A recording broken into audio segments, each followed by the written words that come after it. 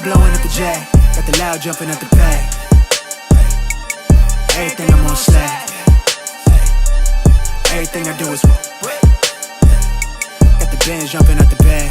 Vibe blowing at my J, got the loud jumping at the bag. Everything I'm on slack. We've been with the Brazilians. This would be the first. They wild, I think. I'm innocent. Bro, you hear that guy?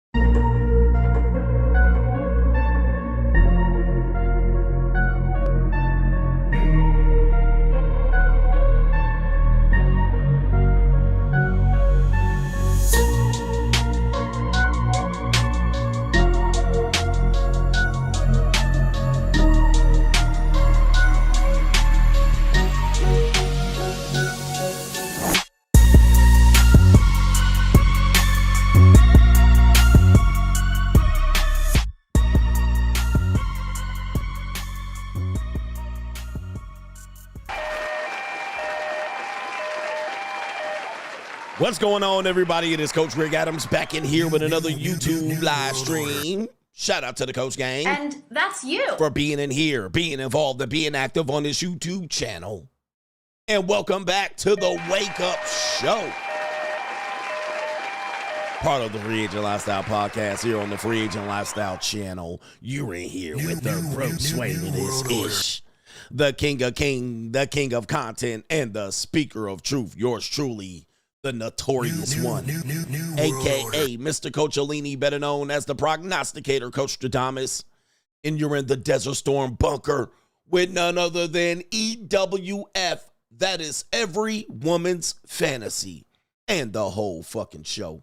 I'm the CEO Niggero of Fixes Binds LLC, the unbinder, the undebatable, the undisputed best edutainment here on YouTube. You can call me Senor Gregorio Graybeard. The ladies love to call me Mr. Your Third Leg was just Greg. phenomenal. Also the man with no trabajo. I am the Mitch Slapper, the anointed one. Acknowledge me. I am the founding father of the After Pill, the junior college sociologist, the Morpheus of the mating matrix, the chocolated Confucius, the Black Moses, the deliverer, also the man that walks in the spirit of Elijah. I'm the man with more nicknames than anyone in the game, but in case you forget those names, just call me CGA, see God, Allah, and I be the 14-time demonetized champion of YouTube. We got a great show, a provocative topic. Today, how America's cinema has groomed young men to accept leftovers and be scrap sexuals. And when I say American men, most of the men you're going to see featured here are black men, even though I tried to find a movie of a white man doing it. But we do have a movie back in the day, Mrs. Robinson, that we're going to maybe talk about as well. But we're going to bring up some cinema that was near and dear to our hearts as ghetto Gen Xers. And a lot of these movies occurred in the 1990s into the 2000s, in which when we take a interesting lens into the past, as people like to do, we'll see that a lot of you young black men were groomed to absolutely take dumpster fire leftovers out here in order to appeal to that. And we're going to use a video from even today's time to show and demonstrate how that can easily happen. We also have great topics like Doom and Gloom CGA. We have Straggle and Sniggle Theater when Gordita's attack. And we also have women flipping out in airports, crashing out completely in airports. We got airport women in here. We also have Crime and Law CGA. Interesting crimes being happening over here. especially one in Las Vegas, if we do have extra time today to even cover that one, because that one's interesting. That one's interesting. We also have It's an Evil World We Live In and female dating strategy. They're now taking new tactics. We're going to explain that. And then the main event coming up later on in today's show. It's going to be a great show. But to contribute to today's show, $ the Notorious CGA on the Cash App, Venmo, Coach Greg Adams TV, PayPal is paypal.me/Coach Greg Adams. And that is near the top of the description box on the Free Agent Lifestyle channel. And you can super chat by clicking the link on the top of the live chat. On the Free Agent Lifestyle channel, somebody mentioned Canada is imploding. Rumors that Trudeau might be resigning. All right, is that true? Oh, Canada, our home and native land, true patriot love, and all kind of maple syrup. All right, maple syrup. All right, croissant. All right, in Montreal, Quebec, Canada, croissant. You know how croissant. All right, I don't know, man. Canada's the 51st state of the United States. Ask Donald Trump. Look at my African American over here. Look at him. Are you the greatest? You know what I'm talking about? All right, all that maple syrup up there and all the Asian linglings in Vancouver. All right, shout out to everybody in Canada. All right, anyway, they're trying to force them out, and they're what's going on in Canada? New world order. All right, shout out to everybody in Canada. And igloos, apparently they are there. Shout out to the First Nations in Canada as well. That's our Native Americans, for the African Americans in here, the First Nations. All right, anyway, let's get to the earlier contributors to today's show. Right, already we got sidetracked with elk in Canada and moose and all of the Mounties, the mounted police in Canada. All right, no government name says, when I was in the military, I had a higher up who was a 6'6" jacked guy of Viking heritage who had been in 3 wars say one time that he asked his wife for permission to hang out with his friends. He says, I've lost all respect for him after that, outside of anything that's not military related. Oh, they're Asian? Oh, okay. All right, but anyway. All right, what do we got here? You lost respect for him. We were talking about married people. Yeah, that was from last night. Where married men are just in the sunken place. NGN says, thank you for exposing how most red pill guys are Captain Save-A-Hoes. They are. All right, for not just women, but men. As a Gen Z, I love how you just inform men and help men who are wise enough to listen. Only you and Aaron Clary tell stupid men to suffer if they don't want to listen to the wisdom. Suffer. Just suffer. And shout out to RPM. Suffer. All right, just suffer, bro. I ain't got no time to save y'all niggas. I ain't going to break my neck saving y'all goofy ass ninjas. All right, talking y'all off the ledge. I ain't touching y'all off the ledge. All right, NGN, as a Gen Z, this is early this morning. As a Gen Z, when I look at the average married man or trad-con, I view them as a soulless, walking zombie. And pet wallets who live their miserable lives through hope and morality. Men like you and Aaron Clary made me realize I'm not taking the crazy pill and give the blueprint to a great life. The sunken place is real. And what was the moment? When was the moment you realized and accepted that most modern men and religious men in the West are spineless Mitches?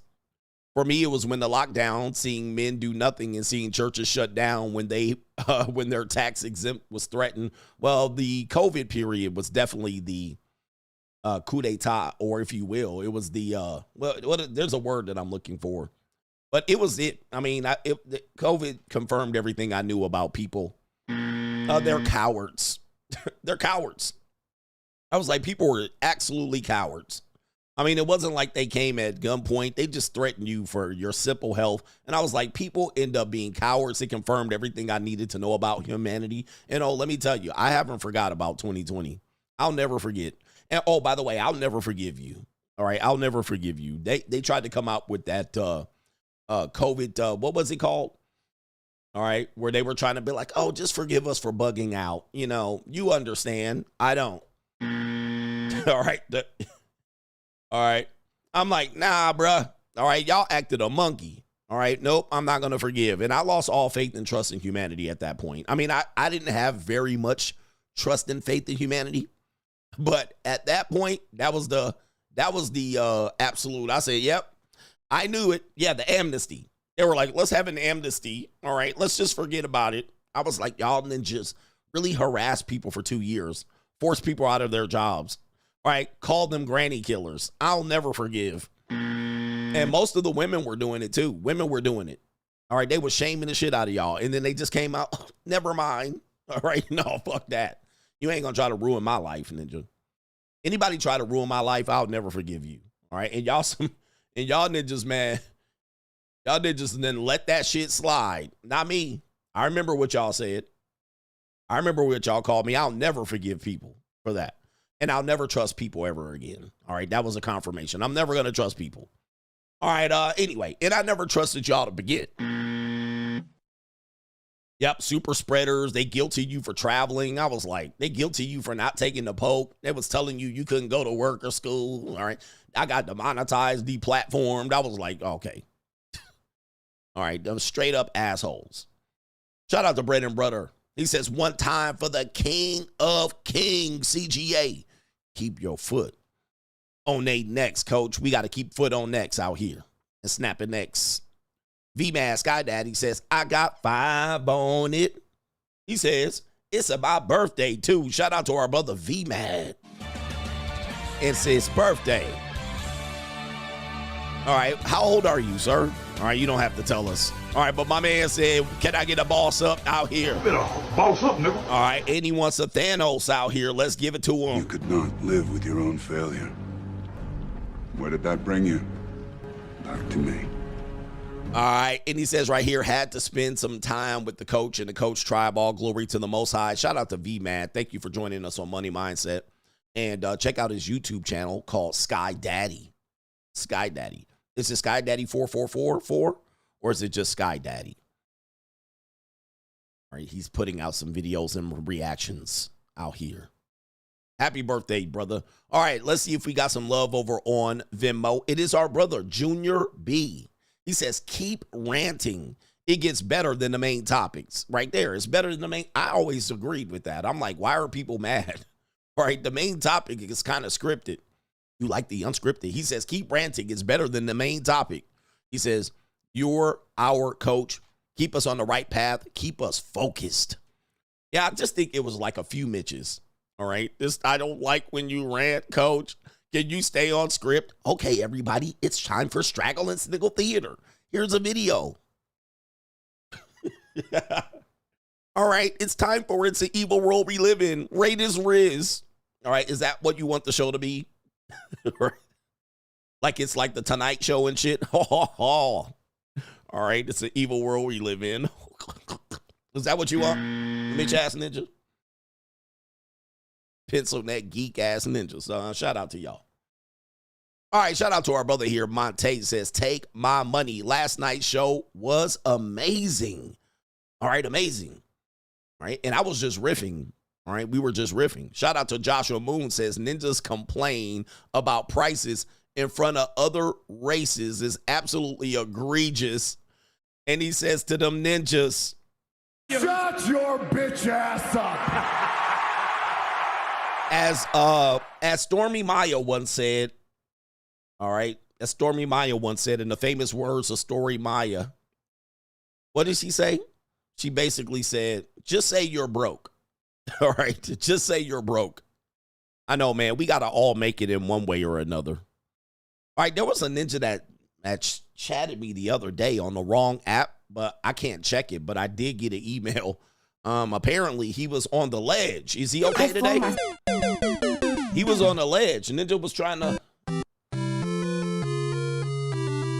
Are you okay, sir? Are you here today? Or do we need to send a wellness check to you? All right, he sent it to my old Cash app. I was like, I don't even check this. All right, but he was... Are you here today? Let us know.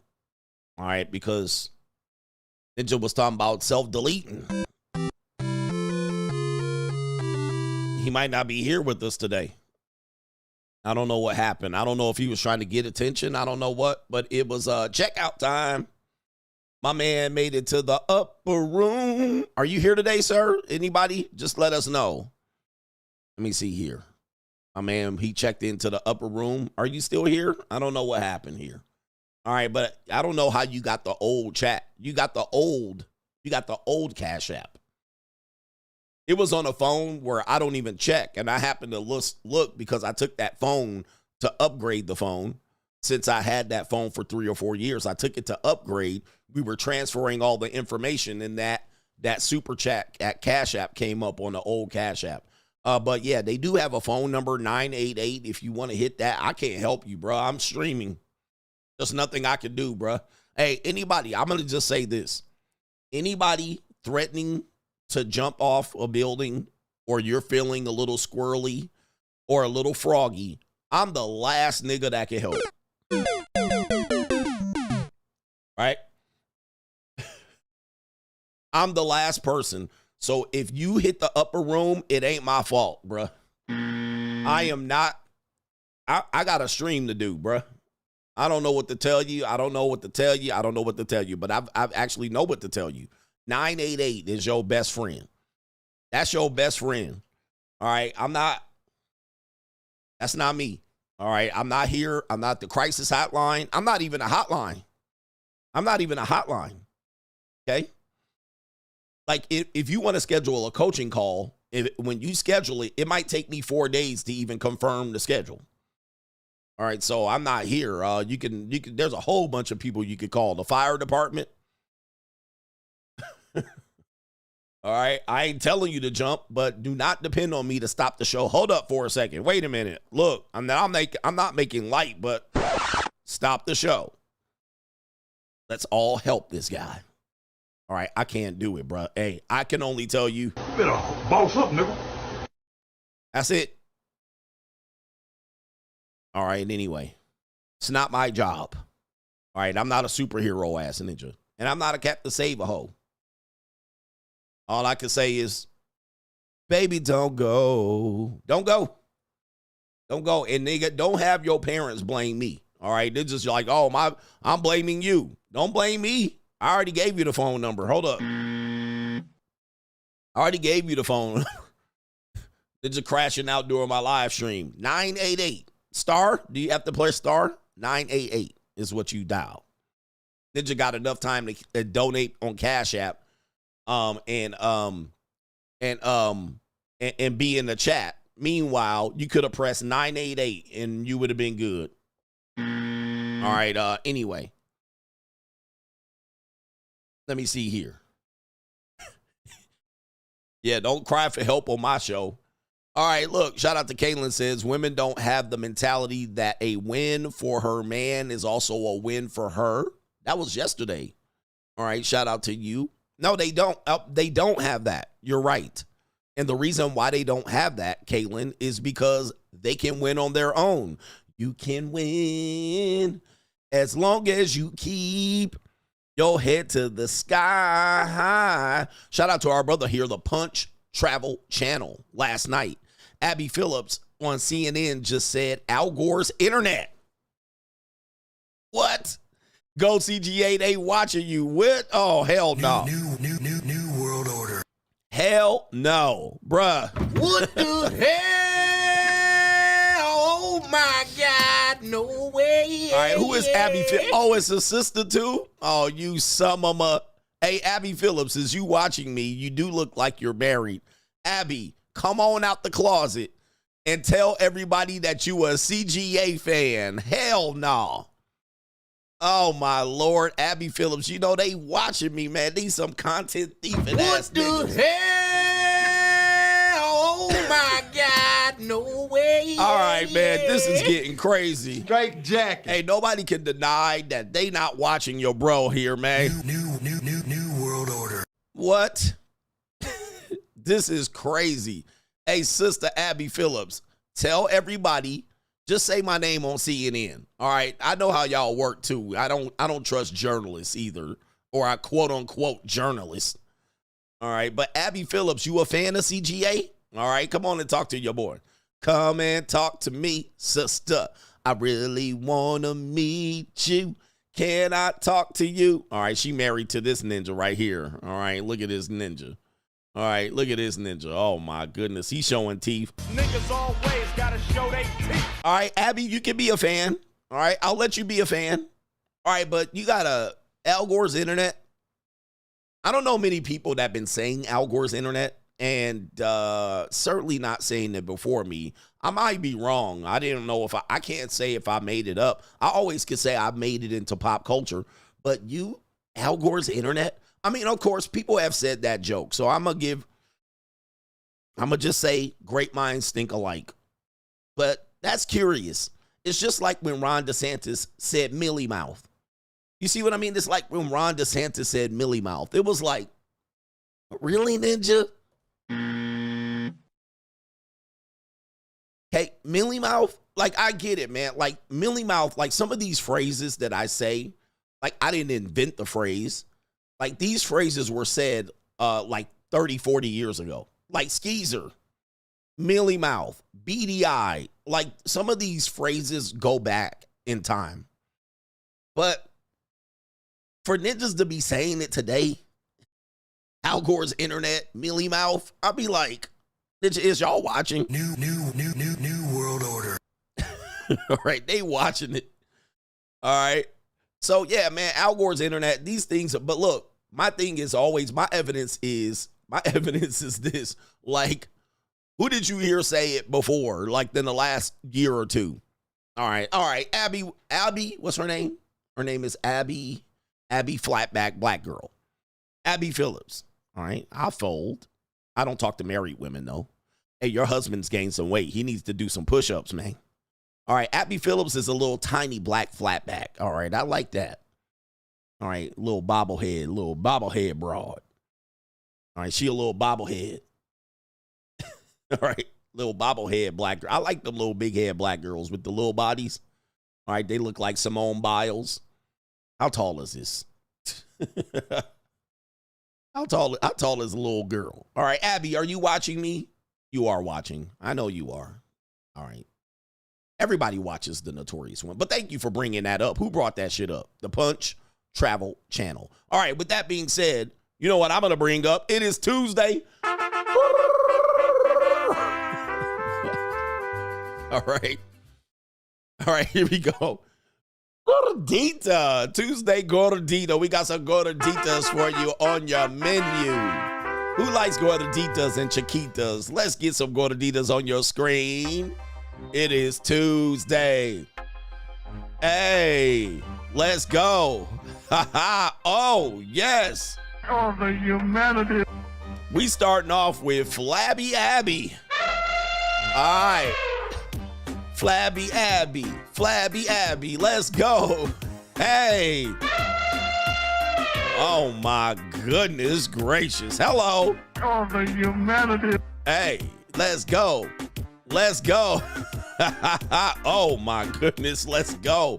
Wow, the Dominican Mamacita Chiquita. Wow. Oh, look at all of that Dominicana. Morena. Your headlights are on. Oh my goodness. Spanish Straggle. Here we go. Let's get the white Spanish girls out here with that Laffy Taffy. Oh man. Oh, okay. Goofy looking thing right here. All right. Okay. Wow. She got a little something going on in the back right there. Hey, we got Chiquitas. There's a lot of Chiquitas and a lot of... Look at these Chiquitas. They built good. All right. And I bet you they young, too. Hello. Young and legal. Oh, we got them out here. Oh, let it shake. Thunder thigh, cellulite. Yes. Oh, my goodness. Oh, the humanity. Yes, indeed. Oh, man. What is this? Crack kills. Crack kills. Wow, that's a major crack right there. All right, my goodness gracious. Torta season. Hello. Yes, you better get you a torta for the winter. Let's go. We got a few months of winter left. We need that bed warmed up. Look at all that fupa. Oh my goodness. Look at all that gun. All right, she want to show it and share it with you. Oh my goodness gracious. Chill, baby. Oh, the humanity. All right, this is gonna be, this girl says she's Latina. All right, we going with it. She's a blonde Miami Latina, mommy. All right, come on. Mamacita, Mama Chica, hey. Tortilla, Moria, but what in the hell? What the hell? Oh my God, no way. Oh, the humanity. Oh my goodness, mama. Bachata, mommy, dance. Bailar, sing.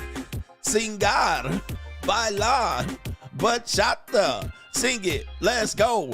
Bring it. Hey, they got their feet out too. Come on, man. I know this ain't the end of the song. This is, but hold up. Let's go. We gonna keep it going, brothers. Let's go. Let's go. We not stopping it right now. We got Donde Esta. We got Siesta. We got Fiesta. Fiesta. Siesta. Hey. Como está? Que onda? Que onda? Mamacita. Hola. Maria. Vanessa. Veronica. Hey. Bailardo. Hey. Nosotros. Hey. Oh, come on. Let's go. Kilo K. Hello. All right. Not a stitch of hair on that body. The only hair she got is eyebrows and hair on her head. She done shaved all her hair off. Let's go. Hey, Vanessa in the house. My man says, hey,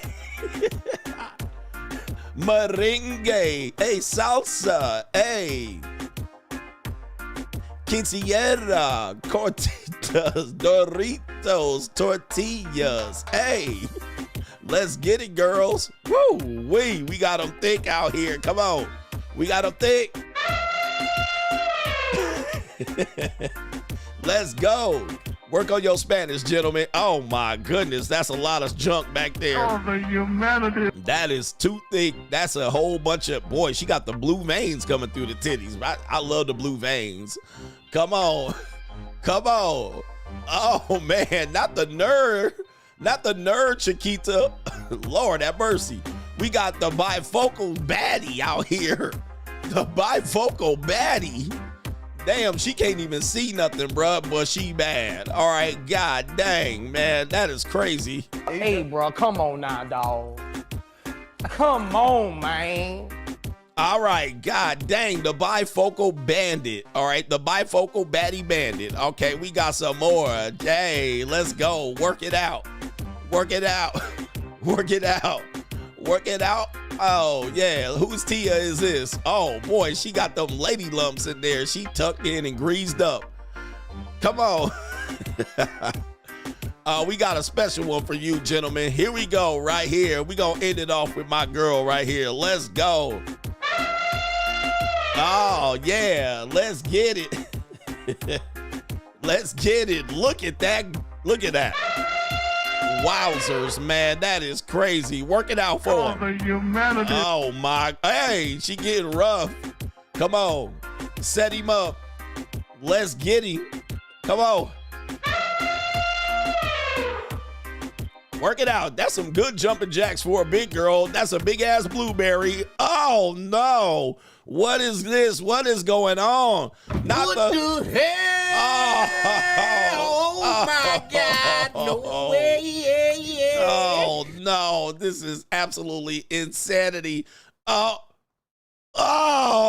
the humanity. oh my goodness, these women, oh, these people out here, man, send it, man. This is, I don't know how this ninja is alive. Yokozuna booty drop, the whole, what was my brother's name? The Samoan ninja that put the booty in his face? I can't remember the ninja name, man.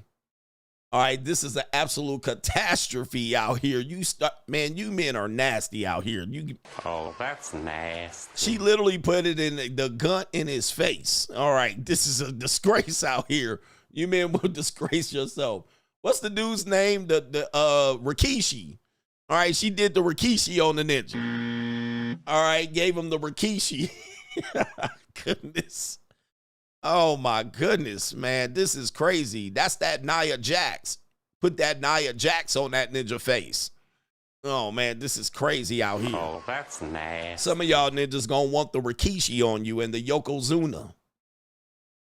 This is nuts. This is nuts. All right. Anyway, let's get back to the let's see if we got some contributors and we gonna get on with the doom and gloom CGA coming up. Okay. Shout out to Kaylin says there's a video surfacing on IG with Dion telling Travis Hunter to get a prenup.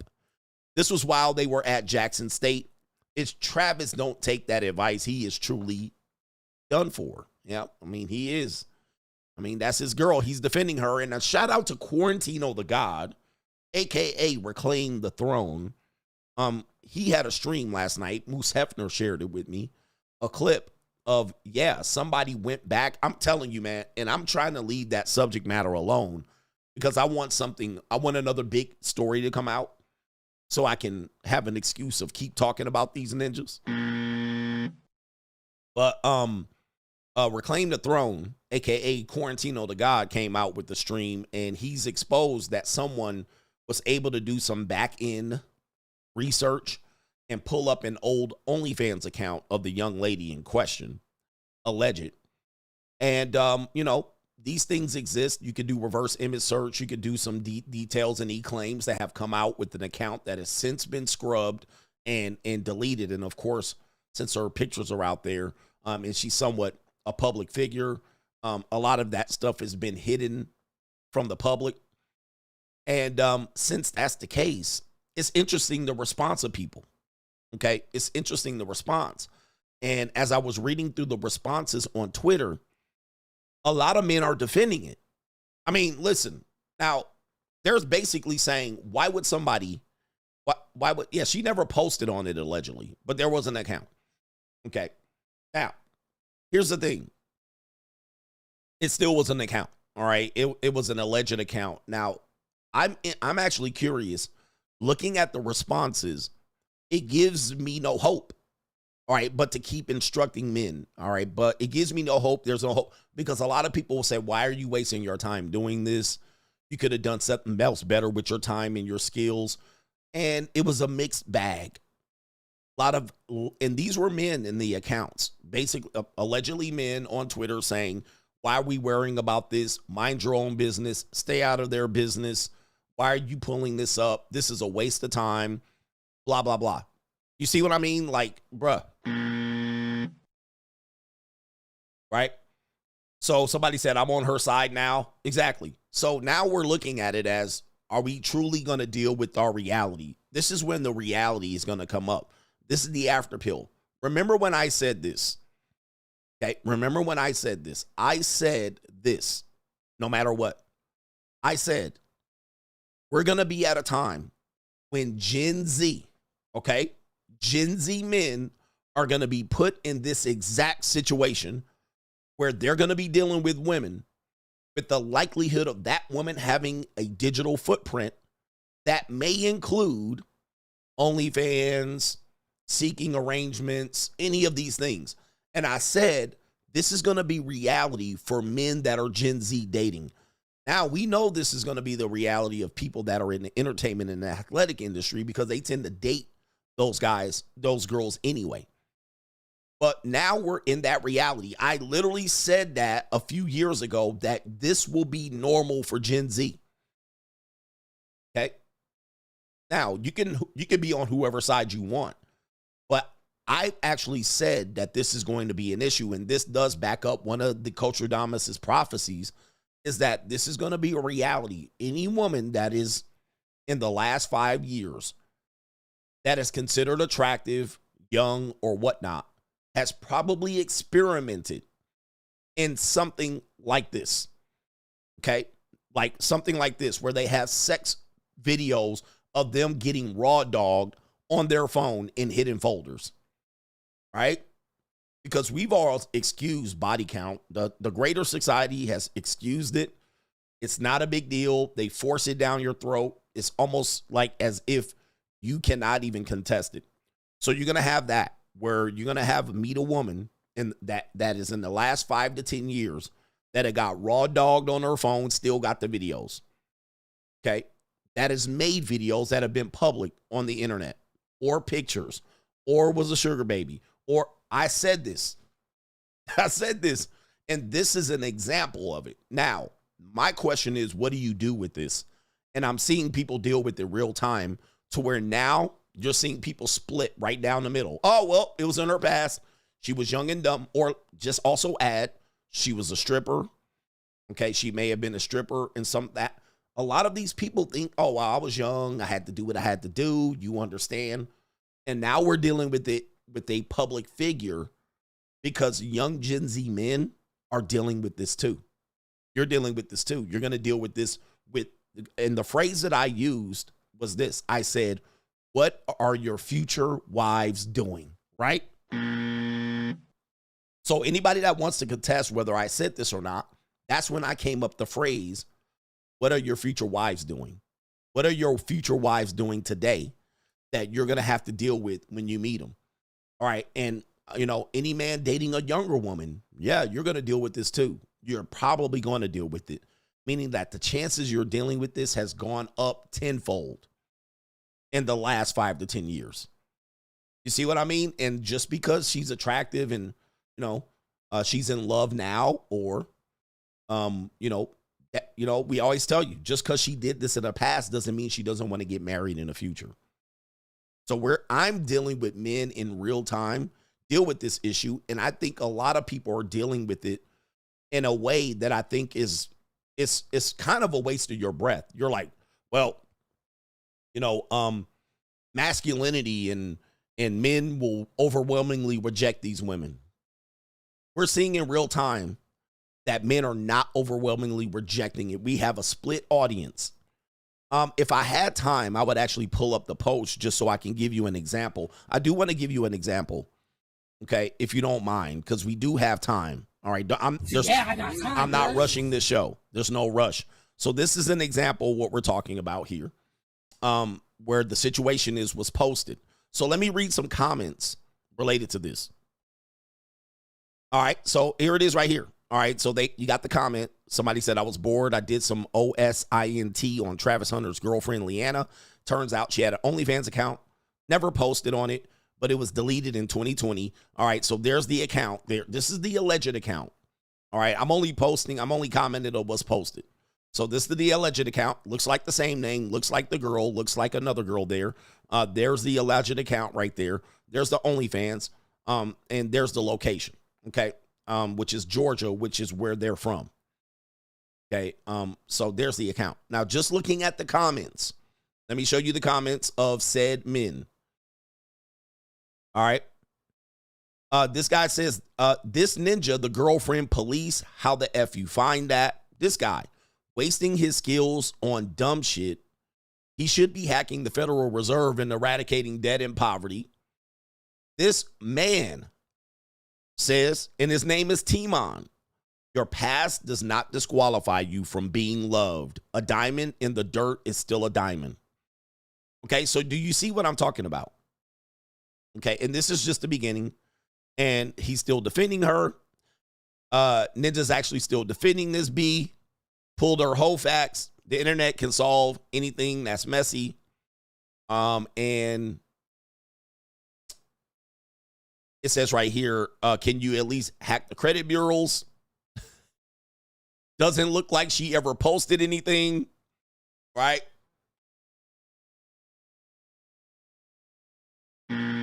So do you see what I'm saying? The audience was mixed in its response, just looking at the first couple of responses. There were people saying, what's the problem? There were people, she never posted something, no, so it doesn't count, right? She never posted on it, so it doesn't count. You see what I mean? Like, bruh, I'm telling you. And listen, I'm just dealing with reality. I'm not trying to come out here and tell you guys how to judge. I'm just telling you what you're going to deal with. You're going to deal with this. We're dealing with it face on right now. And I'm going to say, and I quote again, the likelihood of you being a Gen Z and meeting a woman in the future, you're going to have to deal with this, in which I came up with my book, 52 Things That All Men Should Do Prior to Consider Marriage. You can get it on my website, gregadams1.com. You can see the link in the description box. At this point, all men need to hire a private investigator, hire a private investigator, right, of every woman you're dealing with going forward, no matter what she says.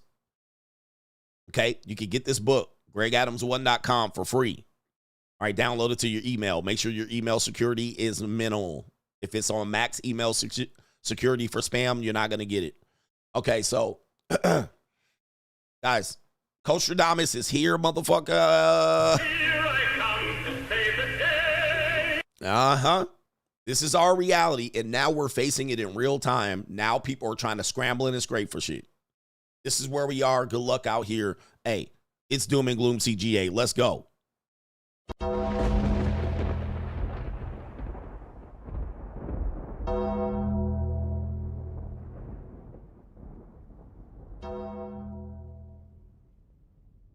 All right, Doom and Gloom CGA, brought to you by the...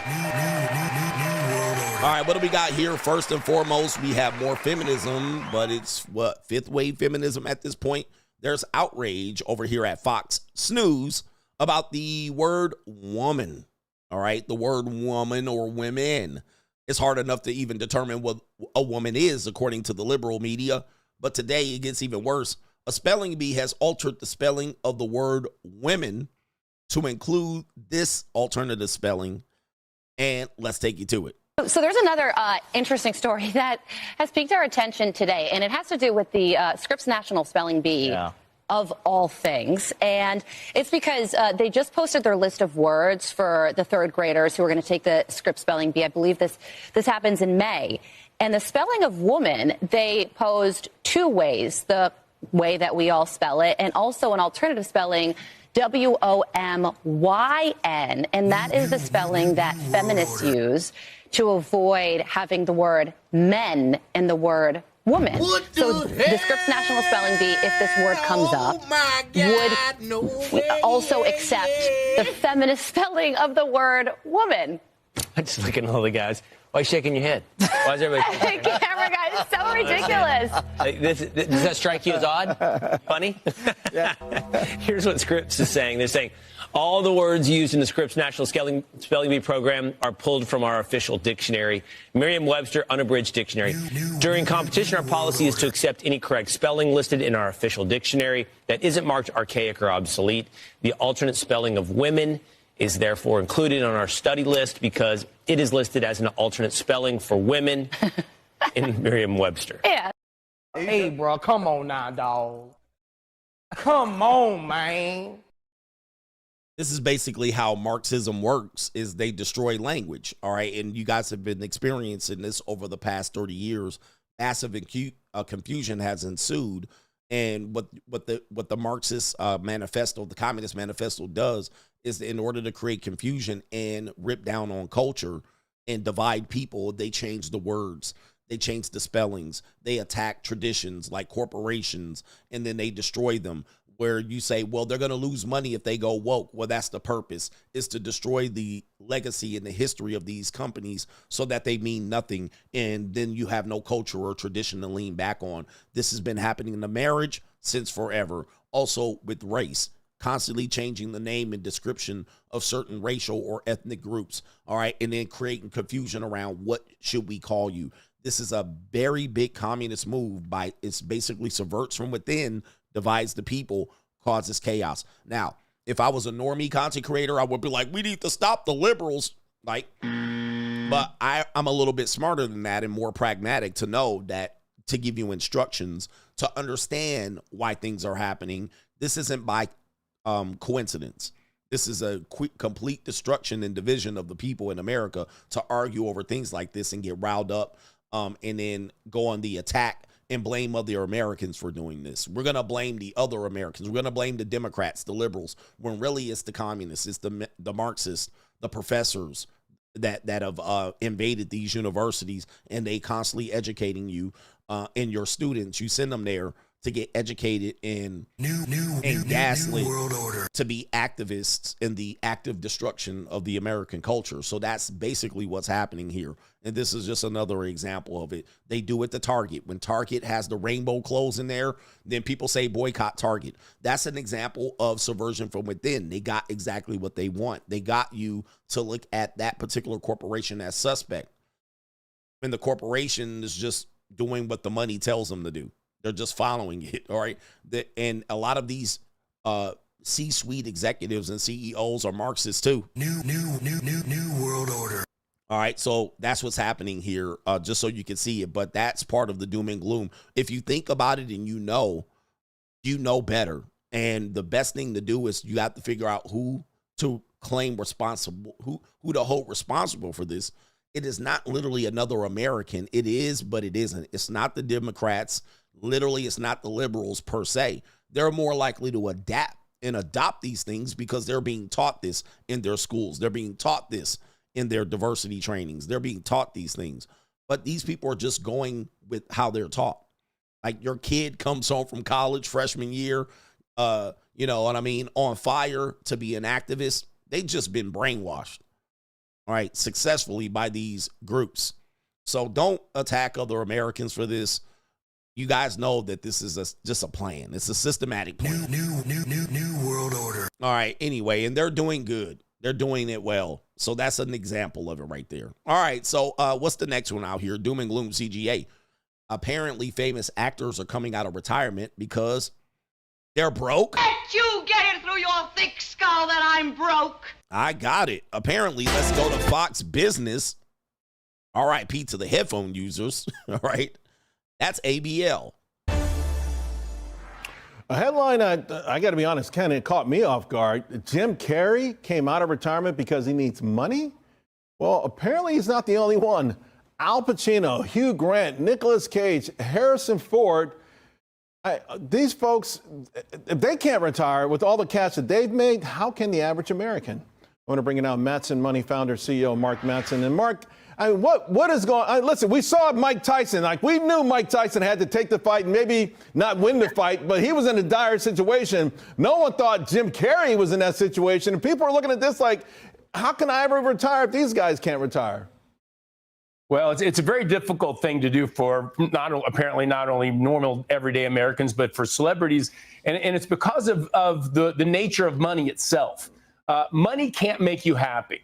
If you look throughout history, you can see people like Elvis Presley, Marilyn Monroe, Prince, John Belushi. I mean, Howard Hughes, at the time, the richest person on the planet. They were very miserable, very unhappy. Ninja, what? You know, you had Jim Carrey said, I have enough, I've done enough, I am enough, but apparently he doesn't have enough. All right, let me tell you what's going on here. I don't agree with that guy. All right, I don't agree with what he's saying. That message is not appropriate. What I'm going to tell you is this. Okay, number one, here's the number one thing that you have to understand. You're always going to need income. Okay, that's number one. I don't care how much money you have today. If you don't have steady income, you're going to drown.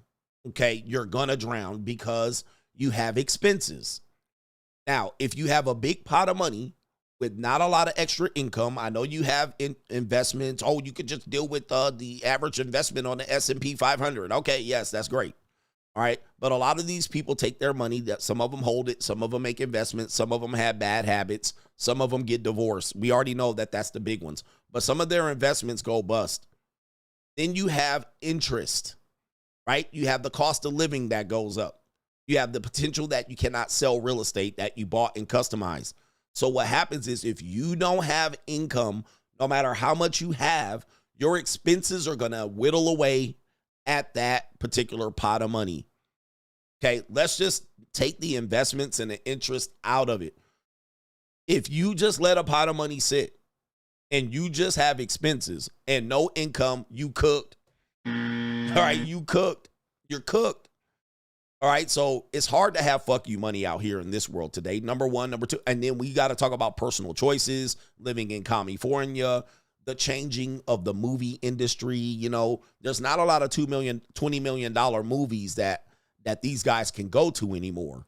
So they chose to sit on the sideline and have multiple marriages get destroyed and then come out here with not an extensive amount of income, all right, and a whole bunch of expenses. You cooked, all right? I don't care how much money you have right here. And people still live off debt when they have money. They still got credit cards. They still borrow money from banks, right? So people still do these things. And then when these things, you know, there's a margin call or there's a loss of investment or there's a divorce or there's children, you get eaten up really quick. And now they have to return to a movie industry that doesn't exist anymore. And that's going to be even more problematic.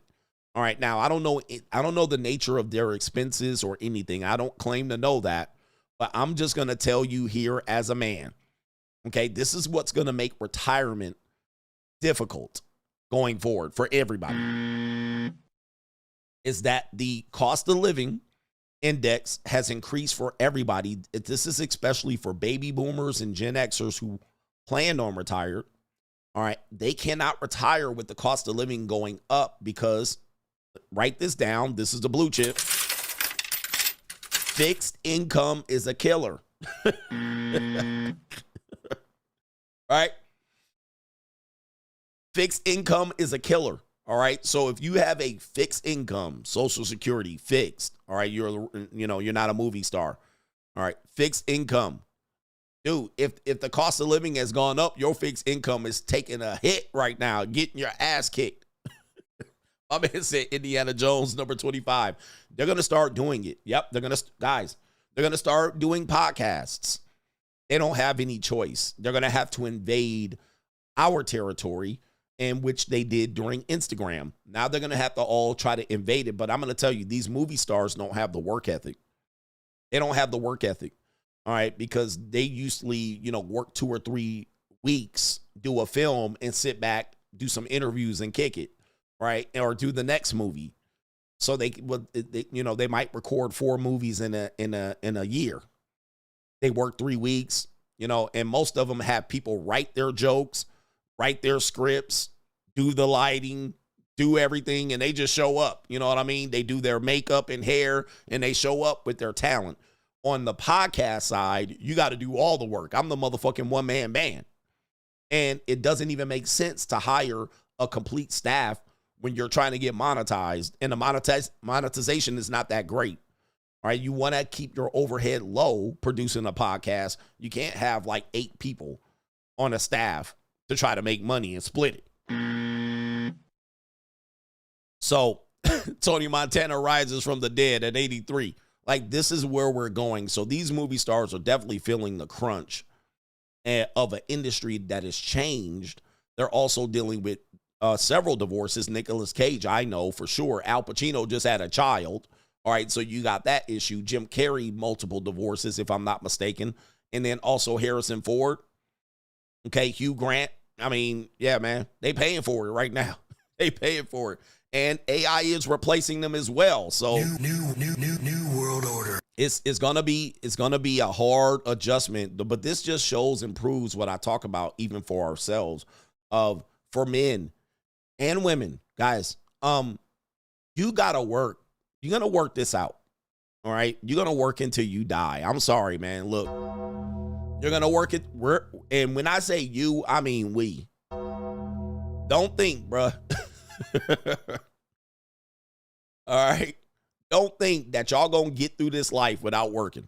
All right. Even the people who got money out here working. Kai Cenat pulled in $10 million this month by streaming 31 days in a row.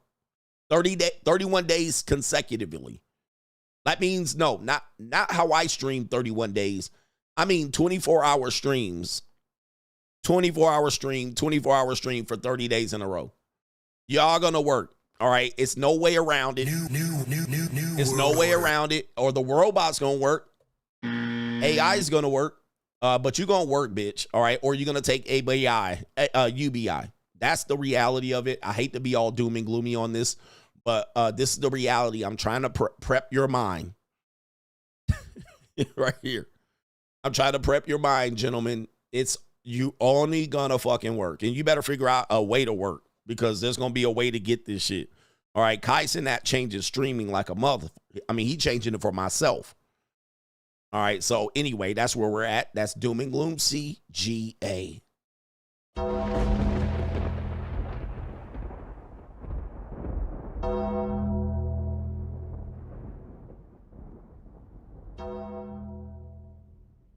All right, Doom and Gloom. I need to do what? 23-hour streams? 24-hour streams? All right, he's showering on the internet, bro. I don't know. He's changing his clothes. I don't know if I could do that, man. I'm going to tell you. But if I'm going to stay in the streaming game, I better figure it out. Do y'all want a 24-hour CGA stream? New world order. Do you want a 24-hour CGA stream? Me streaming for 24 hours?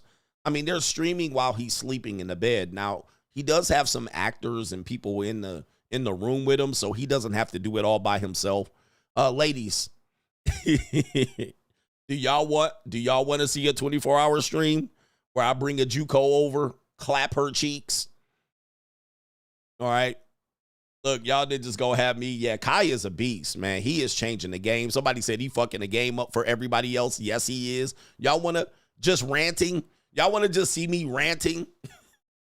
See me clapping cheeks? All right, just be like,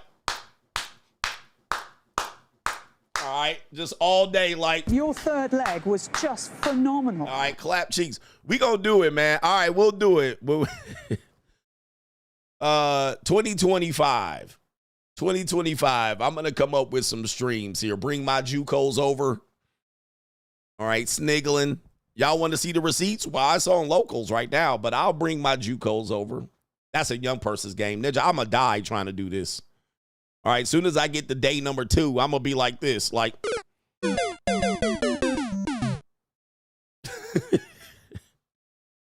oh, man. This is going to be too much. All right, but, hey, I guess I got to stay alive. What I got to do to stay alive around here?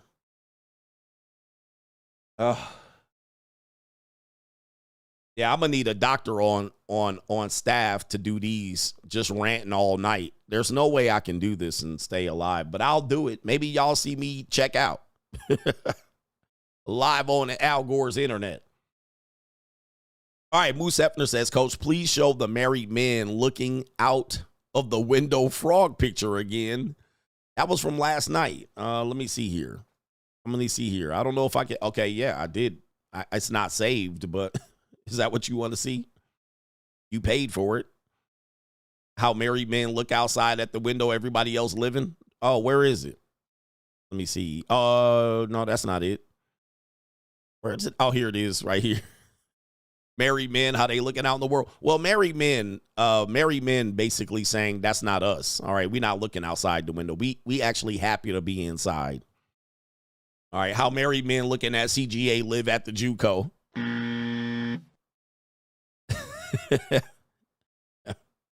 How married men looking when they wife nagging them and they got 4 pieces of sex all month. Hey, Mary, if you're a married guy right now, and just think about the last 30 days, if you're a married guy, how much sex have you got? Like, put the number in the chat so these men will know. So you got 30 days, the last 30 days. How much sex have you had in the last 30 days?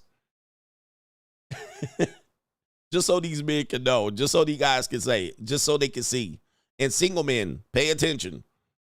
Pay attention if you're a married guy. And I know people about to come on here and lie, but don't come in here and lie right now. All right, married men. All right, how many pieces of marital ass have you gotten all month? All right, oh, look, they capping already. See, they already lying. We can't trust it. All right, we can't trust it. We can't trust it, man. See, they lying. All right, I see some people in here. Me, 12 to 15 times a month. Some people saying 2, 90. Okay, we can't trust the numbers. All right, they already lying, Moose.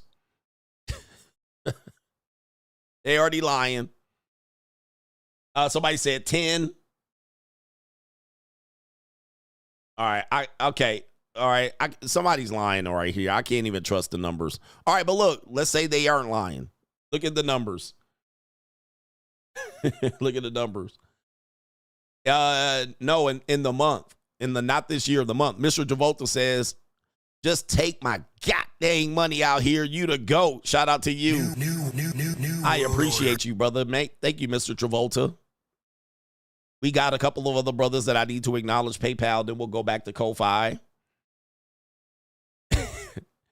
All right. Caitlin says, in Hollywood, technically, you're unemployed until you film the next movie or TV show. So obviously, these actors haven't been saving their money. They've just been reckless. I mean, when you have money in your account, it gonna get spent. So there's only so much ninjas gonna invest. And when you have children, that money gonna hemorrhage out. Hemorrhage. And Kayla says Michael Jordan's house sold for 70% below the asking price. Real estate is tough nowadays. Yeah, and I talked about that. Anytime you customize a house, especially an expensive one, just understand it's going to be hard to sell. It's going to be hard to sell. That's it. So people tend to buy houses, you know, on the side of a cliff in Malibu or Newport Beach or somewhere, and then they're filthy rotten rich and they build it to specs, right?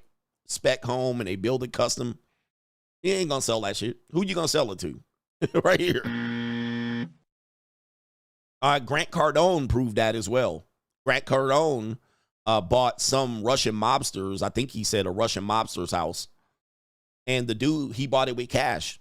All right, but the thing is, that guy got out of there. He was like, oh, you want to buy it? Okay, fuck it. He initially said he wouldn't sell it. But then when Grant Cardone was going to buy it, he was like, all right, cool, because nobody else going to buy the motherfucker. All right, nobody else going to buy that house. If they do, they going to tear it down. Shout out to Jeff, the producer. Appreciate you for being here. Always remember that. Yep, and mansions are built very, they're often built very cheaply and not with good material. And since it's custom, you know, they don't really care what they're doing. And you don't even care. You don't even know what to look for. So, and it's going to be outdated in several years.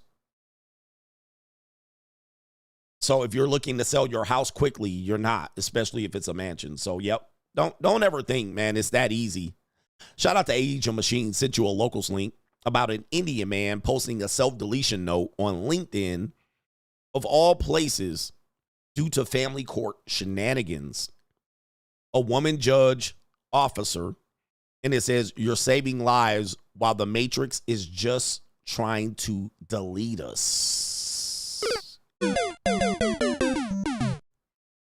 Okay, shout out to you, man. Damn. All right, man. Hey, man, the family court is no joke. One thing I'm going to tell you, man, is I always tell you what you're going to get into before you get there. Now, when you get there, here's the thing. When you get there, let's just say everything that I've ever taught you. If you make the decision to do it, I can't save you, right? I can't. So you like, fuck it, I'm gonna get married because she different, and you get married, and then she started divorcing your ass. There's nothing I can do. I can't help you. I can't help you. I can't stop the judge. I can't stop your ex-wife's attorney. I can't stop child support. You fucked. You chose to do it. This is why we call it roll the dice. Whatever you're hearing me say, if you think I'm just weird, I'm bitter, I am warning you what you're getting into. Now, once you get into it and you want to go against what I've told you to do, once you do it, my hands are out of it. Because there's nothing I can do to stop. Coach, man, what do I do now? You can't do nothing, bro. That's part of the thing. That's part of it. You chose to do it. I gave you the game. You said it was different. And then now it ain't different. Now you fucking scrambling and scraping for shit. Once you start scrambling and scraping for shit and they start taking your kids and kicking you out the house, my hands are tied. I can't help you now. I tried to help you before you got into it. Now you just scrambling and scraping for shit. All right. All right. So you see what I mean? That's my point. You got a small chance to win. I told you up front, I've been telling y'all on Al Gore's internet for the better part since 2018. 2018 consistently. 2019, 2020, 2021, 2022, 2023, 2024, into 2025.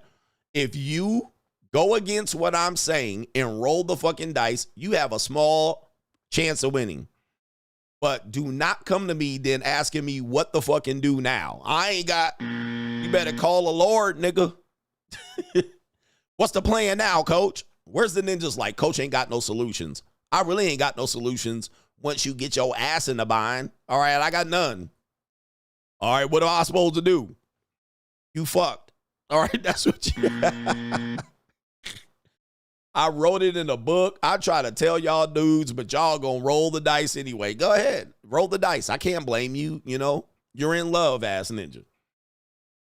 All right, anyway, so ninjas be like, I'm gonna jump off a bridge. Why? Because they got my kids in custody court. Ninja, hey, the fuck am I supposed to do? Ninja want me to rescue them men. Help! Help! Ninja, you crawled into that hole.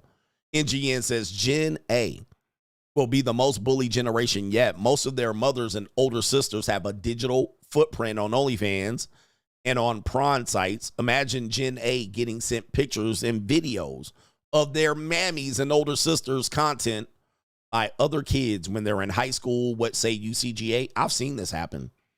I've seen this happen to a young boy whose mom was a Playboy Playmate of the Year, legit. I knew these people. You know, I used to train the mother and the son involved in this case, and I knew the mom. She's a Playboy Playmate of the Year. I'm not gonna say what year, but she legit. And he got bullied. He got bullied. All right, they had to move his ass a bunch of times. Yep, and it's already happening now. All right, it's happening now. You will get bullied. Family will get bullied. So that is a part of it. And, by the way, this happens to YouTubers as well. So it's not just OnlyFans. Like, you know, my kids, I wouldn't say they got bullied, but it was an issue. They had to deal with me being on YouTube doing what I'm doing. All right, and they were in high school. It wasn't like they were in middle school or elementary school. It was coming up in their high school. Right now, unfortunately for them, not many people were criticizing me that were their friends. All right, most of their friends thought I was famous. They thought it's cool. All right, I would say 98, 99% of their friends thought it was great. And they would follow me on Instagram. They wouldn't really watch me on YouTube. Every now and then they would watch me on YouTube, but I'm not their cup of tea. And they would come in and troll. And they would mention, you know, my kids or something like that. And I'll see them in the chat. I'm like, oh, that's one of my kids' friends. And so they think it's cool. All right. Especially my son's friends. They think it's cool. And then my daughter's friends, they never really thought it was not cool. All right. They really thought it was like I was a celebrity. And they were like, oh, Mr. Adams. All right. Your dad is handsome and he's famous. All right. So yeah, my kids had to deal with that as well. So think about OnlyFans. All right, I'm just talking on the internet. But YouTubers have to deal with this as well. All right, but most of my kids' friends, it was a positive response. But you never know how your kid is going to deal with that, because your kids are watching you do what they see other people doing, but you're that. Sometimes they can't handle it. All right, and then people approaching me in public when I'm with my kids. They're like, hey, CGA, and my kids are standing there like, who is this motherfucker? Like, all right, shout out to Rafi, and I'm just saying this to help. And Rafi says, are the red pillar Captain Save-A-Hoes an evolution or mutation of the male feminist? He says most male feminists are the ones who are good, who are goodwill. I think who are good. And it says goodwill to get a break. I'm not sure what that means. And red pillars are the ones who advise to save them. Appreciate that, man. I don't know what that means, but I'll just deal with it. Are the red pillar Captain Save-A-Hoes? I think a guy's right here, an evolution or mutation of the male feminist. I think the male feminist in a sense, is joining in the debauchery, the red pill Captain Saver hoes are claiming to not be involved in saving them. It's two different things. The male feminist is kind of like supporting it. Yeah, you do it, and I'll be involved in it, and I support you, sister. The red pillars are bringing light to it, claiming not to indulge in it, hoping that people get a sense of morality, and at the same time trying to prevent the women from doing it. These are ways they're trying to prevent women from doing it. Number one, they're trying to say, well, if you do this, you won't be good marriage material in the future, which is an honest criticism. I'm not saying that they're wrong. That's honest, but that's called Captain Save-A-Ho. Or you might be persecuting her, so you're trying to prevent women from doing it and ruining their future. If these women do this, no man's going to take them seriously and marry them. That's a halfway truth. Men are still marrying them. Look at Travis Hunter. He's marrying one. There's a lot of these women getting married. Now, not enough to say that that's going to be the norm, but some of them are getting married, and they've always been getting married. So that's a prevention where the men are trying to guilt and shame women out of doing it, where the consequence is they're not going to find a partner. Now, there's an extension to that. So what if she can't find a partner? So what if she can't find a spouse? What's the point? I guess if we're saying the point is then they're going to bother us and be a nuisance to the dating marketplace, that's fair. If you're trying to warn her that she's not going to be able to find a husband and she's going to be miserable, so what? Let her be miserable. You see what I mean? There's a line where I'm finding that a lot of these red pillars, quote unquote, are Captain Save-A-Hoes, right? They might use the God pill. All right. Oh, let me use the God pill to criticize them. Let me just tell you, and I'm going to tell you right now, there ain't enough God in our country to stop these whores. Right here. There ain't enough God left. There ain't enough. Because look, what I've noticed about God in the Bible, these debaucherous Jezebels, Duke shooters and pooter intruders, just about anybody could take the Bible and flip it how they want it. Now, that's between y'all Bible thumpers. I can't do nothing about it. All right. If they want to thump the Bible and say they 304 and is okay under the eyes of the Lord, that's y'all problem, ninja. I didn't use the God pill. All right. But at the end of the day, there ain't enough God out here to say these 304s. Ninja, hey, ain't enough God. I already know that. I got the Duke shooters out here using the Lord's word, and I can't help y'all. Do you see my point? So what is the point then for us to try to hope that there's going to be a religious awakening that can awaken people to follow the righteous path? I don't see it. You see what I mean? Like, I don't see it. This is just my diagnosis. As a result, I'm going to just tell you where we're going. I don't see morality. I don't see people uniting under religious authority. I don't see a morality pill being taken, not in America. All right, we are an amoral society at this point. I see the devil and Satan ruling over the minds of the American woman, but that's neither here nor there. And a lot of these men are perverts. I don't see a religious awakening. I don't see Jimmy Swaggart or motherfucking Creflo Dollar taking over anytime soon. We gonna talk about. I don't see it. I don't see it, man. And since I don't see it in my vision as Costradamus, what you want me to do, bruh? What I'm not gonna do, I'm gonna tell you this. What I'm not gonna do is lose my motherfucking mind and my health trying to keep this shit on tracks. You see, I got to consider my own health in this.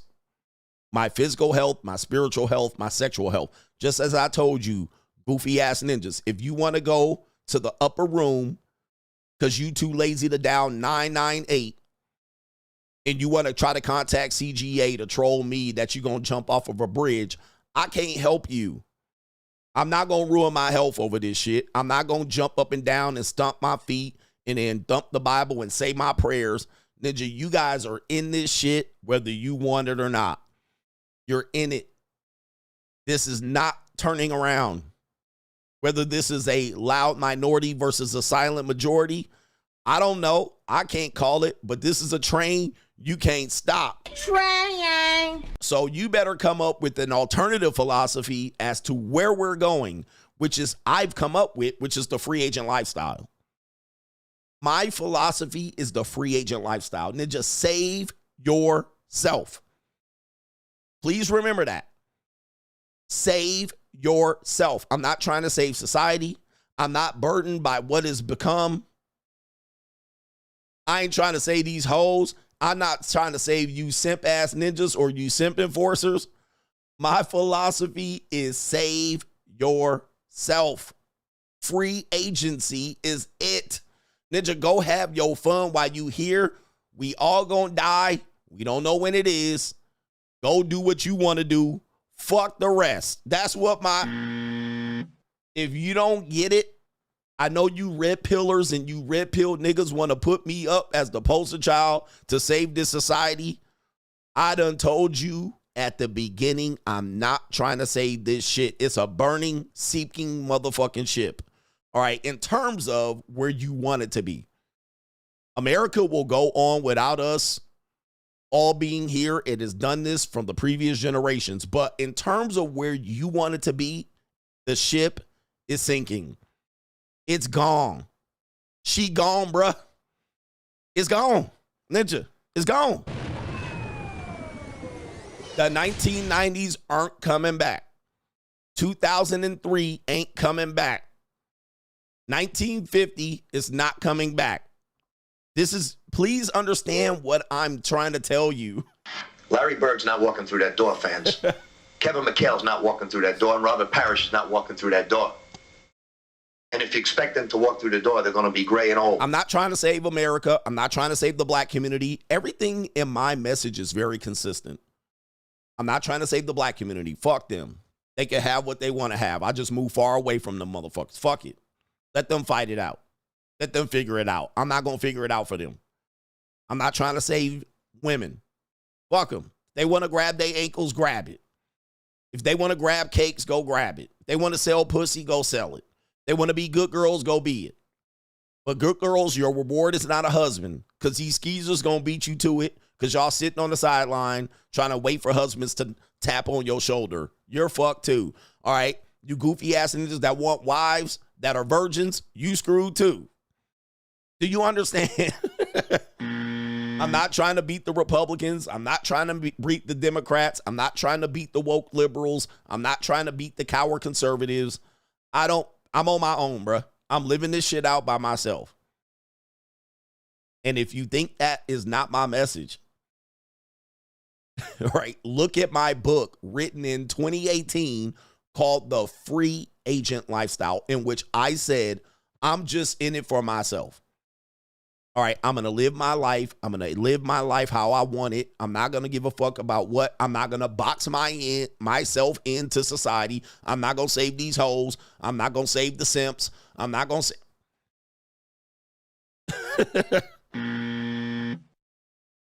and I'm not going to save y'all. You know what I mean? Like, it's that simple. It's that simple. But guys, a lot of these content creators are building their content around the idea that they're going to save it if we get enough people to believe in the message. Now, fuck that. I'm checked out, ninja. I'm out. It ain't coming back. It ain't coming back, so it's done. All right, you got it? Society's not done, all right? It's going where it's going. And if you listen to where I'm telling you society's going, it almost ends up going that way. I have an eye, I have a pulse on this. It's not going backwards. All right, I'm a free agent, and I'm free from y'all ninjas, too. All right, so anyway, Coach, what am I supposed to do with these women? They need to be submissive. Man, that shit ain't gonna happen, ninja. Okay, get some money. Get some money. Maybe you'll get a better chance at it. Last one, and then we'll get to Straggle and Sniggle Theater says, no government name with a co-sponsorship. Shout out to you right here. I'm rich, He says JUCO tuition payment for the Dean Supreme of the JUCO. Yes, indeed. Shout out to you. And you want to hear one more thing, bruh? I get tired of these people. I get tired of these people coming up to me trying to make declarative statements or make definitions of shit that people have literally made gray areas. But now you want to bring out Webster's dictionary and define it. For instance, this is what we do. Well, coach, that's prostitution. Ninja, do you hear these bitches? They're calling it everything but that. Yeah, well, but it's literally prostitution. Okay, now, I'm going to say this. Just because you put a word to it doesn't mean, unless you're making a law,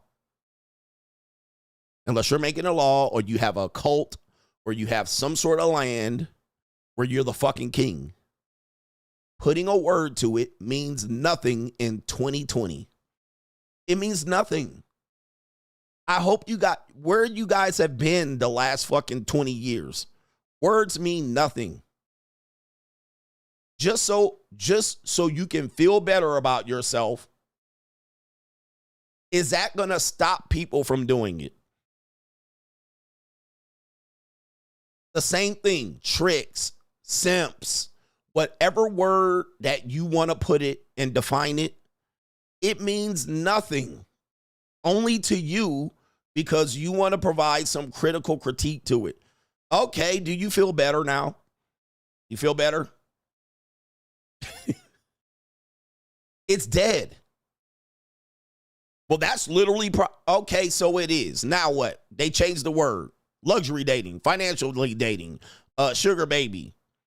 Well, that's just, that's another word for prostitute. Okay, you feel better now? What is that going to do, Ninja? They've already took power out of words, and they just also, I told you about the Marxist Communist Manifesto. They just changed the definition or the word and phrase it, and it's not that anymore. Okay, what about black people? Black. What does that mean? Some people say African American. Is it the same word? There's some black people that'll say, I'm not African American. Even within the African Americans, they'll have FBA, tether. They'll have several distinctions of black people that mean several different ethnic groups that you cannot point to. So there's nothing that you can do with the word. You're just trying to make the word fit the definition for you so you can provide a proper critique. But it's not going to do anything to the person that you're critiquing because they've already put it into the gray area. It's in the gray area. There's a FBA, and there's also another word that they use for African Americans that are, I think it's ADOS. ADOS versus FBA. You guys literally argue over that shit. And it is literally now that it means nothing. We got black, African American, FBA, ADOS. Hey man, I'm out. I'm out. And within yourself, you guys will argue all of that in between when y'all all ninjas, all right? That's what y'all are at this particular point. We all ninja. If we all the same, so that's an example of this chaotic world that we live in where everybody wants their little word to apply to them and then want you to fit in it or not fit in it. And then there's conversation as if it fits in it or not. You guys are done, bruh. To me, this is where we're going. It gets to a point where the conversation is pointless and we haven't even moved the needle because you want to define it and the other person doesn't. She says she's a sugar baby. You say she's a prostitute. Now, have we solved anything? No. We haven't solved anything. You feel better about calling her that. She feels better about taking money from men for sex and calling it financial luxury dating. Have we solved anything? No. This is the chaotic shit that you waste your time thinking about. That solves no problem. Solves nothing. All right? All right. Well, if we understand it, which is my conversation, I'm just trying to get you to understand where we are, where we're going. That's the entire point of my show. I talk a little bit about history. I use phraseologies. I use these defined words to try to make my point. But to provide critical critique, it's at this point, it's cooked. Cooked. All right? You understand? There's nothing we can do about it. That, it's illegal. How many people you see getting arrested for it? They flying them out all on Instagram. No arrest. 0 arrests. Okay? At this particular point. Except for Andrew Tate. Andrew Tate, the only one that got arrested.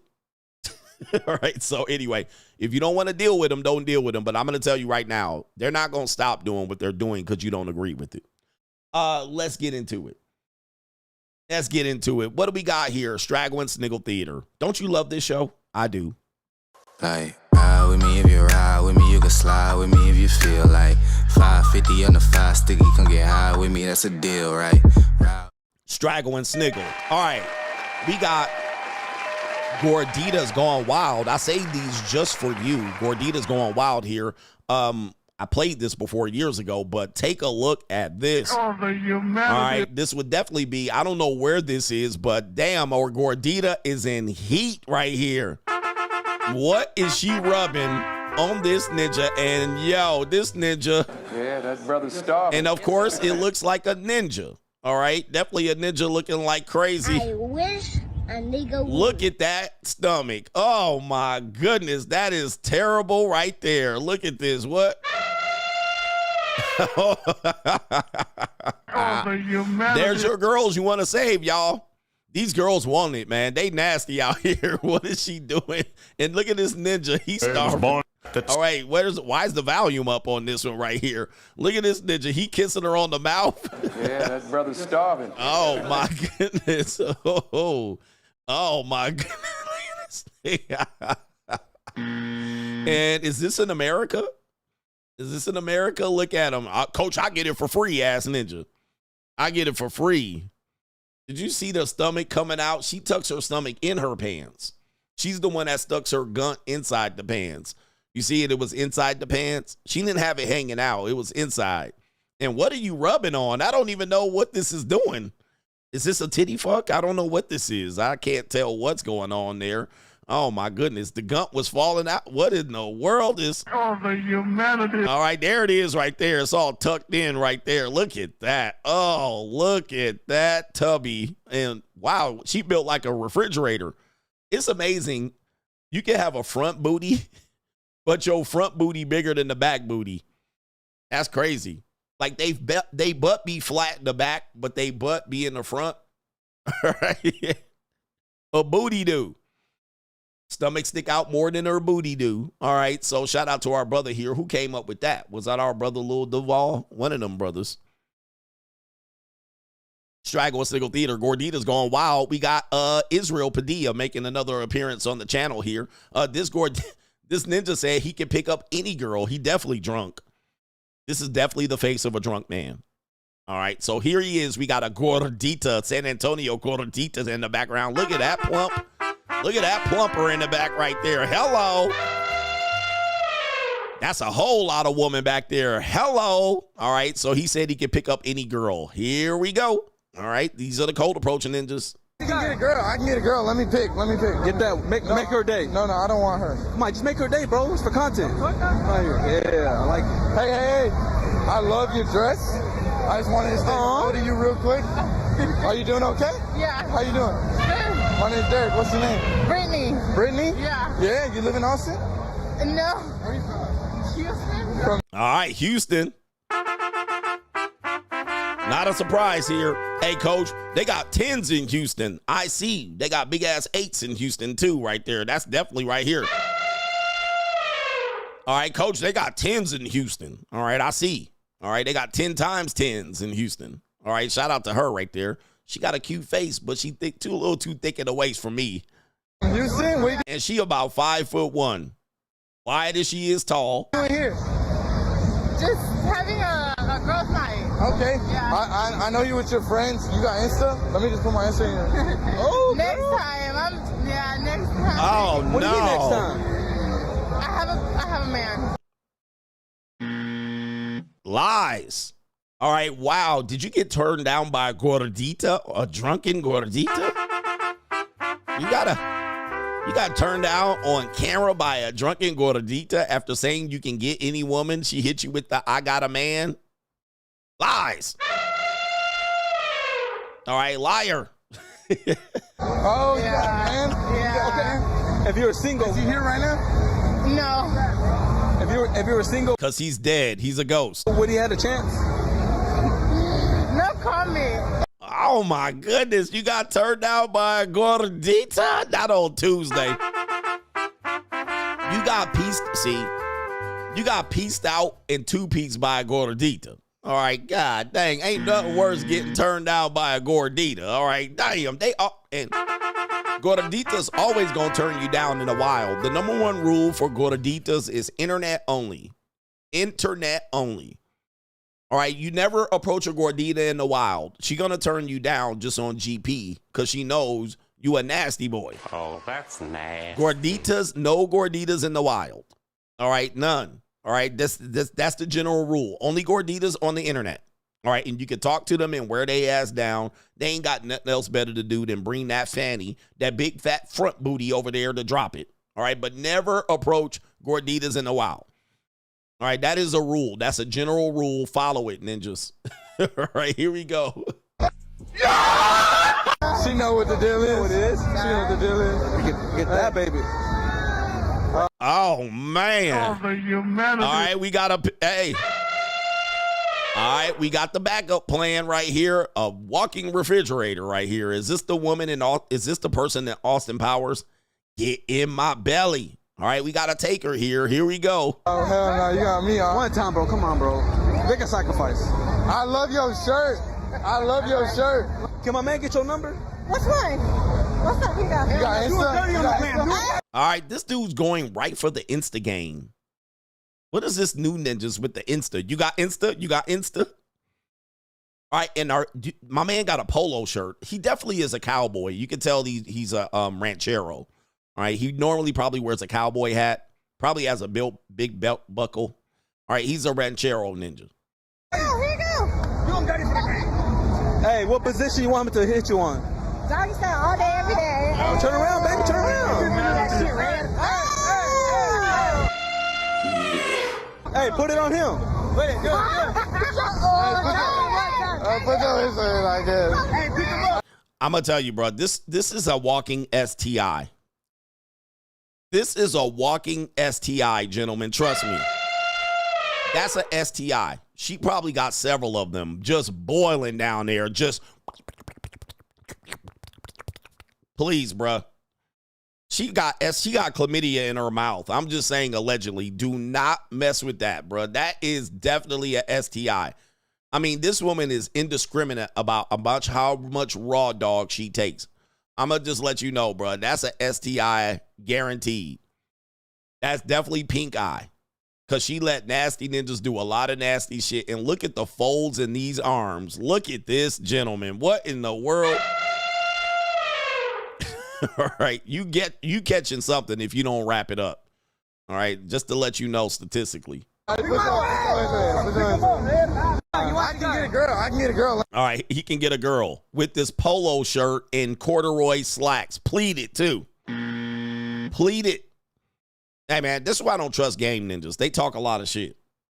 All right, Gordita in the wild on Straggle and Sniggle Theater. Here we got Mrs. We're gonna call her Mrs. Hernandez. All right, Mrs. Hernandez says she works in the family court and she doesn't like baby mama drama, but they're looking for a date at this concert. Let's go ahead and play the video. What's your name and what kind of guys you like? My name is Nina and I am a family law paralegal and I am looking for a man who doesn't have a crazy ass baby mama. Oh, is there any single guys in Chicago interested in my homie Nina? Make some noise! What do you do for a living, Austin? I work in a high school. I rent cars, Midway Airport. I rent all the cars over there. Do you have any questions for Nina? What kind of red flags you have? Ooh. I said no crazy baby mamas, but I have a baby daddy.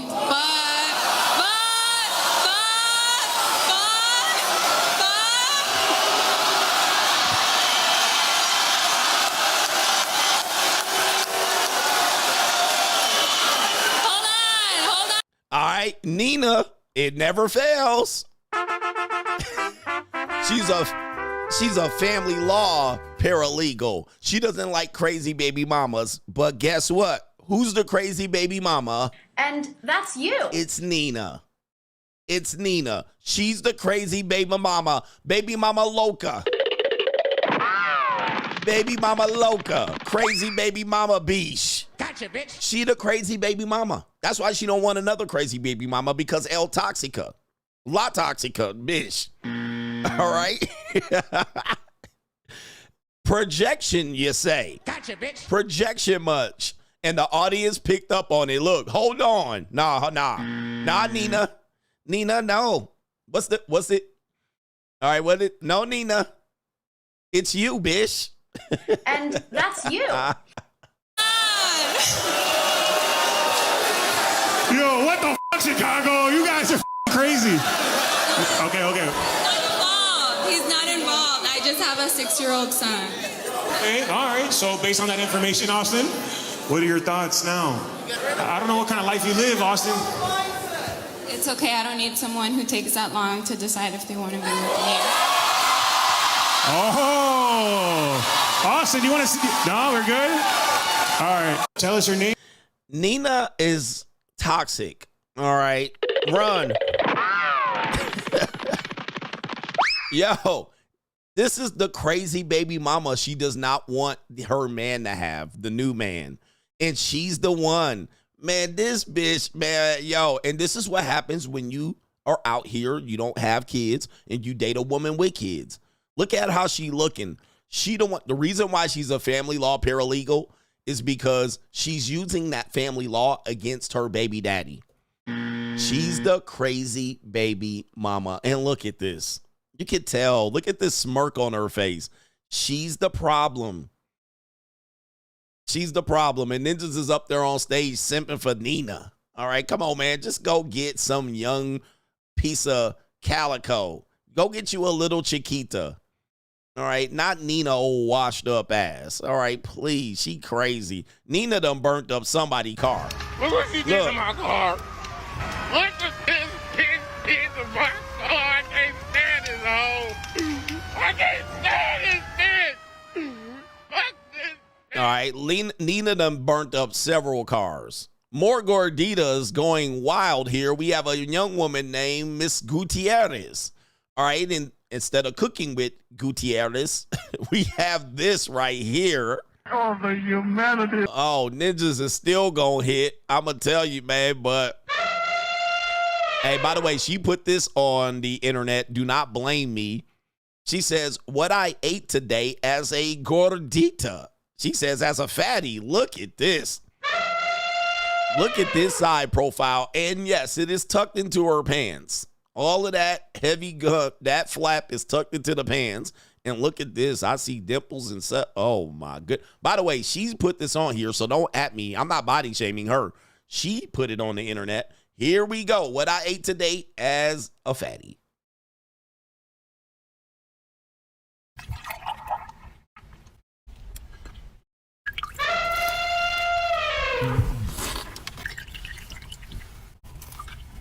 And we also had to get some protein in for breakfast.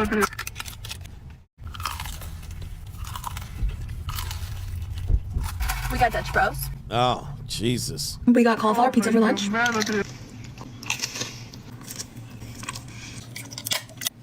Oh.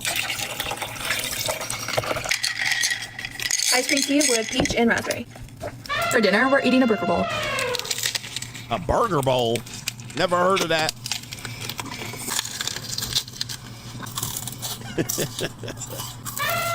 The Starry, 0 sugar cranberry to end the night.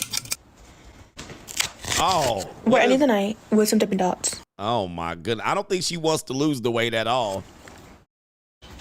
Oh. Everything I ate today as a fatty. Hey, man, this is a Mighty Slow Tuesday.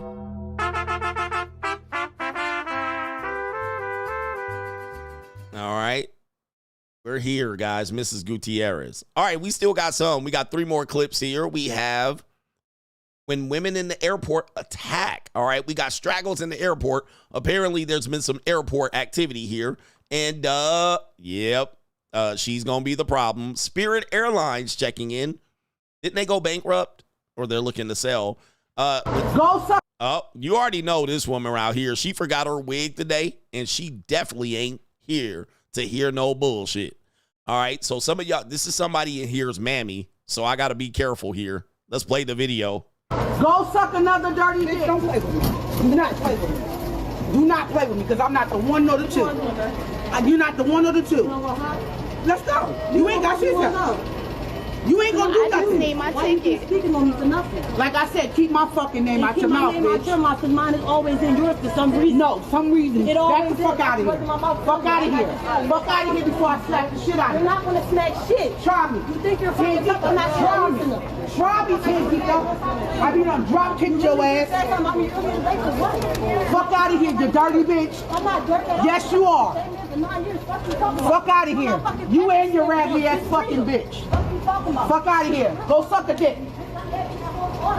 Like I said what I said. And I said what I said.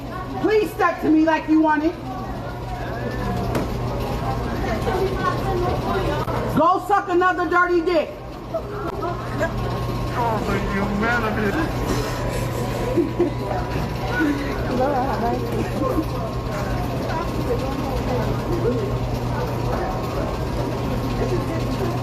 I want you to do it a third. She tried me 2 times. I want you to do it a third.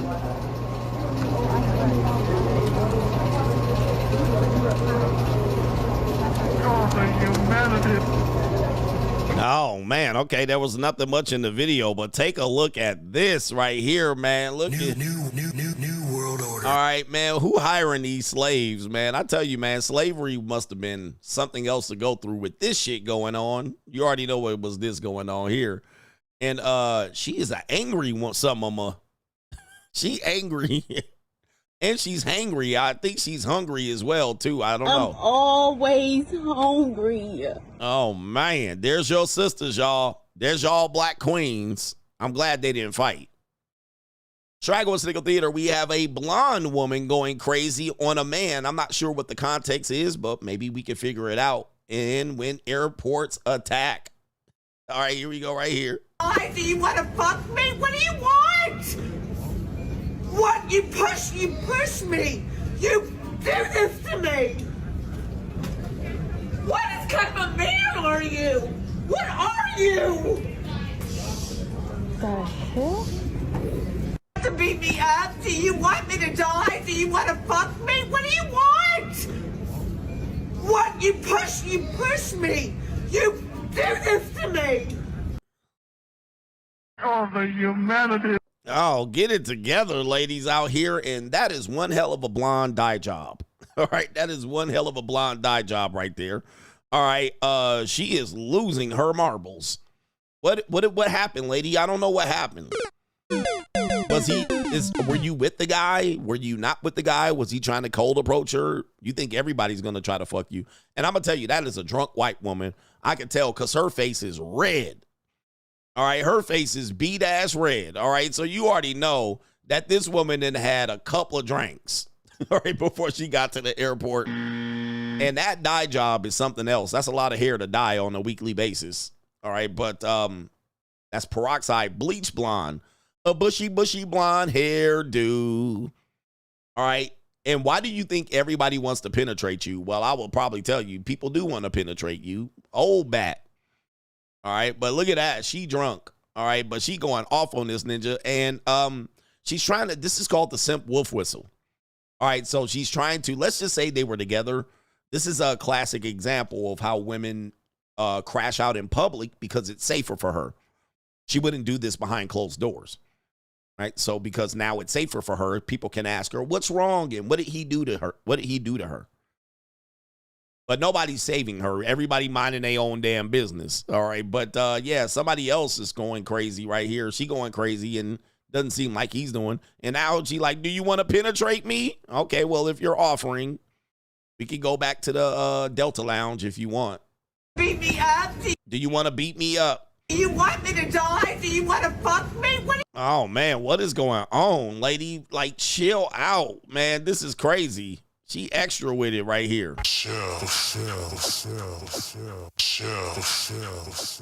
Yeah, this is called the simp wolf whistle. All right, so what she wants to do is make a scene and make everybody and play the victim, and then everybody do something to this guy.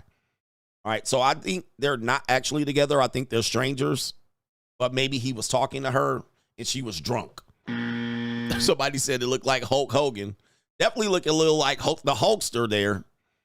The tan ain't tanning. That definitely look, but this definitely been drunk. This woman been drinking a lot. All right, yikes. All right, we got another woman out here having a meltdown on the plane, essentially causing the flight to be delayed. All right, so here we go right here. Want me on this aircraft? Yeah. Why? Let's just talk about it. Because I'm tall, because I'm white, because I'm black. Let's go talk about it. I am human too. Let's just go talk about it. Mic drop. I need Barack Obama. Come on. Tony Robbins. Hey, I'm being quiet. Hello. Hi. What's your name? My name's Officer Smith. I'm with Nashville Airport Police. They're saying that they want you off of their aircraft. Why is that? I don't know. They just said that you were refusing to get off their aircraft after they asked you to get off. Right, they didn't give me a reason why I needed to get off. They told me that they were going to talk to me outside, as if they didn't want me to, they didn't inform me why they were going to, hold on. Man, you drunk and you off your crazy pills, man. What the hell are you talking about? And why does she look 10 times bigger than everybody else? Let me catch my breath. I'm like, I don't understand why there's so many people like on top of me. Okay, Like, this is have you had anything to drink today? No, I was looking for water. They didn't give me water. They told me that the plane was delayed. I just want water. Okay, have you had any alcohol today? No, I'm on a sabbatical. Okay. Sabbatical? Okay, so do you mind stepping off the aircraft and they can talk? My name is Officer Smith, yes. I'm sorry. You see, I think it's important that people call you by your first name. You can call me by my first name, that's fine. Officer Smith? New world order. Officer Smith? Really? New world order. All right, okay. Thank you. And I like that. I think it's important for people to call you by your first name. Boy, they got all the liberal shit to say.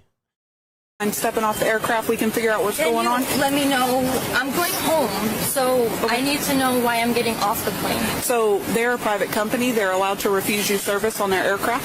So anytime a private company, like a business? Yes, they're a business, so they're allowed to refuse you service. Like capitalism? Okay. So if you do not get off the plane, we are going to deboard the entire plane, and we will pull you off of the plane. You're going to pull the... I have to set my intention, and I have to breathe.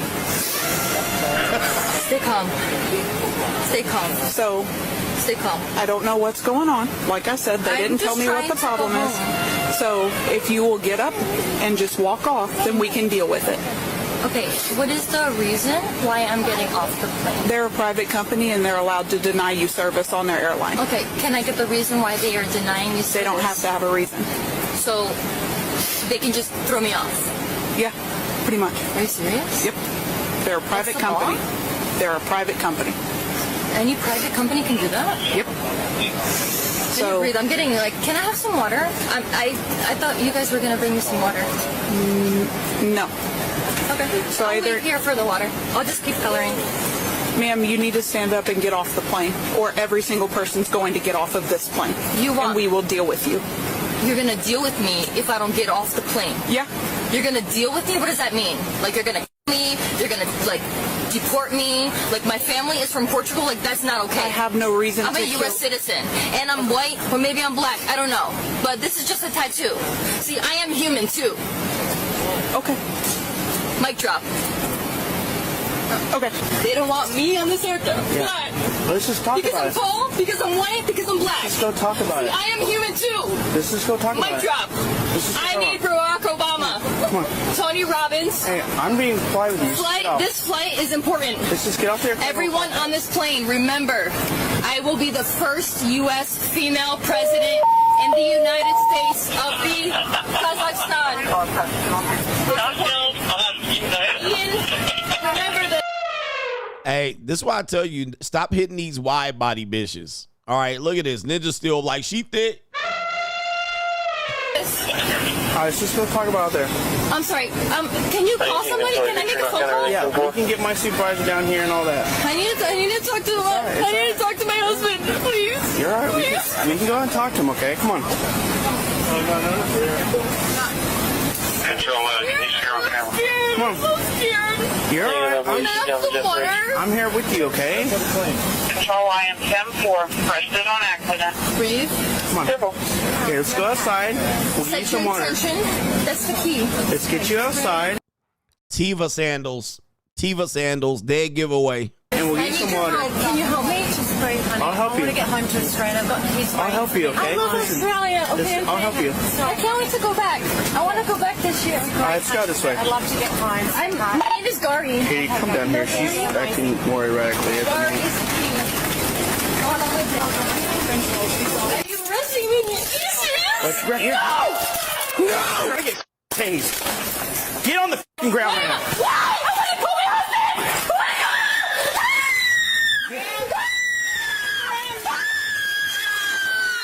God! Get the other car. Give me your arm now. They have her in control. All right.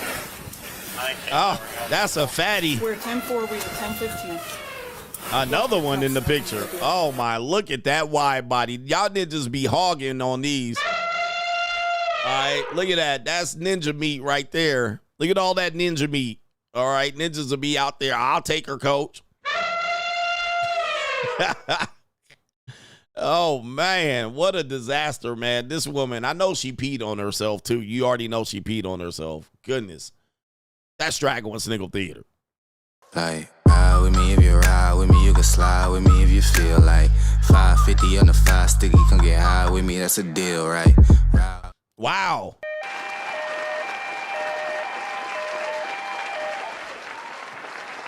What a show. MC Hamster says Western civilization preaches that male duty, the male duty of sacrifice akin to Jesus to die on the cross. He says men don't fall for that trap.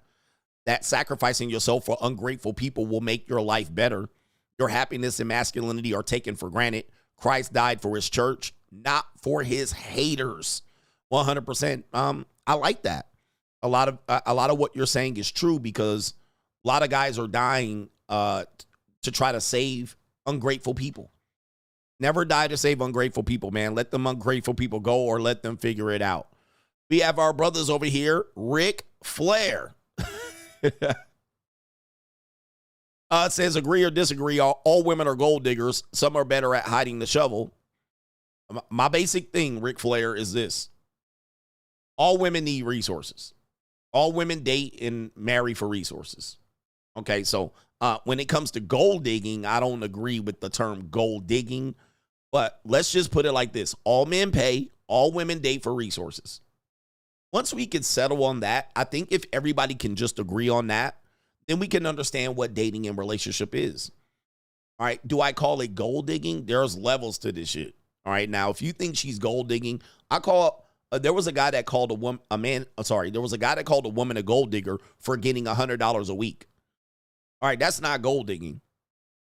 All right. So it's just a level of what the financial resources means to her. All women. Like this, let me just say this. Do all men date for attractiveness? Is attractiveness important to you as a man? If it is the case, that means beauty is a commodity that can be sold. Thus, all women use their beauty in exchange for resources. Whether marriage, dating, or selling pussy, it's all the same. It's all the same. I can agree that that is the basis of all relationships. All relationships starts there. Attractiveness, beauty, man, resource. All right, that's it. So I don't agree that all women are gold diggers. Gold digger is a pejorative used to shame women into not getting what they want for their youth and beauty. They should get what they want for their youth and beauty, and you should be able to qualify or not qualify yourself for it. But to take beauty off the table for women is akin to taking resources and money off the table on the other side. I just don't think it exists. I don't think you can have relationships without either. Now, you can have people that settle somewhere in the middle. For instance, men will settle for an uglier woman in order to maybe get her to maybe commit to you longer. So guys will say, well, I don't care about highly attractive women. And you'll just march your ass down the ladder of ugly bitches until you get satisfied and settle, right? Because you guys realize when you first started dating women, you went for the hot girls. When you were 12 years old, all the ugly bitches were ignored. All the bitches with bifocals, the bird-chested bitches, the flat-chested women, the women with no body, yaddy, yaddy. When you were 12 in middle school in the 6th grade, we all went after the attractive girl, and then we realized there was levels to qualifying. Right? Right? There were levels. Then you figured out you either didn't qualify, it was hard for you to qualify, you weren't gangster, pookie, rich, swagged out to qualify. Then you just said, okay, I won't go for the beautiful girl I had a crush on in the 7th grade. Then you went down into another bitch down here, then down here, and then you realize where your level was. That's an example of you settling for not pursuing highly attractive women because you knew it came at a great cost. Is that gold digging? Like, come on. Is that you trying to figure out, well, I don't think beauty's that important because you knew your place. You knew you couldn't afford it. You knew you didn't want to deal with those type of women that dated men on that basis. So you knew. Same thing as women. Women initially go after who they're attracted to and then what their status is in middle school. Are you popular or whatnot? They would like the popular guy. But then all of a sudden they knew what that came with, and then they whittle it down to their motherfucking level. Right? By the time they got the 9th grade, they realized what it was. Now, some of these women do play that. I'm a date a guy with resources, rich guy. They start to pivot that. All right? And then what'll happen is they'll get it. They'll get that guy. They'll get that guy. Almost all women will get access to a guy that has what they think is a life that they want. And then they'll get a reality check, just like you got a reality check with your hot crush in 7th, 8th, 9th grade. You get a fucking reality check. Then they realize dating a guy with money ain't all that. Then they will try to whittle it down. I'll take a guy that makes 100K instead of $1 million. And then they'll whittle it down. I don't mind. And then as she's doing that, she'll get bigger and bigger and bigger. And she'll blow up. She'll get bigger and bigger and realize she's not qualifying for a rich guy no more. So she'll settle for your 50K goofy ass. All right, so. But at the end of everything, the basis of all relationships is man with resources. Whatever those resources may be, resources are important. You just can't come with dick. Most guys can't just come with dick and a smile. Man with resources. Woman with beauty. That is the basis. I don't call women gold diggers. I don't think that's a healthy way for you to look at the reality of man resource, woman beauty. All right, because all women want something other than Dilsnick.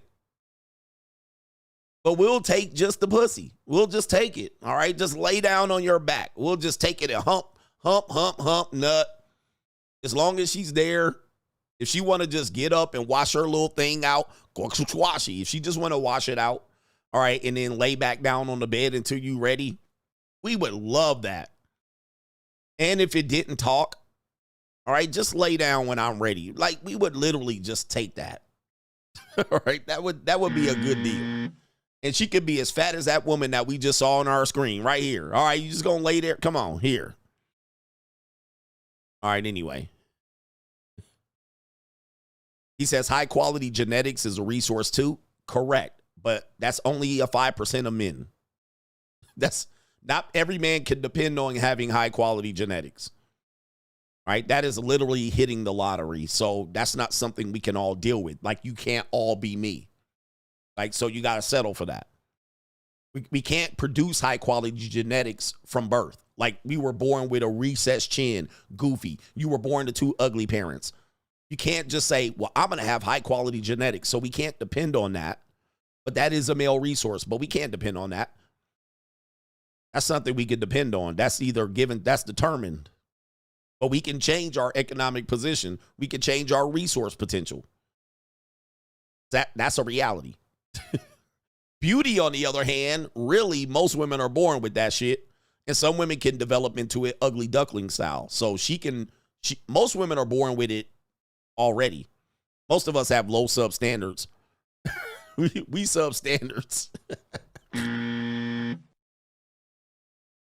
All right, we all substandard. I mean, most women are born substandard, but we go for it. Shout out to Miles Morrow, says Batman couldn't save Gotham and Superman couldn't save Metropolis. Neither could Spider-Man save wherever he was saving. Save yourself, Coach Gang. Shout out to you right here. Shout out to you. All right, we got our brother here. Clifford Small says helping men become men again. Salute. Handle your business. Same thing is like I don't like gold digging. There's women that are obvious gold diggers, and they're very obvious. And some of you guys never met gold diggers. There's some gold diggers out here that I call apex predators that you ninjas don't. They got so much game, they would either not deal with you or you already know you out of their league or she's out of your league. But the same thing to be said is this. Okay. The same thing to be said is the reality is this. A lot of guys that focus on gold digging women also focus on Chad and Tyrone. Like, you focus on, like, being the guy. If I become the guy, women will like me. But you can't fake this shit, guys. I don't like when guys focus, like, on Chad and Tyrone, right? I get it that Chad and Tyrone is a bookmark term. But Chad and Tyrone, you're never going to be him. You're never going to be him, bruh. Never going to be him. You're never going to be Pookie. So women that have Pookie-philia, that always be in the bed of Pookie, guys, you ain't going to be Pookie. You're not going to be Chad. You're not going to be Tyrone. Those men inherently are born that way. I've been saying that for a long time if you're new.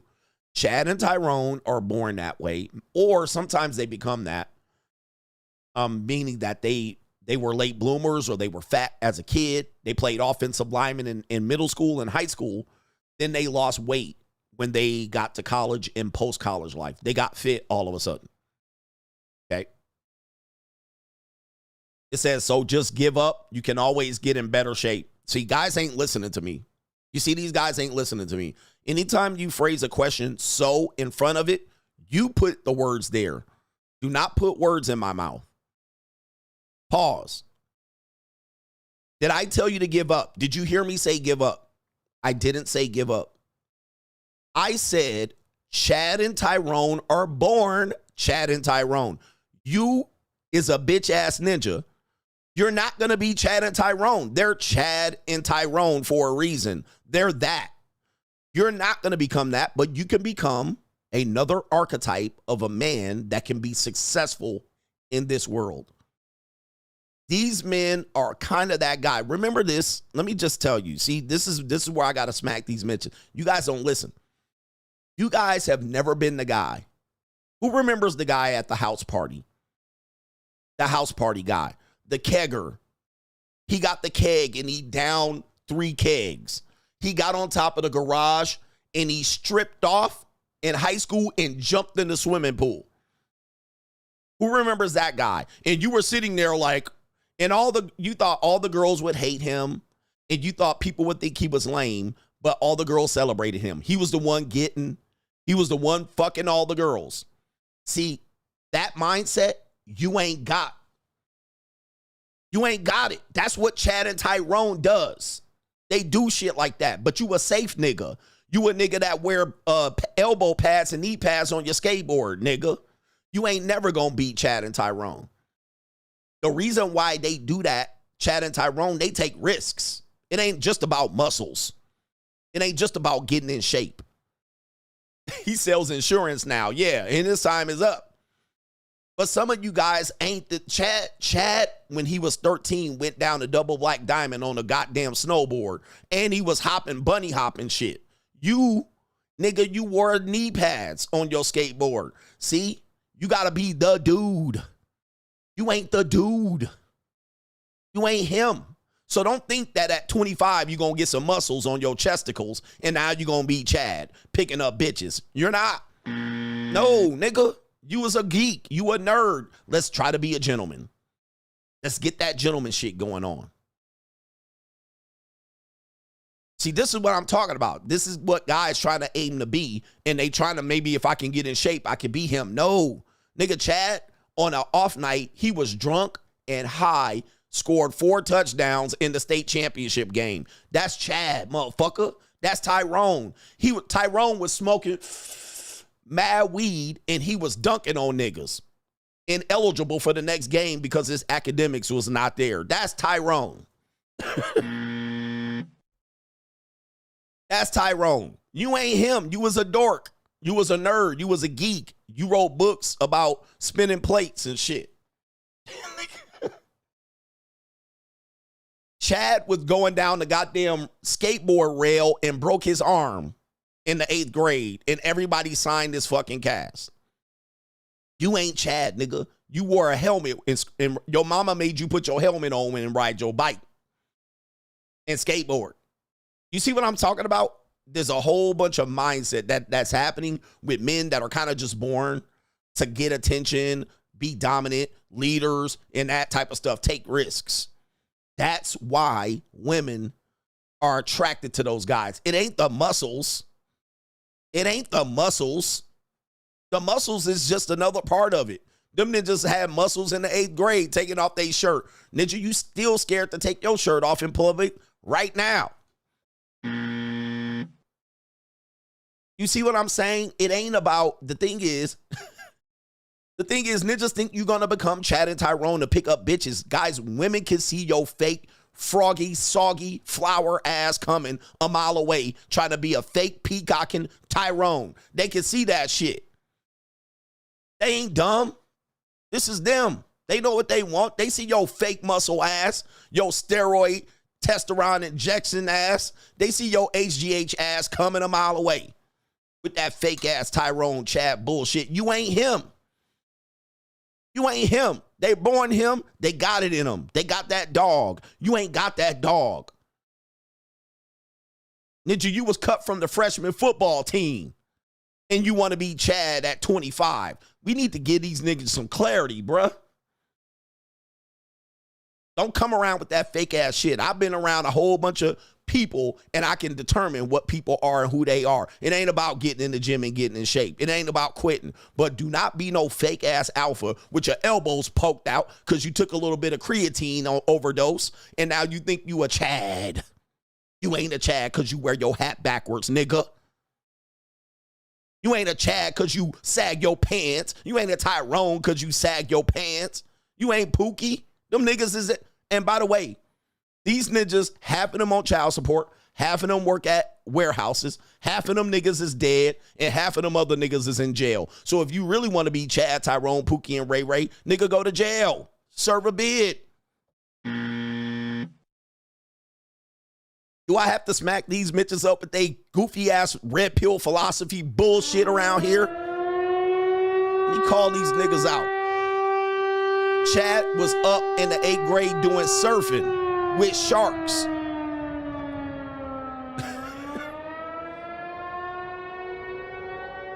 Snipe these ninjas. They wasn't in the math club. Just because you a Mitch ass ninja. And by the way, look, you know who winning on now? The ninjas that's put their face online and talking that shit. Guess what? You on the other side listening, and then you wish your ass had the guts, and you wish you had the testicular fortitude and the nuts to put your face out on the motherfucking internet, but you don't because you a coward ass nigga, and you sitting back talking about other niggas doing it, and you missed the goddamn boat. Now, think about that. You scared to put your face on the internet. You nothing but a bot. You nothing but a goddamn bot at this particular point, and you watching a real one talk that shit, and now you on the other side of the internet with your bitch ass, you with your flower ass talking shit in all caps. If you don't sit your bitch asses down, you cowards, you think getting some muscles is gonna make you a Chad or a Tyrone? Flower ass niggas. You You think some push-ups gonna make you an alpha? Fuck out of here. Mitch.com ass niggas. I'm tired of these bitch ass ninjas in this space. All right, I'm tired of these ninjas with this bullshit. Y'all listen to too many goofy ass niggas in this space. I'm tired of these goofy ass niggas in this space trying to lead y'all here. You dealing with the realest message in this space. Forget everybody else and what the fuck they told you.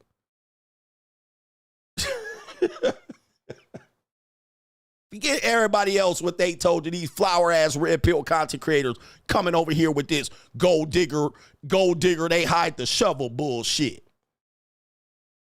This is bullshit. This is red pill, dead pill bullshit. This is red pill, dead pill bullshit. Listen to some real men and not these motherfuckers, women or gold diggers, they hide the shovel. What the fuck is that? What is that shit? Does that make you feel better about yourself when you wake up poor and can't get no bitches? Does that make you feel better when you fat and you can't get no bitches? Does that make you feel better about being a lame loser? Does that make you feel better that you can't grow a beard that don't connect? Does that make you feel better that you can't qualify for a beautiful woman? What's wrong with these guys, man? Guys, man, this red pill space is cooked with the leadership we got out here. This is absolute disgrace. There's some things you can do. Well, what we supposed to do, quit?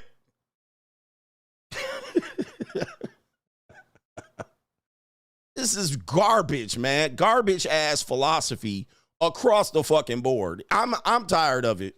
I can't deal with it, man.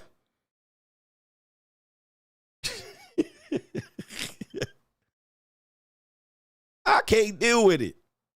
Look at all these people leaving the stream. Take these bird-chested ass men that don't want to do shit with their lives. Look. I try to give you almost all the information you need. When I tell you that there are 5 male archetypes, I'm telling you so you can find your place. Men are trying to be Chad and Tyrone. You're going to lose that game every time. Because there's some dudes out here that will jump out of the fucking helicopter on the snowboard and go down that motherfucker. You ain't going to be him. And he going to get a lot of bitches just on that. All right, you ain't going to be him because you a coward. You gutless. You ain't got no goddamn adventure at all. Ninja, you ain't even left your state in 5 years. And this ninja jumping off a snowboard, going down a hill, creating an avalanche behind him. You ain't that. You ain't him. So what are the other male archetypes? Pimps. We got a lot of fake pimps out here. You ain't him. Now, I ain't never put one girl on the blade and turn one pimp dollar. So what are you talking about? You're not going to be the pimp. You're not going to be the Chad. Y'all ain't going to pimp one hoe. So y'all can forget about them two with your flower ass. Now let's get to the rest of them. You could be a gentleman. Gentleman is a good lane. It's not simping. I broke this down. Gentleman is a decent lane. Most of us are going to be gentlemen. Then the rest of y'all, you got simping.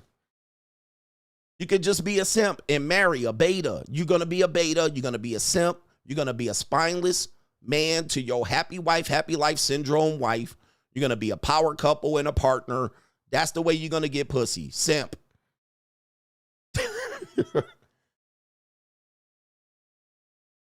Okay? These are all archetypes of men that you could choose to be.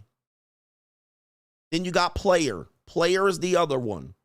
Where you just going to play these hoes and play games and juvenile games and lie to broads on internet sites and sell dreams and date fat bitches and say you dating nines only. Player.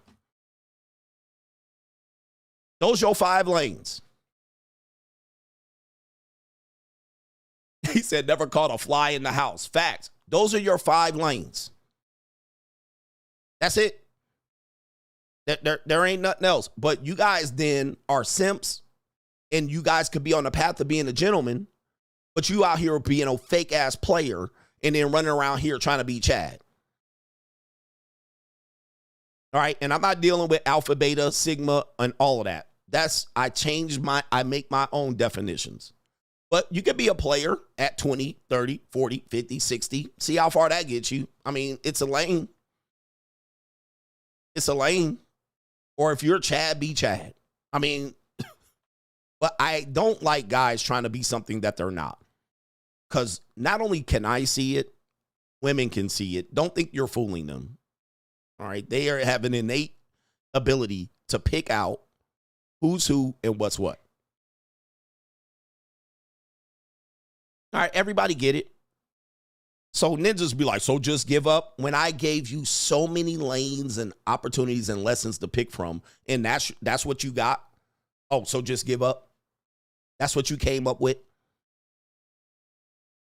That's what you heard? That's what you wanted to hear, because you ain't got no goddamn daddy. You ain't got no direction. And all you got are these fake-ass, red pill, fraud-ass niggas telling you goofy shit to make you feel better about your losing-ass position. When I gave you the winning code, I never told you to give up. I literally gave you every fucking lesson. All right? And I got lessons you can listen to for the next 5 years consecutively without watching any of these other red pill goofies. All right? And you can watch it and you can win.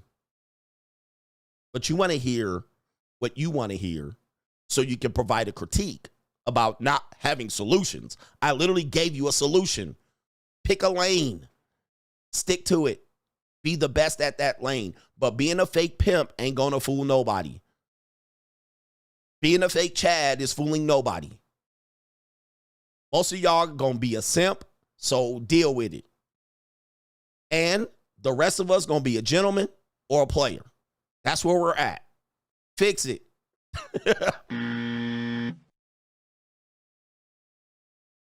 You can't be no Chad. Can't be Tyrone. You're not gonna be Pookie, and do you wanna be? Do you want to be? There's a lot of things that come with that. Shout out to our brother Matthew, says, love gift. He says, 2025, boss up. Better boss up, nigga. So just give up when I play this. Better boss up, nigga. He tell you to boss up. Some bitch-ass ninjas trying to say I told him to give up. And I said, better boss up, nigga. Boss up. I mean, there's some men out here, man. We got to leave y'all people behind in 2024. We got to leave y'all behind. In 2024, because y'all want to lose. Y'all literally want to lose. Shout out to our brother here. Vazito says, nah, coach, you got to make your next generation. You can be Jaria. And I think I can be one of your students you train to be a legendary. You're giving me Pokemon, and I don't know what it is. All right.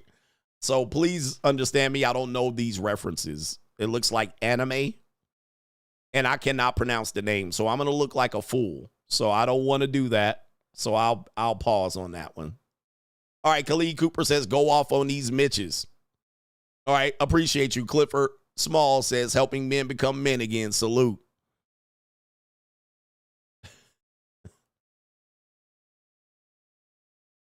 All right. Where we at? Yep, stay in your lane. Don't try to be something you ain't. I had to figure that out, man. I grew up in Los Angeles during the 80s. And if you guys know, this is during the Crips and the Blood phenomenon. And I got a lot of people over here on Ko-Fi. So bear with me. Bear with me. Thank you. I grew up in Los Angeles, mid-80s, the height of the Crips and Bloods. Colors came out in 87. This is followed by Boys in the Hood.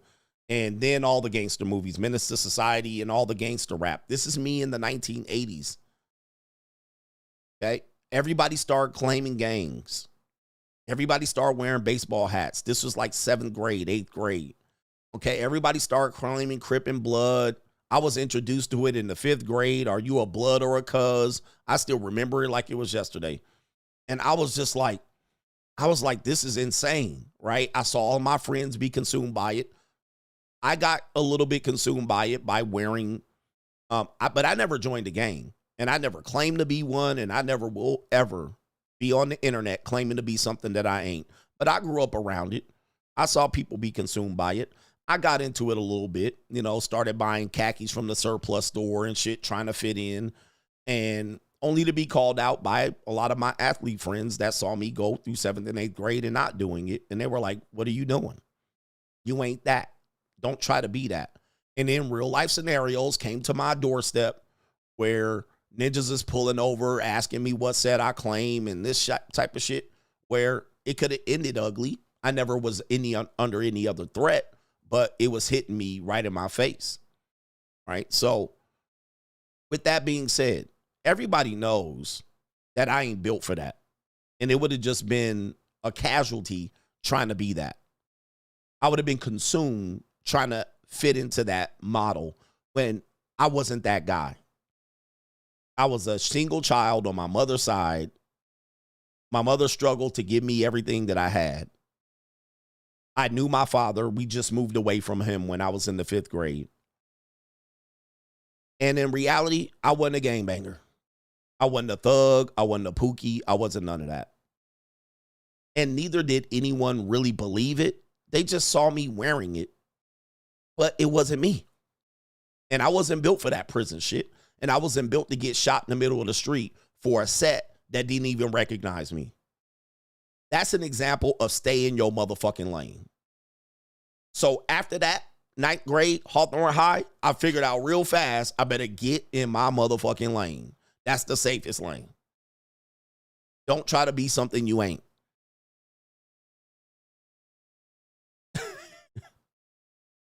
Because you're trying to be something you ain't to get a result that you ain't ready for.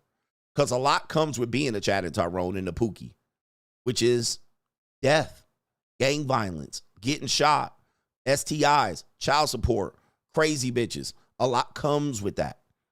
So don't just think getting the women is the only reward. Baby mama drama. Okay, so get in your lane and stop trying to be something you ain't, but there's a lane for you to be successful. If you want to be a beta or a simp, be the best simp you could possibly be out here. All right, but faking it ain't gonna cut it. And I'm gonna tell you, man, if I was trying to prove my gangster, guess where I would be? I would be in the Pearson Industrial Complex trying to figure out how to not scramble and scrape in a prison cell, and I wouldn't be getting no pussy. All right, all trying to be a gangster. You know, so I'm just trying to tell you what's up. Just trying to tell you the real. Don't try to be something you ain't. There's a lane for you, and you're probably more suitable for it. I figured out fast, I'm a better gentleman than I am a Chad, a Tyrone, a Pookie, a gangster. I'm a way better gentleman. That's my lane. I'm a gentleman. I'm not a gangbanger. I'm not any of that. All right, so anyway,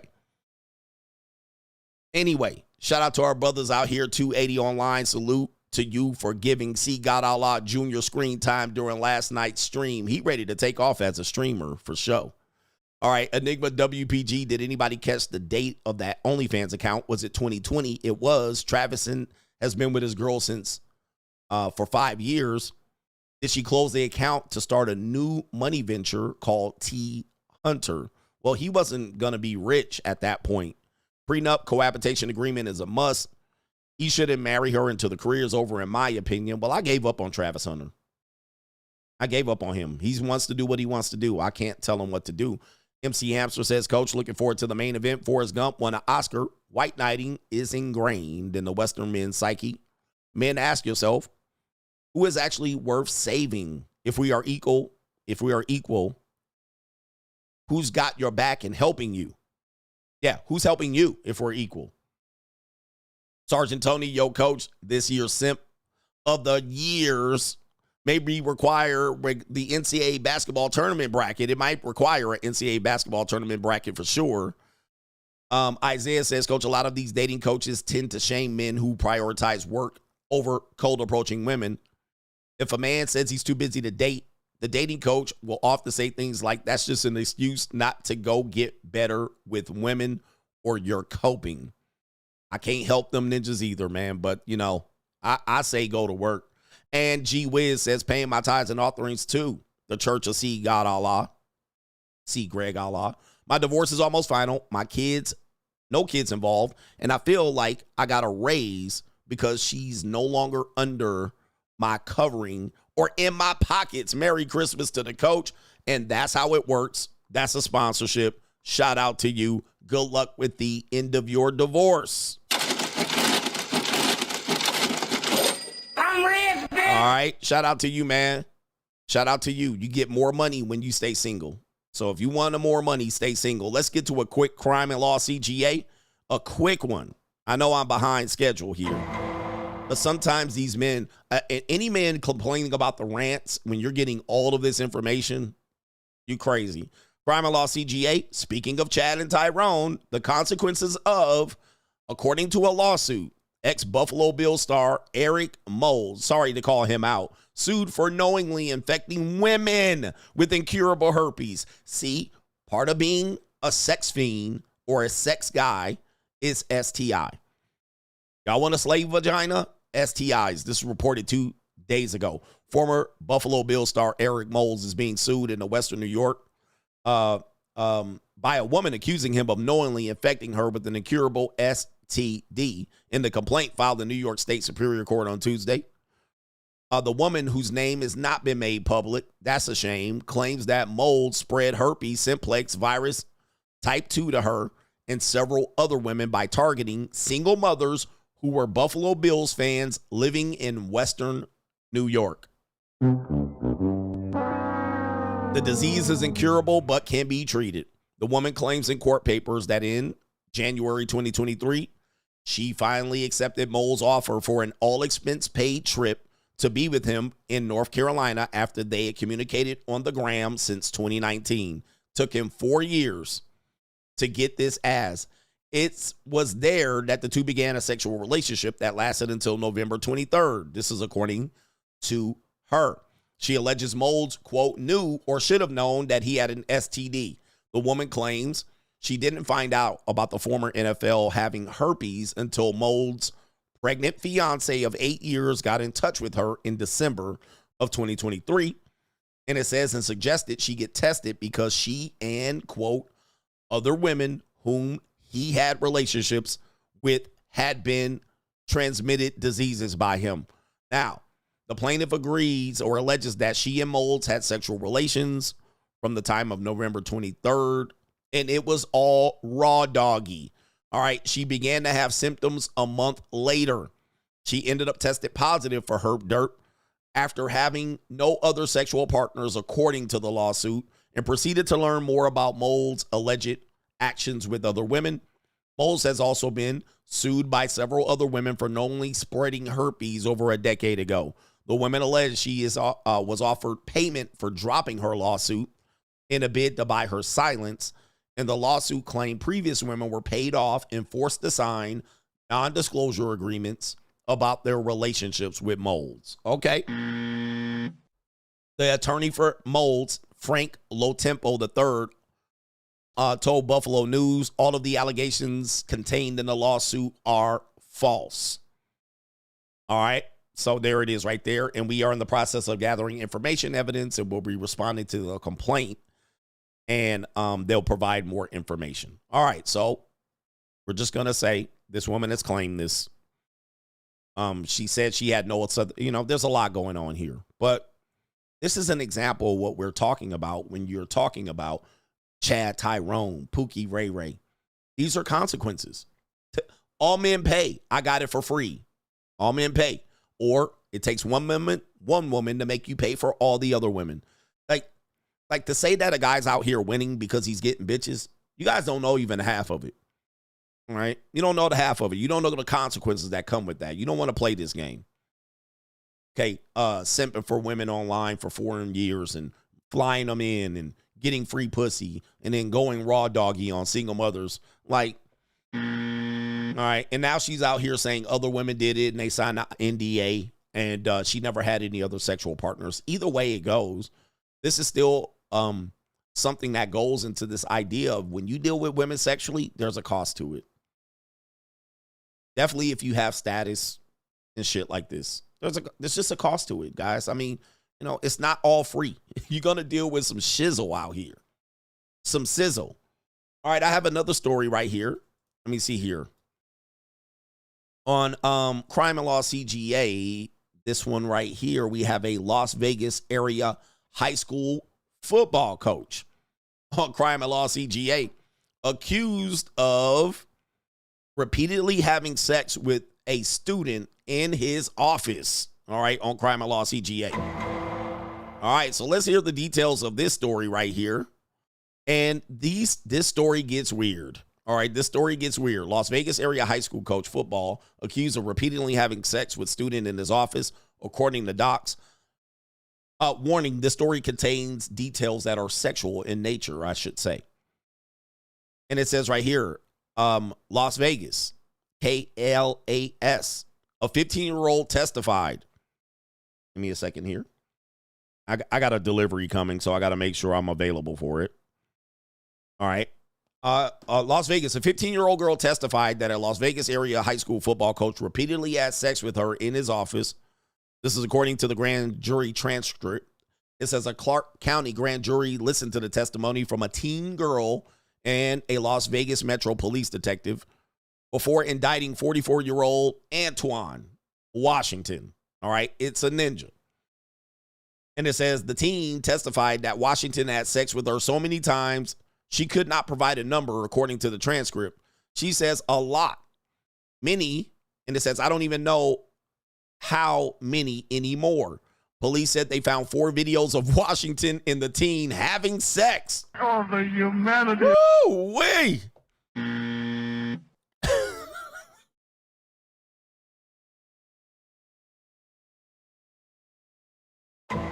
You recorded it? He did not record it. You're going to find out who allegedly recorded the video. It gets crazier. They found 4 videos of Washington and the teen having sex. The material so graphic, it is now sealed.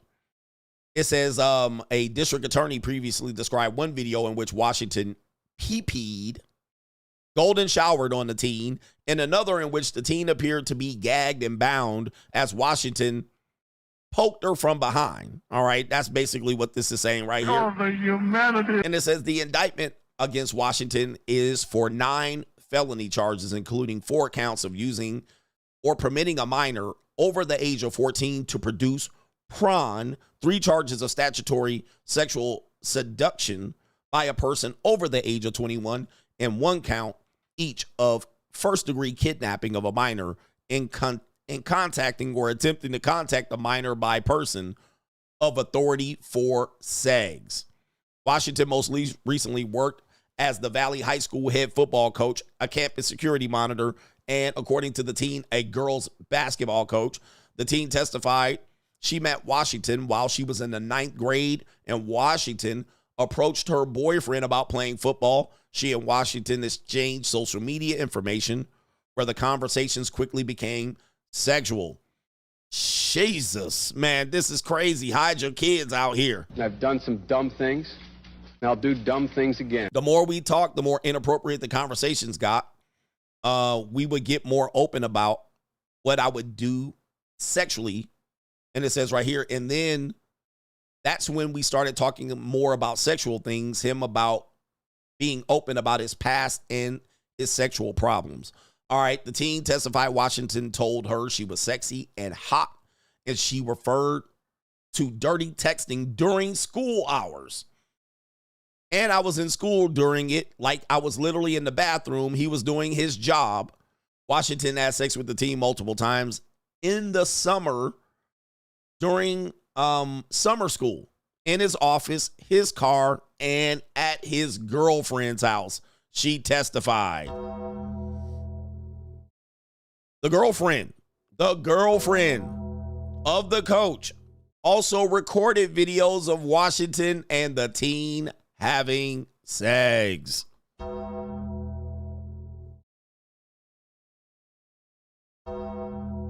Man. So the videos were recorded by the girlfriend, who I'm assuming is an adult. The girlfriend is referred to as Sissy and Justice in the court transcript. Police said that they are working to identify her. Washington, who is married to an individual who works in the Las Vegas Justice Court, according to marriage records, told police he had a polygamous relationship. The case was moved from Las Vegas to Henderson due to the personal connection. The teen has been stopped The teen had been stopped while in the vehicle with another adult man in September. Oh, Jesus Christ.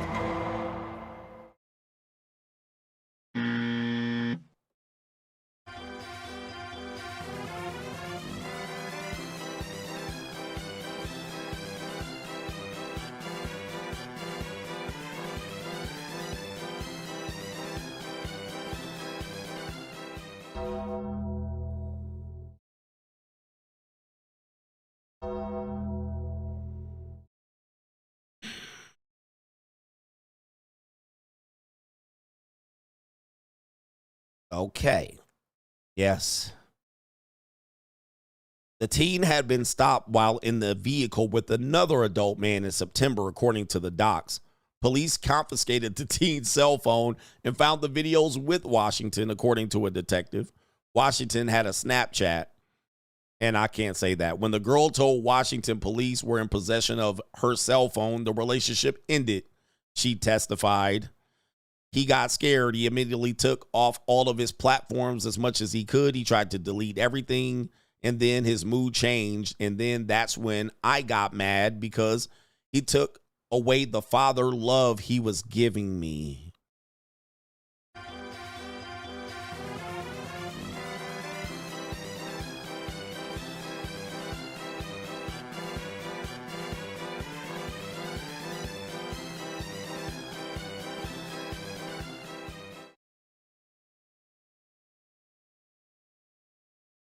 I'm done.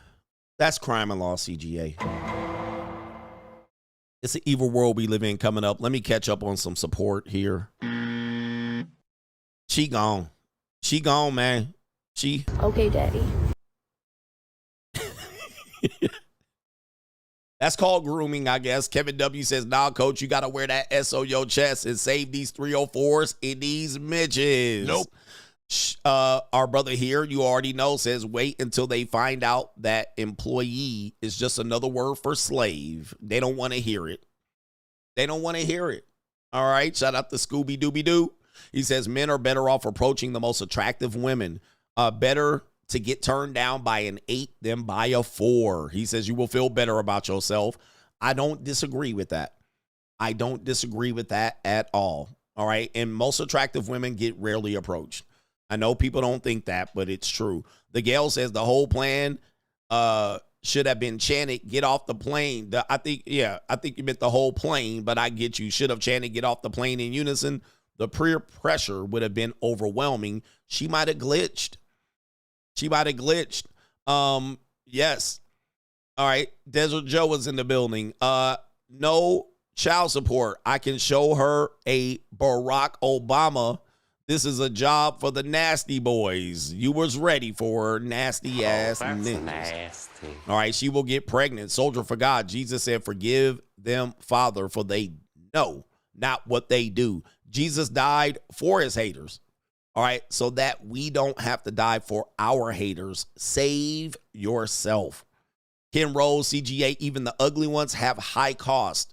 All women, do women have a high cost attached to them? Much of a woman's lifestyle they cannot afford by themselves. Okay, they cannot afford by themselves. This is almost all women in America because, women are consumers. So it doesn't even matter if the woman's ugly or not, because a woman will be like, well, I'm ugly, but I deserve a man that covers X, Y, and Z. She might say that. Or she wants a man to go 50-50. The reason why is women cannot cover their costs. It costs a lot. So we're at the point where even ugly women are charging in a sense. So like it's resource for resource. The woman's beauty really doesn't, or lack of beauty doesn't remove that there's a cost to them. These bitches got costs, man. All right, so they gonna end up trying to date like that. Shout out to our brother here. This is our brother, Rashido Brown, preach coach. He says they can pretend to be, I'm sorry, I messed that up. He says, preach coach, they can't pretend to be that dude. You can't pretend to be that dude out here. All right, a lot of guys want to be pretenders. Dude, you can put all the muscles on your body. Yeah, dude, let me tell you about muscles. I'm going to tell you one thing about muscles that men need to hear. Because I was in fitness. I had muscles. I had lots of muscles, way more muscles on my body than I should have had. And there was a cost to that. But let me tell you about muscles. I'm going to tell you one thing about muscles. Number one, and this is the thing about sports cars. The sports cars. Because I'm telling you what's up. I'm a guy that didn't have, and then I got, and now I'm here to tell you the truth. I'm not going to sugarcoat shit. One thing about muscles is that you're going to have a lot of subpar bitches in your DM. For some reason, and this is something that people don't realize, ugly, fat women, fat white women, nasty black women, fat gorditas, these women get guts all of a sudden. And this is when you're going to find out ugly women are getting stroked like crazy. They getting out here. So now you dating an ugly woman ain't going to prevent another dude from taking your girl, because ugly women getting muscled up niggas. All right, they up there, they approach you with no goddamn shame. All right, they come up touching you and throwing you the punani. Ugly, fat, subpar bitches, mid bitches. All right, mid and below. That's who gonna be want to touch on you and feel on you. Every now and then you gonna get a highly attractive woman, but highly attractive women are like, yeah, nigga, she been over that since 14. She been over muscle since 14. Muscles ain't really impressing her like that. If she's really, really highly attractive. She like, yeah, that's nice. All right. But muscles attract subpar women. They going to be in the DMs. They going to be throwing you the dirty, the nasty, letting you hit the raw doggy skeeting in them. They going to be sucking and tasting you up, slipping your scissor. All right. That's who going to be in there. Number one. Number two, men are going to be attracted to the muscles. What you eat, bro? How much creatine you take, bro? Are you on test, bro? Are you natty, bro? Your chest don't match your calves, bro. Them the only people you're going to be talking about on motherfucking social media. And people want to lose weight overnight. Them the people that you're going to be DMing. Right? Them the people that you're going to be in DMing. All right? Same thing with cars. You get a sports car, a European car, a supercar. You know who you're going to be getting attention to? From men. Men overwhelmingly are going to be the ones that when you go broom, they're going to turn and be like, wow. And kids, boys and girls are going to look at you. Wow. You just hear how loud his pipes are? That's who's going to be it. Men and kids. Very few women will turn around when your shit going broom, broom, broom, vroom.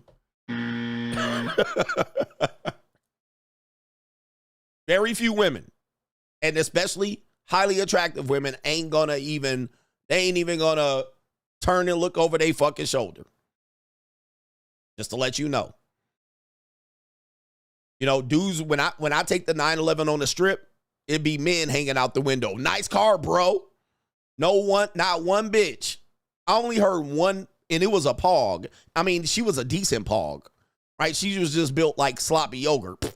Right? Coming from Lululemon. She was the only one that was like, hey, that's a nice car. Now, the G-Wagon is the opposite. Men don't give a fuck about the G-Wagon. Women do. Women be pointing at me no matter what age. Teenage, 21, 26, 30. They want to get in the G-Wagon. They don't care about the Porsche. They don't even care what the fuck the Porsche is. They don't care if it's a Carrera S, a GT3, a GT2, a GT1. They can give a fuck. Women don't care. All right, so I'm just letting you know what the reality is. I've lived it. I'm not guy out here telling you, oh, by the way, getting money, same thing. Okay, getting money. When you broke, women know you broke. They don't even sniff around your ass. When you get money, they will sell you pussy. That's what they're selling you, bro. You don't just get it for free just because you got money. They're like, oh, you got money? I'll charge you for some. You just get to pay for some good, better pussy. That's it. That's whether dating them, relationship, taking them on trips, paying outright. That's all they let you do is just to get to pay for some better pussy. All right, I'm just telling you what's up. I'm just telling you the deal. Yep, women love trucks. White women in Jeeps, when I pull up in my big Ford F-150, white women in Jeeps breaking their necks. until they see my black ass in there. All right. But they think it's a big white boy in there. All right.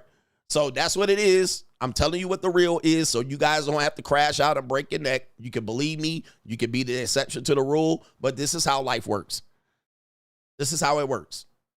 All right. So I hope I'm not, by the way, I'm just telling you, you can make the best out of this deal, or you can cry in your soup.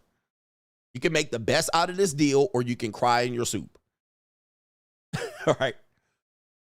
But white girls love big ass trucks. All right. And so when I'm riding in the F-150, I get a lot more attention in my truck from women than I do in the Porsche.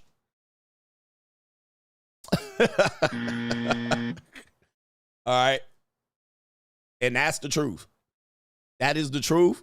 That's what you just heard. And that's how it is. All right. Anyway, anybody else telling you otherwise is lying to you. I'm telling you how it works. But pick your lane. If you guys want burning desire ass ninjas, but I want burning and desire. Okay. So does everybody else. My man said that doesn't make sense. All right, go try it. And you're talking to a person that lived it. Go try it. Go try it. Go get a big truck, then get a Porsche, then get a G-Wagon, and go outside. All right. Yep, men love trucks too. They love trucks. Trucks are a big hit, man, in the United States. Truck is a big one. All right. You get a truck, most of America gonna like you. All right. Not necessarily in the neighborhoods, but Mexicans are gonna like you. Mexican men gonna like you. Oh, that's a nice truck. All right. Mexican men gonna be like, where did you get that truck?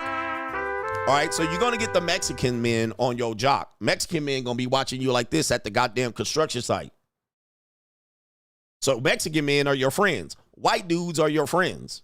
All right? White dudes going to be liking that. Oh, bro.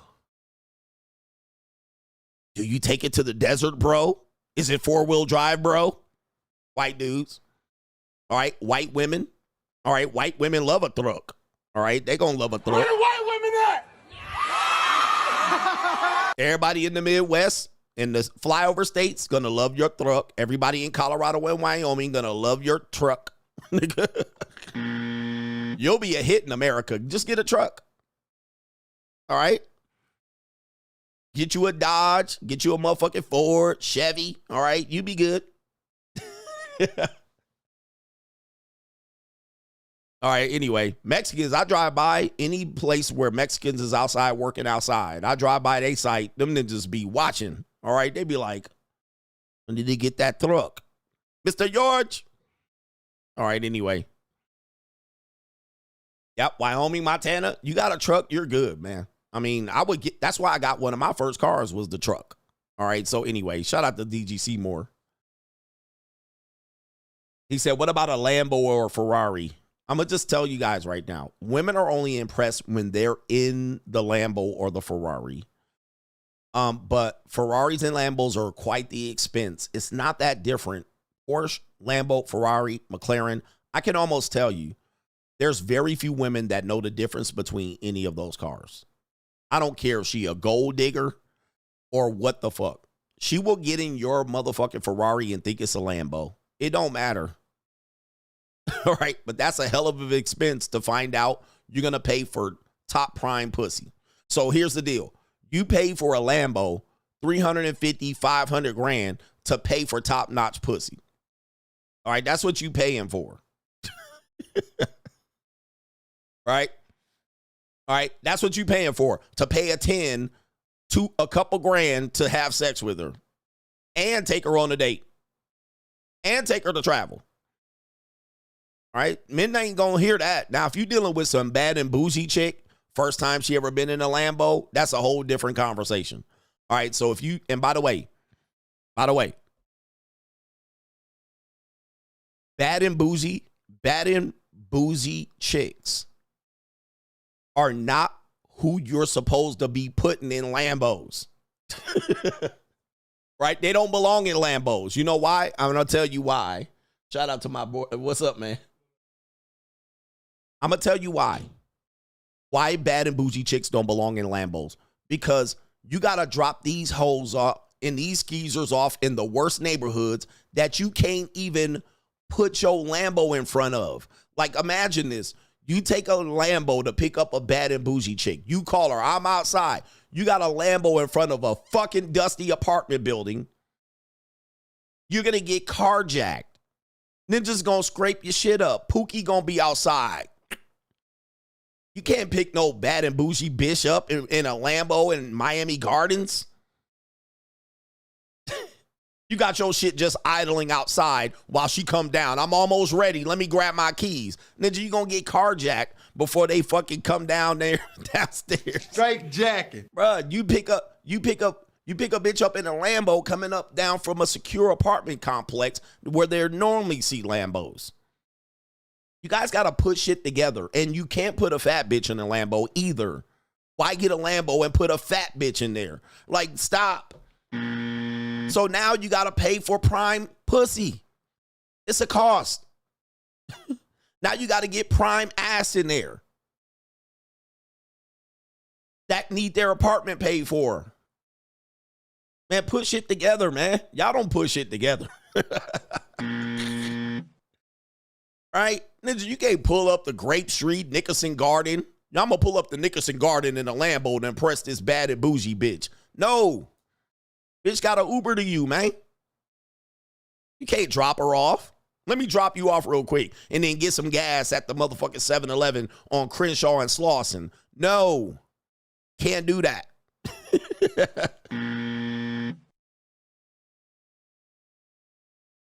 Put two and two together, and you're going to park it where? In your apartment complex under the goddamn, assigned parking? You're going to put a Lambo right there? I bet you it ain't going to be there tomorrow.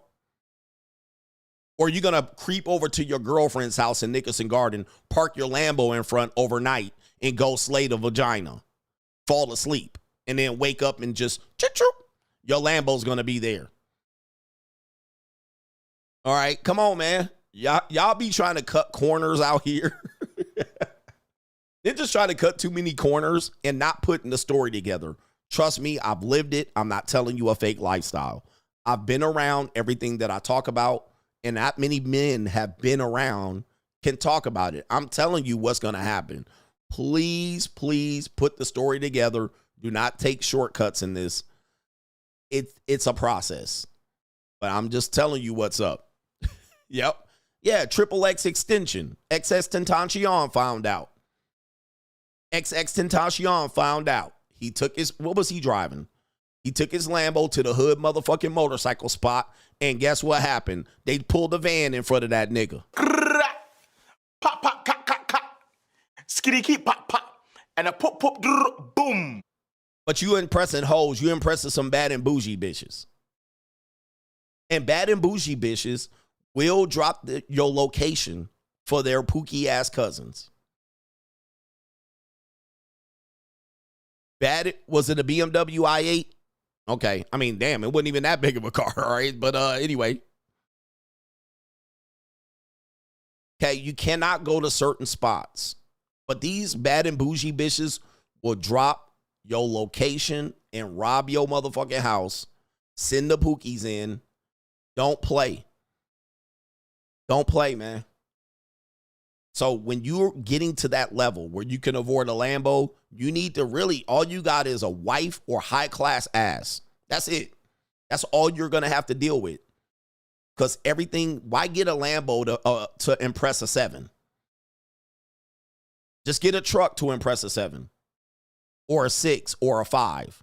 Y'all trying to get a Lambo to impress these lowlifes and people that ain't going to ever make it and never going to see a Lambo. No, you get you a Lambo. Now you got to deal with higher class ass to protect your ass from getting XX extensioned in the motherfucking parking lot. And let me tell you one more thing since I'm lacing y'all up on game. You guys got to realize you cannot go to regular gas stations in these cars. You can't even go to Jiffy Lube and shit. Like, I can't pull up and be like, damn, I'm low on gas. Where am I at? North Las Vegas? I think I'll get gas here. I can't do that. You got to think 10 steps ahead. Okay, is my gas tank full? Always have your gas tank full. If you're going to go across town, You can't be like, oh, I got to stop in Target real quick. You can't do shit like that. You can't. Like, you literally just got to be like, damn, I got to make some errands. You can't run errands and shit and just park in the middle of the and just stop and get gas. Damn, I'm on E. Let me pull over. You can't do that. So you got to really be strategic about how you're moving around the city and just know you got to go to your gas station that you normally go to where people are used to seeing you, so that stuff happens, they can identify. When they just a regular dude, he just pulled up, I didn't even know who he was. Right? There's levels to this shit, man. People don't want to deal with it. Y'all just want to cut corners, and you ain't got no garage. No garage. You think my car's parked outside on the curb? Oh, let me park my Porsche on the curb. You think it's outside? No, motherfucker, it's in the garage. Right? You know, it's you gotta just build. Men have to build. But a lot of men will build, hoping that they get a result. The days are over where women will just be happy to be in your car. They want their own car. There's a price that comes with it. Or if they see you have money, the days are over where women will just be like, I just want to be around men with money. Them days are gone. Women want access to the dough. They want you to tell them how you got your money. They want to get their money of their own. They want to get their car. I want a Porsche too. So how do you get it? That's how women see each other now. They don't see each other as, I'm rubbing elbows and riding in the car. I'm fancy. And they don't just charge your ass. Right here. Right? Man, men are out here, man. Shout out to DG Seymour, says, blessings, coach. I would rather put 1K in my pocket. Or, I'm sorry, bro. Yeah, man, that's what it is. DG Seymour, blessings, coach. I would rather put 1K in the pocket of a 9 or a 10 than normie date a 4, 5, or a 6. I would rather pay up to the top female than settle for mediocrity.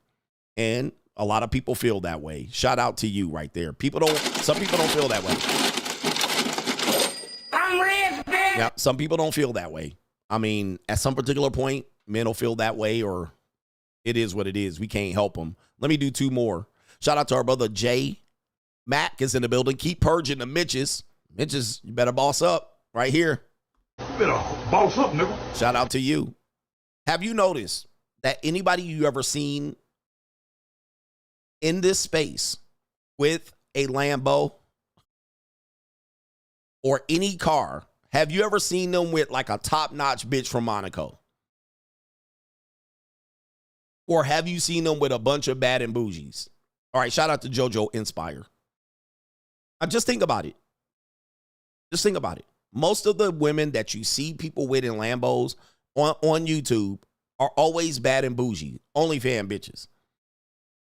They never like some conspicuously probably top-level escort or highly attractive model bitch. They always bad and bougie. So those are the only people, again,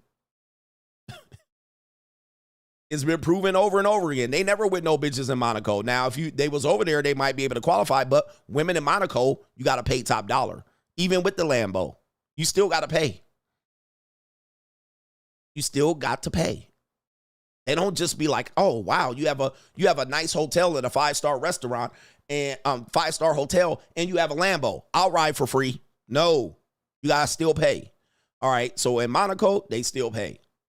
In the United States, when I see guys on YouTube with these cars, they always with bad and bougie bitches. they never with top level, top notch bitches. Long legged. Yeah, I wish I could find that clip of the dude pulling up in Monaco and the shit right here. It's never that. It's always bad and bougie, OnlyFans, straggles and shit like that. It is what it is. Everybody knows there's levels to this shit. I'm sorry to disappoint you about life, but this is life, man. Anybody disagree with me? And when you disagree with me, no exception to the rule bullshit. All right, no exception to the rule. Well, I see. Yeah. Okay, is this the one, the Monaco chick? All right, we'll show you clips right here. Damn, I wish I could find the one tall ass woman.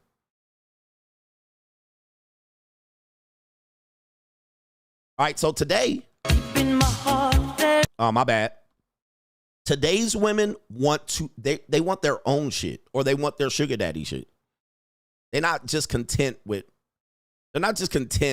riding in your car, bro. And this is the top level. We're not talking about the bad and bougie bitches. He said there's no thickness in Monaco. Again, as I tell you, fat women are for poor niggas. I mean, come on, man. There's no thickness in Monaco. And when we talk about this grooming, you've been groomed to accept overweight women as a standard. All right, you guys keep proving me right. I listen, my philosophy is pretty much dead on the head. There's no weaknesses in my philosophy. There's no weaknesses. All right, I'm sorry to tell you, when you've been groomed to accept substandard women as scrap sexuals, overweight women are for poor men. All right, and mostly black men, because they've conditioned you and groomed you to have it. Now you can't see yourself with the woman who is considered fit. All right, thick is not existence. It's fat or fit. All right, that's what it is. It's fat or fit. There's no such thing as thick. That's something people came up with to cope with the fact that they're broke. All right, but anyway, here we go right here. All right, you never see ninjas on YouTube pulling up with no long, lean, thick, or long, lean. All right, women that do heroin and coca in the morning. All right, there you go right there. Where's it? Look, there go the guy right there. And no, that's a GT3, and yes, he paid. GT3, and yes, he paid. All right, so ninja's like, he got her for free. Nope. That's not freebies, y'all. She's not with him for his car. She's not with him for his car. I wish I could find that one dude. All right, anyway, I'm going to get back to the show, or this part of the show. And today, again, women can get their own shit. All right, hold on for a sec. Oh, no, that's a man with a woman. James Bond ass nigga. All right, I see a Bentley Continental GT in the back. I see a Ferrari right there. And I don't see no fat women. You ain't going to see no ninjas parading around fat women. Okay. All right, because really, in a sense, fat women are low status. Overweight women, what do you call it? Thick women are low status. Even people will tell you, women who get BBLs will tell you, it attracts broke guys. Rappers at best, ballers at best. They're trying to get ballers and rappers, but most women attracted to them are broke. Huh? All right, anyway. There's not much it's not much we can do, but I'm trying to help y'all out. Shout out to our brother, last one, Dennis S. He says, yo, I got to donate after that epic Chad Tyrone rant on these Mitches. Shout out to you. Shout out to Dennis S. We got to let these guys know, man. You guys are lost in the sauce, misguided and undecided. 3 hours in. We'll get to it. All right, bitches shaped like ants and ninjas is wanting them. I mean, women will tell you, but it's an evil world we live in. Here we go. It's an evil world. All right, I'll do 3 of these videos in the main event, and I'll save the rest for the night. Pastor tells men what to do when their little loudmouth wife starts complaining. We going to church. Let's go to church. You know what will help most independent fundamental Baptists recover from this, from the hardships they have in church, is that a man take his little wife home, and when his little wife starts complaining about everything going on, because that's where the problem starts. Men, listen, most men come to church and sit down in the pew and half listen and half take a break from their wife to begin with. Most men are not going to get mad in church because they're not even fully there. They just taking a break from loudmouth. You think that ain't true? That's true. And when you get home and your wife starts talking to you about moving your membership, and I can't stand how Brother Mike is, or I can't stand how Brother Allen is, and I wish he'd do it this way. Listen, even if she's right, got faults. The preachers that pastor most churches around this country have faults. But it'd be a good idea when your wife starts that, I just don't like this, I just don't like that, for you to turn around and look her right in her God-given eyeballs and say, shut your mouth. Shut up! Just shut up! Silence, you fool! Tell him. That'll help your house recover. Oh. That'll help your house cover. Tell him. That'll help you. Yeah, that'll help your house recover. Hey, shout out to this guy right here.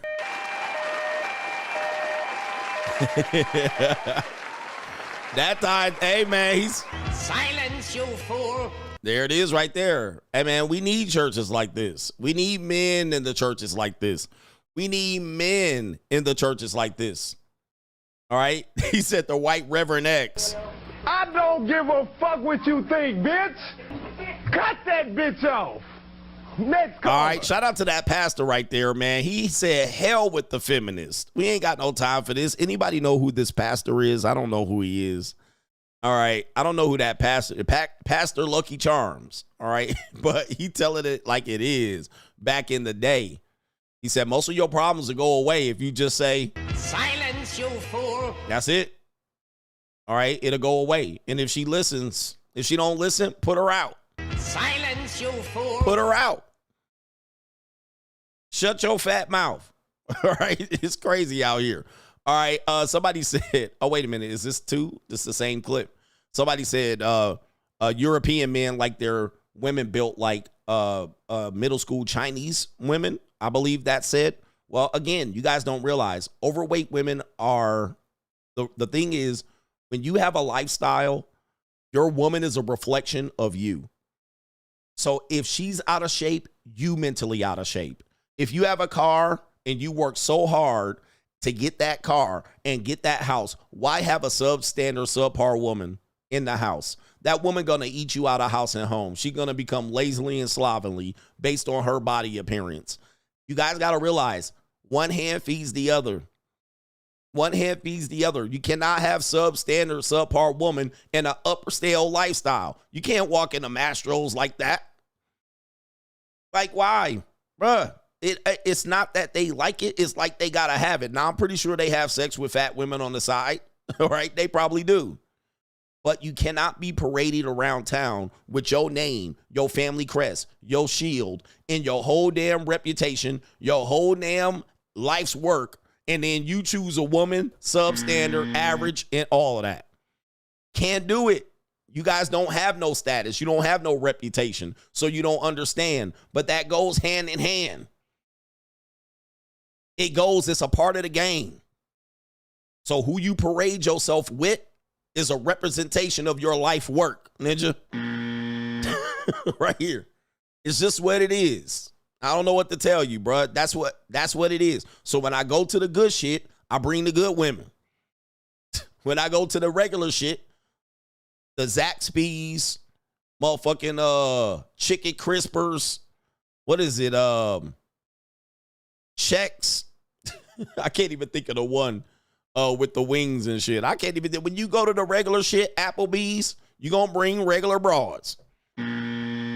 Okay, when you work so hard, why work so hard and get a woman you could have just got making a picture of Kool-Aid? What's the one place I can't think of? It begins with a C, but anyway, yeah, Waffle House, bitch. You ain't gonna go with no Waffle House, bitch, with no top, and you're not gonna get no top tier woman to go to Waffle House. Chick-fil-A, Cane's. All right, come on, man. Y'all living a life that y'all talking about that you don't even understand yet. It's one thing after the other. You can't take a Cane's bitch to Mastro's, and you can't take a Mastro bitch to Cane's. All right, it's how it works. All right, anyway.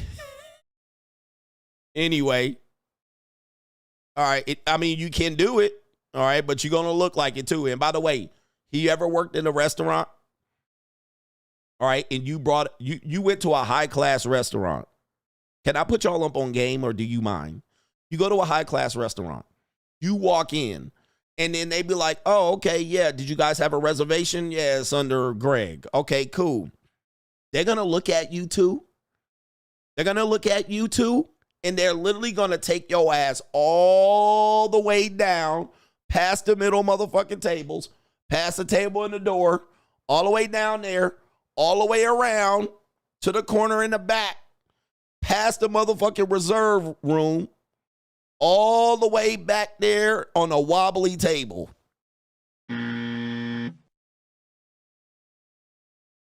Why did they do that?